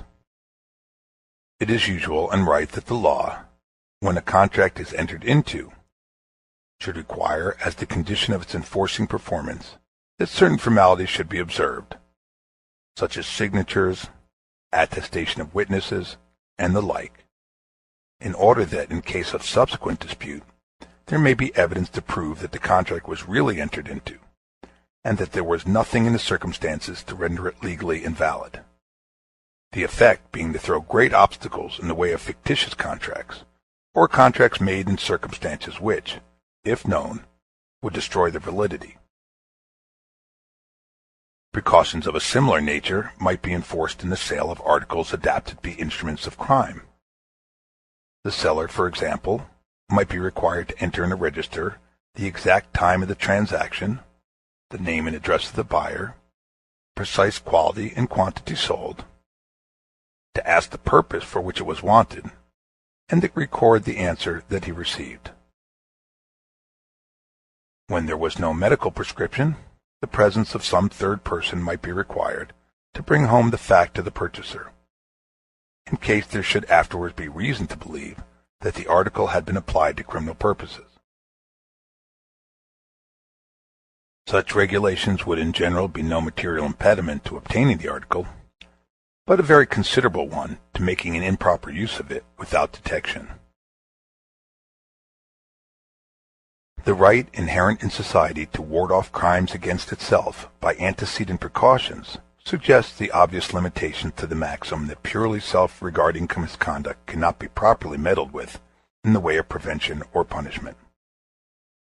Drunkenness, for example, in ordinary cases, is not a fit subject for legislative interference. But I should deem it perfectly legitimate that a person who has once been convicted of any act of violence to others under the influence of drink should be placed under special legal restriction, personal to himself, that if he were afterwards found drunk, he should be liable to a penalty, and that if, when in that state, he committed another offense, the punishment to which he would be liable for that other offense should be increased in severity. The making himself drunk in a person whom drunkenness excites to do harm to others is a crime against others. So again, idleness, except in a person receiving support from the public, or except when it constitutes a breach of contract, cannot, without tyranny, be made a subject of legal punishment. But if, either from idleness or from any other avoidable cause, man fails to perform his legal duties to others, as for instance to support his children, it is no tyranny to force him to fulfill that obligation by compulsory labor, if no other means are available. Again, there are many acts which, being directly injurious only to the agents themselves, ought not to be legally interdicted, but which, if done publicly, are a violation of good manners and, coming thus within the category of offenses against others, may rightly be prohibited. Of this kind are offenses against decency, on which it is unnecessary to dwell, the rather as they are only connected indirectly with our subject, the objection to publicity being equally strong in the case of many actions not in themselves condemnable, nor supposed to be so. There is another question to which an answer must be found, consistent with the principles which have been laid down. Cases of personal conduct supposed to be blamable, but which respect for liberty precludes society from preventing or punishing, because the evil directly resulting falls wholly on the agent. What the agent is free to do, ought other persons to be equally free to counsel or instigate? This question is not free from difficulty. The case of a person who solicits another to do an act is not strictly a case of self-regarding conduct. To give advice or offer inducements to anyone is a social act, and may therefore, like actions in general which affect others, be supposed amenable to social control. But a little reflection corrects this first impression, by showing that if the case is not strictly within the definition of individual liberty, yet the reasons on which the principle of individual liberty is grounded are applicable to it. If people must be allowed, in whatever concerns only themselves, to act as seems best to themselves, at their own peril, they must equally be free to consult with one another about what is fit to be done, to exchange opinions, and give and receive suggestions. Whatever it is permitted to do, it must be permitted to advise to do. The question is doubtful only when the instigator derives a personal benefit from his advice. When he makes it his occupation, for subsistence or pecuniary gain, to promote what society and the state consider to be an evil. Then, indeed, a new element of complication is introduced, namely, the existence of classes of persons with an interest opposed to what is considered as the public weal, and whose mode of living is grounded on the counteraction of it. Ought this to be interfered with, or not? Fornication, for example, must be tolerated, and so must gambling. But should a person be free to be a pimp, or to keep a gambling house? Case is one of those which lie on the exact boundary line between two principles. and it is not at once apparent to which of the two it properly belongs. There are arguments on both sides. On the side of toleration, it may be said that the fact of following anything is an occupation, and living or profiting by the practice of it cannot make that criminal which would otherwise be admissible. That the act should either be consistently permitted or consistently prohibited. That if the principles which we have hitherto defined are true, society has no business, as society, to decide anything to be wrong with what concerns only the individual. That it cannot go beyond dissuasion, and that one person should be as free to persuade as another to dissuade. In opposition to this, it may be contended that although the public or the state are not warranted in authoritatively deciding, for purposes of repression or punishment, that such or such conduct affecting only the interest of the individual is good or bad, they are fully justified in assuming, if they regard it as bad, that its being so or not is at least a disputable question.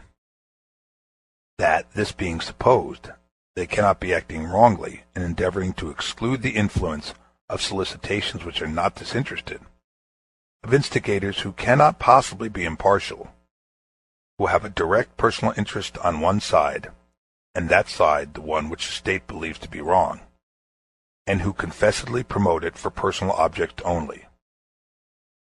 There can surely, it may be urged, be nothing lost, no sacrifice of good, by so ordering matters that persons shall make their election, either wisely or foolishly, on their own promoting, as free as possible from the arts of persons who stimulate their inclination for interested purposes of their own.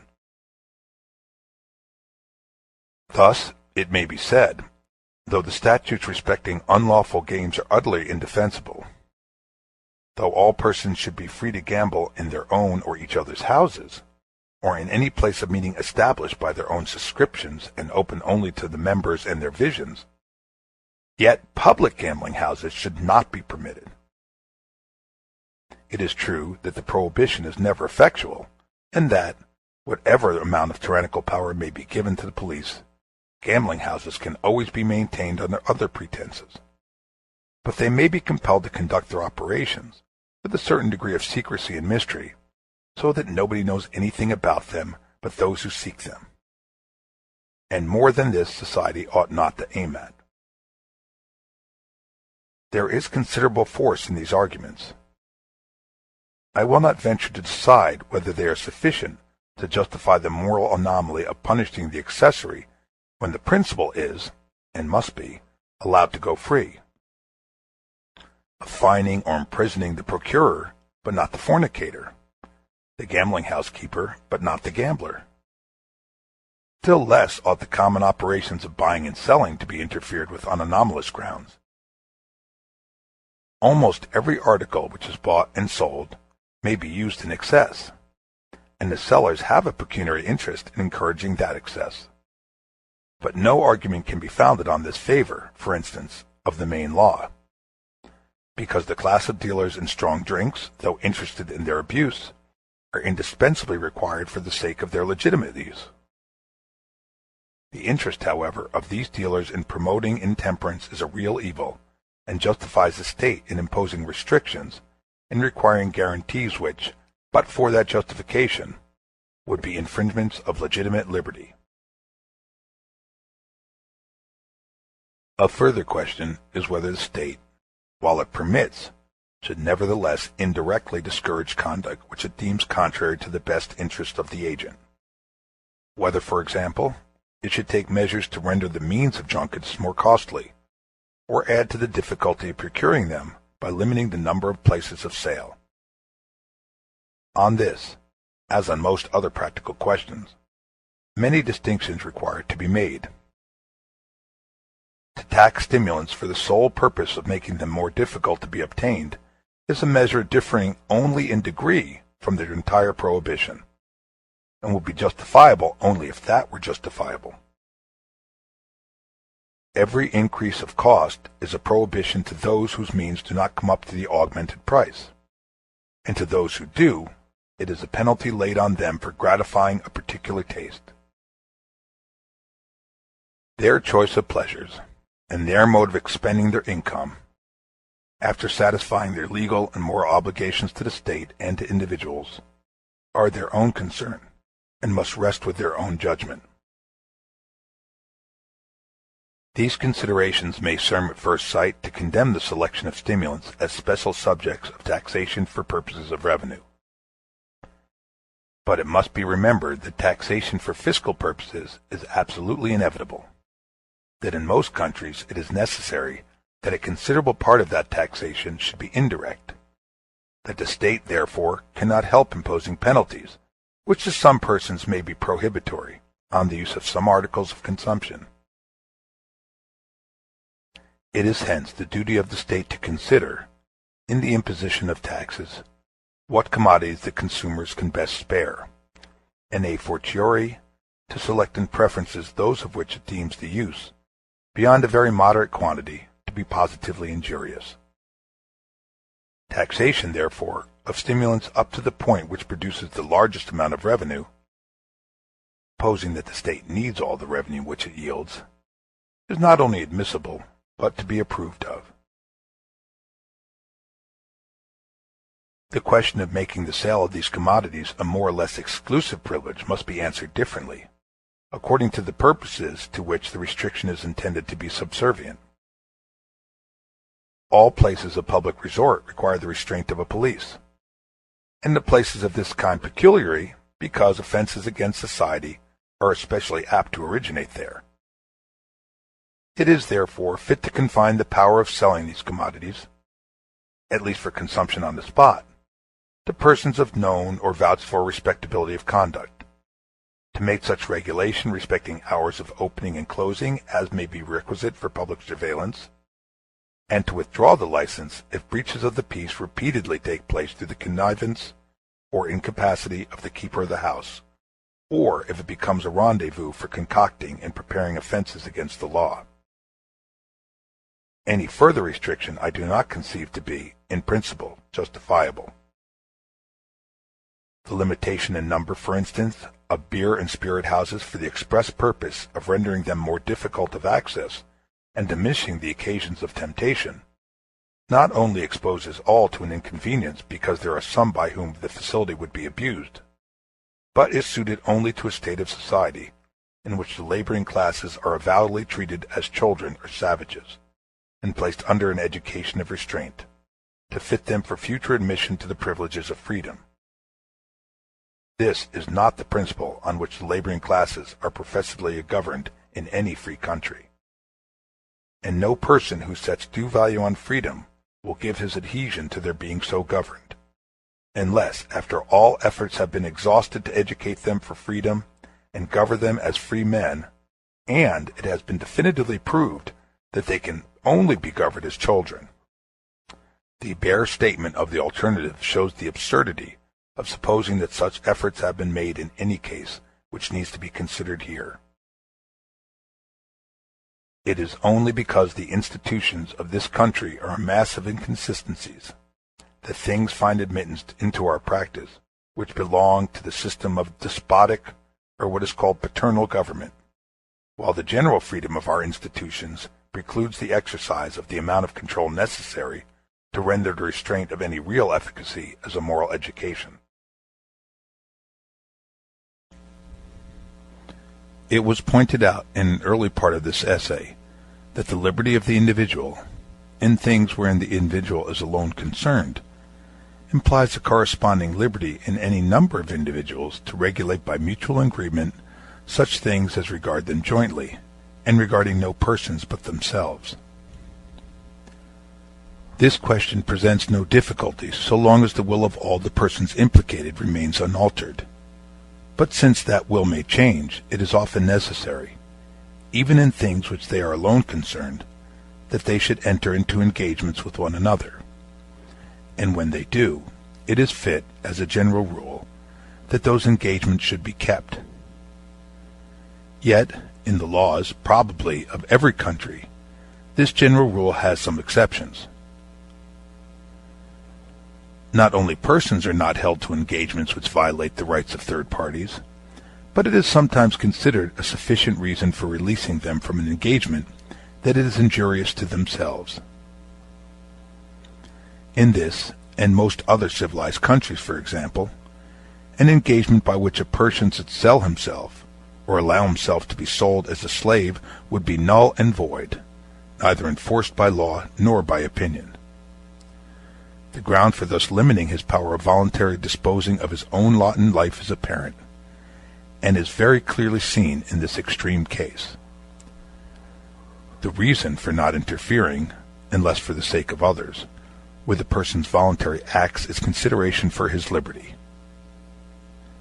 His voluntary choice is evidence that what he so chooses is desirable, or at least endurable, to him, and his good is on the whole best provided for by allowing him to take his own means of pursuing it. But by selling himself for a slave, he abdicates his liberty. He forgoes any future use of it beyond that single act. He therefore defeats, in his own case, the very purpose which is the justification of allowing him to dispose of himself.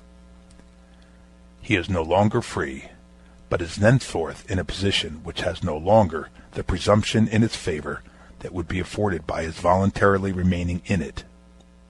The principle of freedom cannot require that he should be free not to be free. It is not freedom to be allowed to alienate his freedom.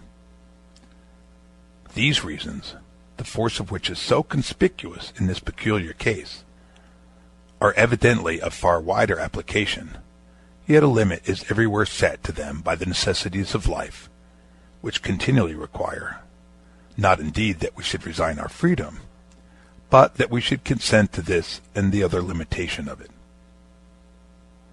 The principle, however, which demands uncontrolled freedom of action in all that concerns only the agents themselves, requires that those who have become bound to one another in things which concern no third party should be able to release one another from the engagement.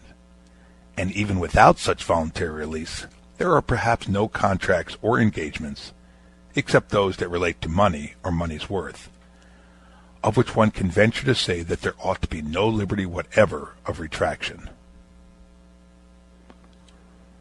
Baron Wilhelm von Humboldt, in the excellent essay from which I have already quoted, states it as his conviction that engagements which involve personal relations or services should never be legally binding beyond a limited duration of time, and that the most important of these engagements, marriage, having the peculiarity that its objects are frustrated unless the feelings of both the parties are in harmony with it, should require nothing more than the declared will of either party to dissolve it. This subject is too important and too complicated to be discussed in the parentheses, and I touch on it only so far as is necessary for purposes of illustration. If the conciseness and generality of Baron Humboldt's dissertation had not obliged him, in this instance, to content himself with enunciating his conclusion without discussing the premises, he would doubtless have recognized that the question cannot be decided on grounds so simple as those to which he confines himself. When a person, either by express promise or by conduct, has encouraged another to rely upon his continuing to act in a certain way, to build expectations and calculations, and stake any part of his plan of life upon that supposition, a new series of moral obligation arises on his part towards that person, which may possibly be overruled, but cannot be ignored. And again, if the relation between two contracting parties has been followed by consequences to others, if it has placed third parties in any peculiar position, or, as in the case of marriage, has even called third parties into existence, obligations arise on the part of both the contracting parties towards those third persons, the fulfillment of which, or even at all events the mode of fulfillment, must be greatly affected by the continuance or disruption of the relation between the original parties to the contract. It does not follow, nor can I admit, that these obligations extend to requiring the fulfillment of the contract at all costs to the happiness of the reluctant party, but they are a necessary element in the question, and, even if, as von Humboldt maintains, They ought to make no difference to the legal freedom of the parties to release themselves from the engagement. And I also hold that they ought not to make much difference. They necessarily make a great difference in the moral freedom. A person is bound to take all these circumstances into account before resolving on a step which may affect such important interests of others. And if he does not allow proper weight to those interests, he is morally responsible for the wrong.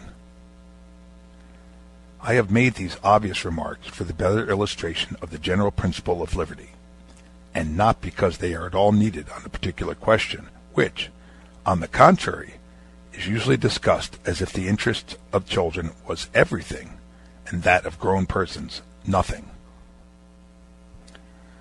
I have already observed that, owing to the absence of any recognized general principles, liberty is often granted where it should be withheld, as well as withheld where it should be granted. And one of the cases in which, in the modern European world, the sentiment of liberty is the strongest, is a case where, in my view, it is altogether misplaced. A person should be free to do as he likes in his own concerns, but he ought not to be free to do as he likes in acting for another, under the pretext that the affairs of the other are his own affairs. The state, while it respects the liberty of each in what specifically regards himself, is bound to maintain a vigilant control over his exercise of any power which it allows him to possess over others. This obligation is almost entirely disregarded in the case of family relations, a case, in its direct influence on human happiness, more important than all others taken together. The almost despotic power of husbands over wives need not be enlarged upon here, because nothing more is needed for the complete removal of the evil than that the wife should have the same rights and should receive the protection of the law in the same manner as all other persons. And because, on this subject, the defenders of established injustice do not avail themselves of the plea of liberty, but stand forth openly as the champions of power. It is, in the case of children, that misapplied notions of liberty are a real obstacle to the fulfillment by the state of its duties. One would almost think that a man's children were supposed to be literally, and not metaphorically, a part of himself. So jealous is opinion of the smallest interference of the law with his absolute and exclusive control over them, more jealous than of almost any interference with his own freedom of action. So much less do the generality of mankind value liberty than power. Consider, for example, the case of education. Is it not almost a self-evident axiom that the state should require and compel the education, up to a certain standard, of every human being who is born its citizen? Yet who is there that is not afraid to recognize and assert this truth? Hardly anyone indeed will deny that it is one of the most sacred duties of the parents, or, as law and usage now stand, the father, after summoning a human being into the world, to give to that being an education fitting him to perform his part well in life towards others and towards himself. But while this is unanimously declared to be the father's duty, scarcely anybody in this country will bear to hear of obliging him to perform it. Instead of his being required to make any exertion or sacrifice for securing education to his child, it is left to the choice to accept it or not when it is provided gratis. It still remains unrecognized that to bring a child into existence without a fair prospect of being able not only to provide food for its body, but instruction and training for its mind is a moral crime, both against the unfortunate offspring and against society. And that if the parent does not fulfill this obligation, the state ought to see it fulfilled at the charge, as far as possible, of the parent. Were the duty of enforcing universal education once admitted, there would be an end to the difficulties about what the state should teach, and how it should teach, which now convert the subject into a mere battlefield for sects and parties, causing the time and labor which should have been spent in educating to be wasted in quarreling about education. If the government would make up its mind to require for every child a good education, it might save itself the trouble of providing one. it might leave the parents to obtain education where and how they pleased, and contents itself with helping to pay the school fees of the poorer classes of children, and defraying the entire school expenses of those who have no one else to pay for them. The objections which are urged with reason against state education do not apply to the enforcement of education by the state, but to the state's taking upon itself to direct that education, which is a totally different thing. That the whole or any large part of the education of the people should be in the state's hands, I go as far as anyone in deprecating. All that has been said of the importance of individuality of character and diversity in opinions and mode of conduct involves, as of the same unspeakable importance, diversity of education. A general state education is a mere contrivance for molding people to be exactly like one another, and as the mold in which it casts them is that which pleases the predominant power in the government, whether this be a monarch, a priesthood, an aristocracy, or the majority of the existing generation, in proportion as it is efficient and successful, it establishes a despotism over the mind, leading by natural tendency to one over the body. An education established and controlled by the state should only exist, if it exists at all, as one among many competing experiments, carried on for the purpose of example and stimulus to keep the others up to a certain standard of excellence. Unless, indeed, when society in general is in so backward a state that it could not or would not provide for itself any proper institutions of education, unless the government took the task, then indeed the government may, as the less of two great evils, take upon itself the business of schools and universities, as it may that of joint stock companies when private enterprise, in a shape fitted for undertaking great works of industry, does not exist in the country. But in general, if the country contains a sufficient number of persons qualified to provide education under government auspices, the same persons would be able and willing to give an equally good education on the voluntary principle, under the assurance of remuneration afforded by a law rendering education compulsory, combined with state aid to those unable to defray the expense. The instrument for enforcing the law could be no other than public examinations, extending to all children and beginning at an early age. An age might be fixed at which every child must be examined to ascertain if he, or she, is able to read. If a child proves unable, the father, unless he has some sufficient ground of excuse, might be subjected to a moderate fine, to be worked out, if necessary, by his labor, and the child might be put to school at his expense.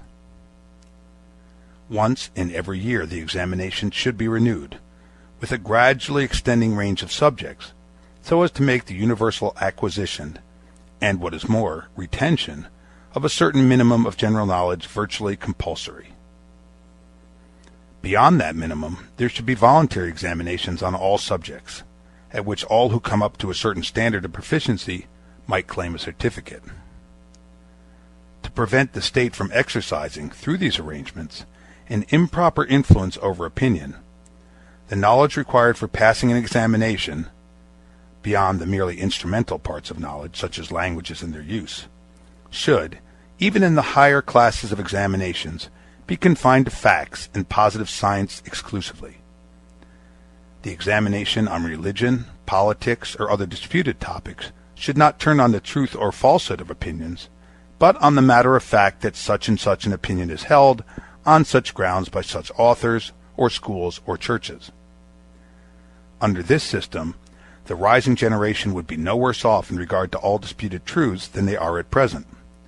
They would be brought up either churchmen or dissenters as they now are, the state merely taking care that they should be instructed churchmen or instructed dissenters.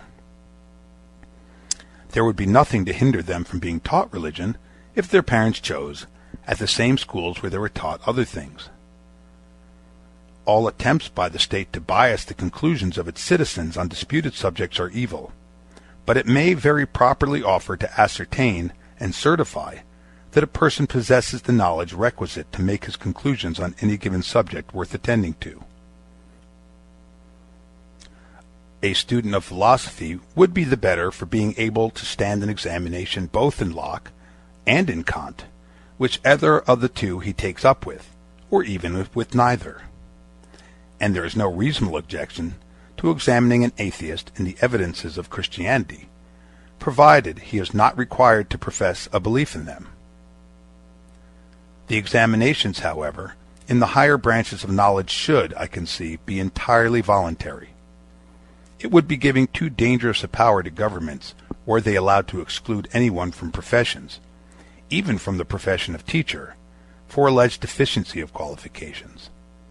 And I think, with Wilhelm von Humboldt, that degrees or other public certificates of scientific or professional acquirements should be given to all who present themselves for examination and stand the test, but that such certificates should confer no advantage over competitors other than the weight which may be attached to their testimony by public opinion.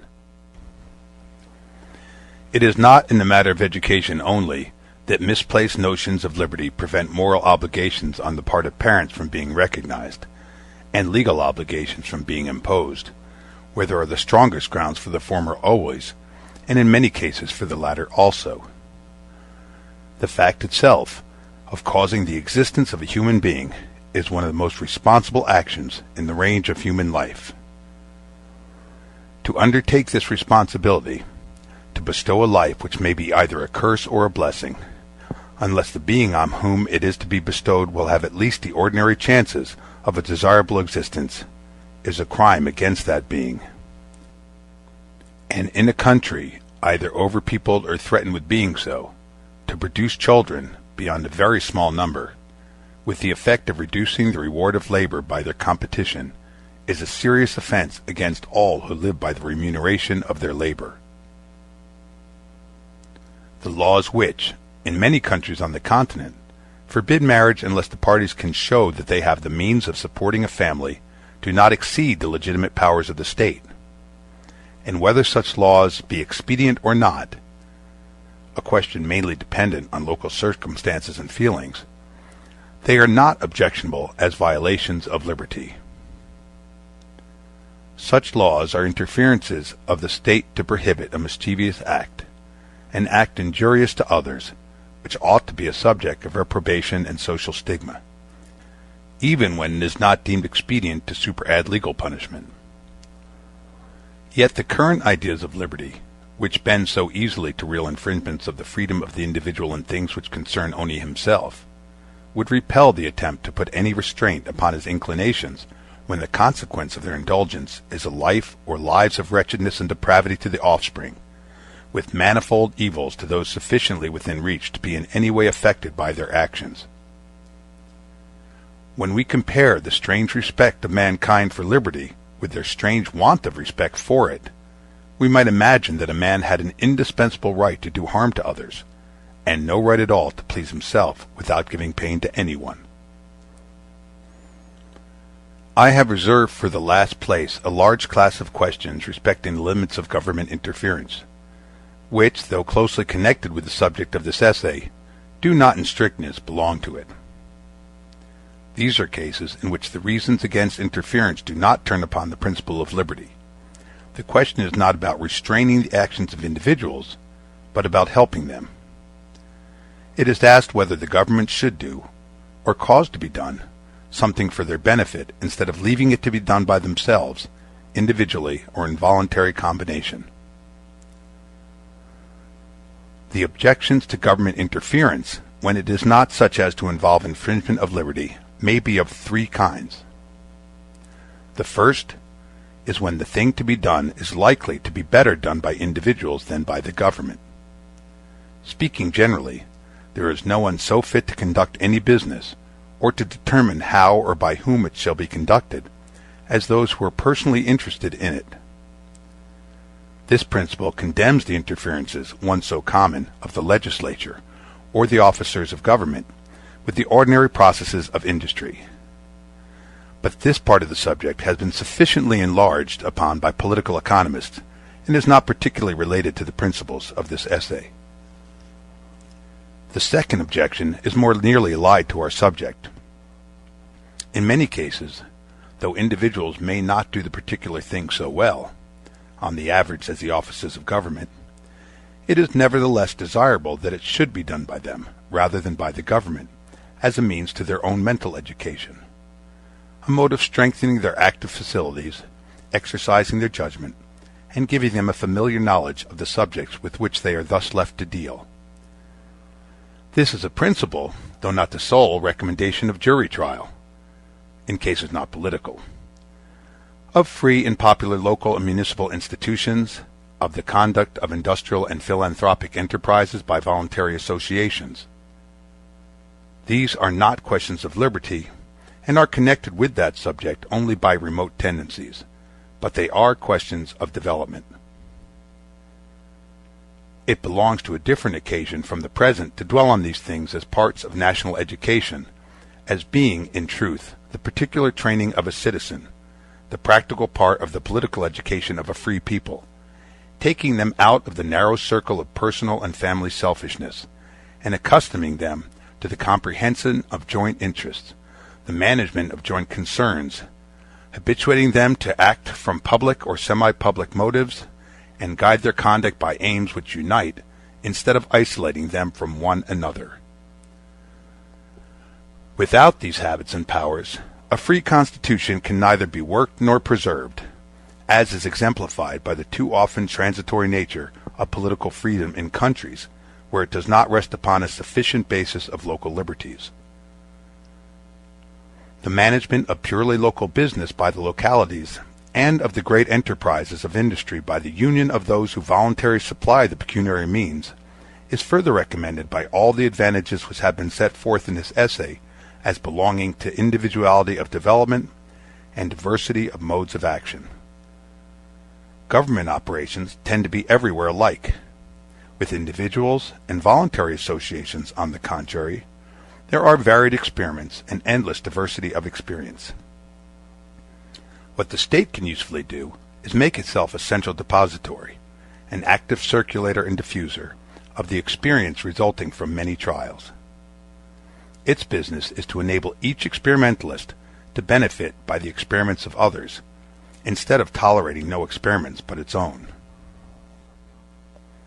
The third and most cogent reason for restricting the interference of government is the great evil of adding unnecessarily to its power. Every function superadded to those already exercised by the government causes its influence over hopes and fears to be more widely diffused, and converts more and more the active and ambitious part of the public into hangers-on of the government, or of some party which aims at becoming the government. If the roads, the railways, the banks, the insurance offices, the great joint stock companies, the university, and the public charities were all of them branches of the government, if, in addition, the municipal corporations and local boards, with all that now devolves on them, became departments of the central administration, if the employees of all these different enterprises were appointed and paid by the government, and looked to the government for every rise in life, not all the freedom of the press and popular constitution of the legislature would make this or any other country free otherwise than in name. And the evil would be greater the more efficiently and scientifically the administrative machinery was constructed, the more skillful the arrangements for obtaining the best qualified hands and heads with which to work it. In England, it has of late been proposed that all the members of the civil service of government should be selected by competitive examination, to obtain for those employments the most intelligent and instructive persons procurable, and much has been said and written for and against this proposal. One of the arguments most insisted on by its opponents is that the occupation of a permanent official servant of the state does not hold out sufficient prospects of emolument and importance to attract the highest talents, which will always be able to find a more inviting career in the professions or in the service of companies and other public bodies. One would not have been surprised if this argument had been used by the friends of the proposition as an answer to its principal difficulty. Coming from the opponents, it is strange enough. What is urged as an objection is the safety valve of the proposed system. If indeed all the high talent of the country could be drawn into the service of government, A proposal tending to bring about that result might well inspire uneasiness. If every part of the business of society, which required organized concert, or large and comprehensive views, were in the hands of government, and if government offices were universally filled by the ablest men, all the enlarged culture and practiced intelligence in the country, except the purely speculative, would be concentrated in a numerous bureaucracy, to whom alone the rest of the community would look for all things. The multitude for direction and dictation in all they had to do, the able and aspiring for personal advancement. To be admitted into the ranks of this bureaucracy, and when admitted to rise therein, would be the sole objects of ambition. Under this regime, not only is the outside public ill-qualified, for want of practical experience, to criticize or check the mode of operation of the bureaucracy, but even if the accidents of despotic or the natural working of popular institutions occasionally raise to the summit a ruler or rulers of reforming inclinations, no reform can be effected which is contrary to the interest of the bureaucracy. Such is the melancholy condition of the Russian Empire, as shown in the accounts of those who have had sufficient opportunity of observation. The Tsar himself is powerless against the bureaucratic body. He can send any one of them to Siberia, but he cannot govern without them, or against their will. On every decree of his they have a tacit veto, by merely refraining from carrying it into effect. In countries of more advanced civilization, and of a more insurrectionary spirit, the public, accustomed to expect everything to be done for them by the state, or at least to do nothing for themselves without asking from the state not only leave to do it, but even how it is to be done, naturally hold the state responsible for all evil which befalls them, and when the evil exceeds their amount of patience, they rise up against the government and make what is called a revolution, whereupon somebody else, with or without legitimate authority from the nation, vaults into the seat, issues his orders to bureaucracy, and everything goes on much as it did before, the bureaucracy being unchanged, and nobody else being capable of taking their place.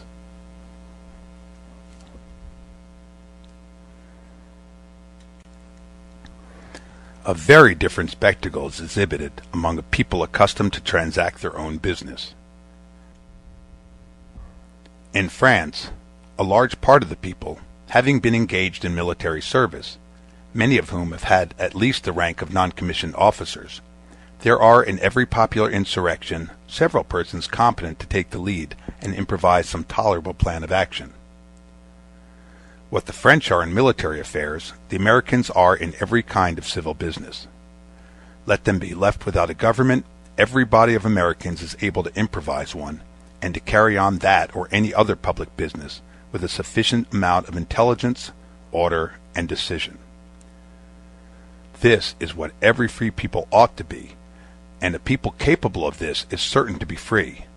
It will never let itself be enslaved by any man or body of men, because these are able to seize and pull the reins of the central administration. No bureaucracy can hope to make such a people as this do or undergo anything that they do not like. But, where everything is done through the bureaucracy, nothing to which the bureaucracy is really adverse can be done at all. The constitution of such countries is an organization of the experience and practical ability of the nation into a disciplined body for the purpose of governing the rest. And the more perfect that organization is in itself, the more successful in drawing to itself and educating for itself the persons of greatest capacity from all ranks of the community, the more complete is the bondage of all, the members of the bureaucracy included.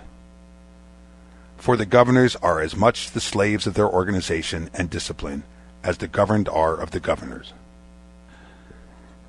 A Chinese mandarin, footnote, the cultivated and genteel officers or bureaucrats who administer the Chinese Empire, is as much the tool and creature of a despotism as the humblest cultivator. An individual Jesuit is to the utmost degree of abasement the slave of his order, though the order itself exists for the collective power and importance of its members. It is not also to be forgotten that the absorption of all the principal ability of the country into the governing body is fatal, sooner or later, to the mental activity and progressiveness of the body itself. banded together as they are, working a system which, like all systems, necessarily proceeds in great measure by fixed rules, the official body are under the constant temptation of sinking into indolent routine, or, if they now and then desert that mill-house round, of rushing into some half-examined crudity which has struck the fancy of some leading member of the corps. And the sole check to these closely allied, though seemingly opposite tendencies, the only stimulus which can keep the ability of the body itself up to a high standard, is liability to the watchful criticism of equal ability outside the body. It is indispensable, therefore, that the means should exist, independently of the government, of forming such ability and furnishing it with the opportunities and experience necessary for her correct judgment of great practical affairs.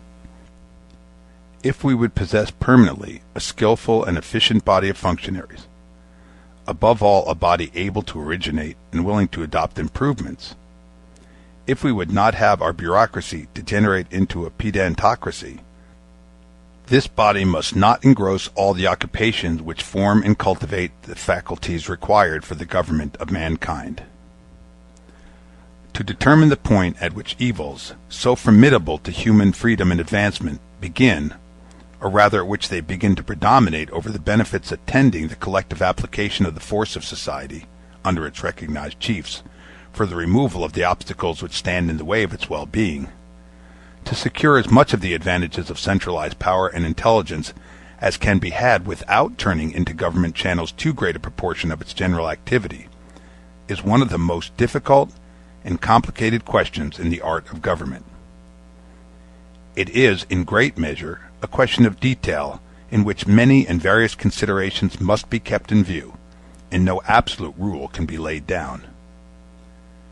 But I believe that the practical principle in which safety resides, the ideal to be kept in view, the standard by which to test all arrangements intended for overcoming the difficulty, may be conveyed in these words: the greatest dissemination of power consistent with efficiency, but the greatest possible centralization of information and diffusion of it from the center. Thus, in municipal administration, there would be, as in the New England states, a very minute division among separate officers, chosen by the localities, of all business which is not better left to the persons directly interested. But besides this, there would be, in each department of local affairs, a central superintendence, forming a branch of the general government. The organ of this superintendence would concentrate, as in a focus, the variety of information and experience derived from the conduct of that branch of public business in all the localities, from everything analogous which is done in foreign countries, and from the general principles of political science. This central organ should have a right to know all that is done, and its special duty should be that of making the knowledge acquired in one place available for others. Emancipated from the petty prejudices and narrow views of a locality by its elevated position and comprehensive sphere of observation, its advice would naturally carry much authority. But its actual power as a permanent institution should, I conceive, be limited to compelling the local officers to obey the laws laid down for their guidance. In all things not provided for by general rules, those officers should be left to their own judgment, under responsibility to their constituents. For their violation of rules, they should be responsible to law, and the rules themselves should be laid down by the legislature, the central administrative authority only watching over their execution and, if they were not properly carried into effect, appealing, according to the nature of the case, to the tribunals to enforce the law, or to the constituencies to dismiss the functionaries who had not executed it according to its spirits. Such, in its general conception, is the central superintendence which the Poor Law Board is intended to exercise over the administrators of the poor rate throughout the country. Whatever powers the Board exercises beyond this limit were right and necessary in that peculiar case, for the cure of rooted habits of maladministration in matters deeply affecting not the localities merely, but the whole community. Since no locality has a moral right to make itself by mismanagement a nest of pauperism, necessarily overflowing into other localities and impairing the moral and physical condition of the whole laboring community. The powers of administrative coercion and subordinate legislation possessed by the Poor Law Board, but which, owing to the state of opinion on the subject, are very scantily exercised by them, though perfectly justifiable in the case of first-rate national interest, would be wholly out of place in the superintendence of interests purely local, but a central organ of information and instruction for all the localities would be equally valuable in all departments of administration. A government cannot have too much of the kind of activity which does not impede, but aids and stimulates, individual exertion and development. The mischief begins when, instead of calling forth the activities and powers of individual and bodies, it substitutes its own activity for theirs, when, instead of informing, advising, and, upon occasion, denouncing, it makes them work in fetters, or bids them stand aside and does their work instead of them. The worth of a state, in the long run, is the worth of the individuals composing it. And a state which postpones the interest of their mental expansion and elevation to a little more of the administrative skill, or of that semblance of it which practice gives in the details of business, a state which dwarfs its men, in order that they may be more docile instruments in its hands even for beneficial purposes, will find that with small men no great thing can really be accomplished, and that the perfection of machinery to which it has sacrificed everything will in the end avail it nothing, for want of the vital power which, in order that the machine might work more smoothly, it has preferred to banish.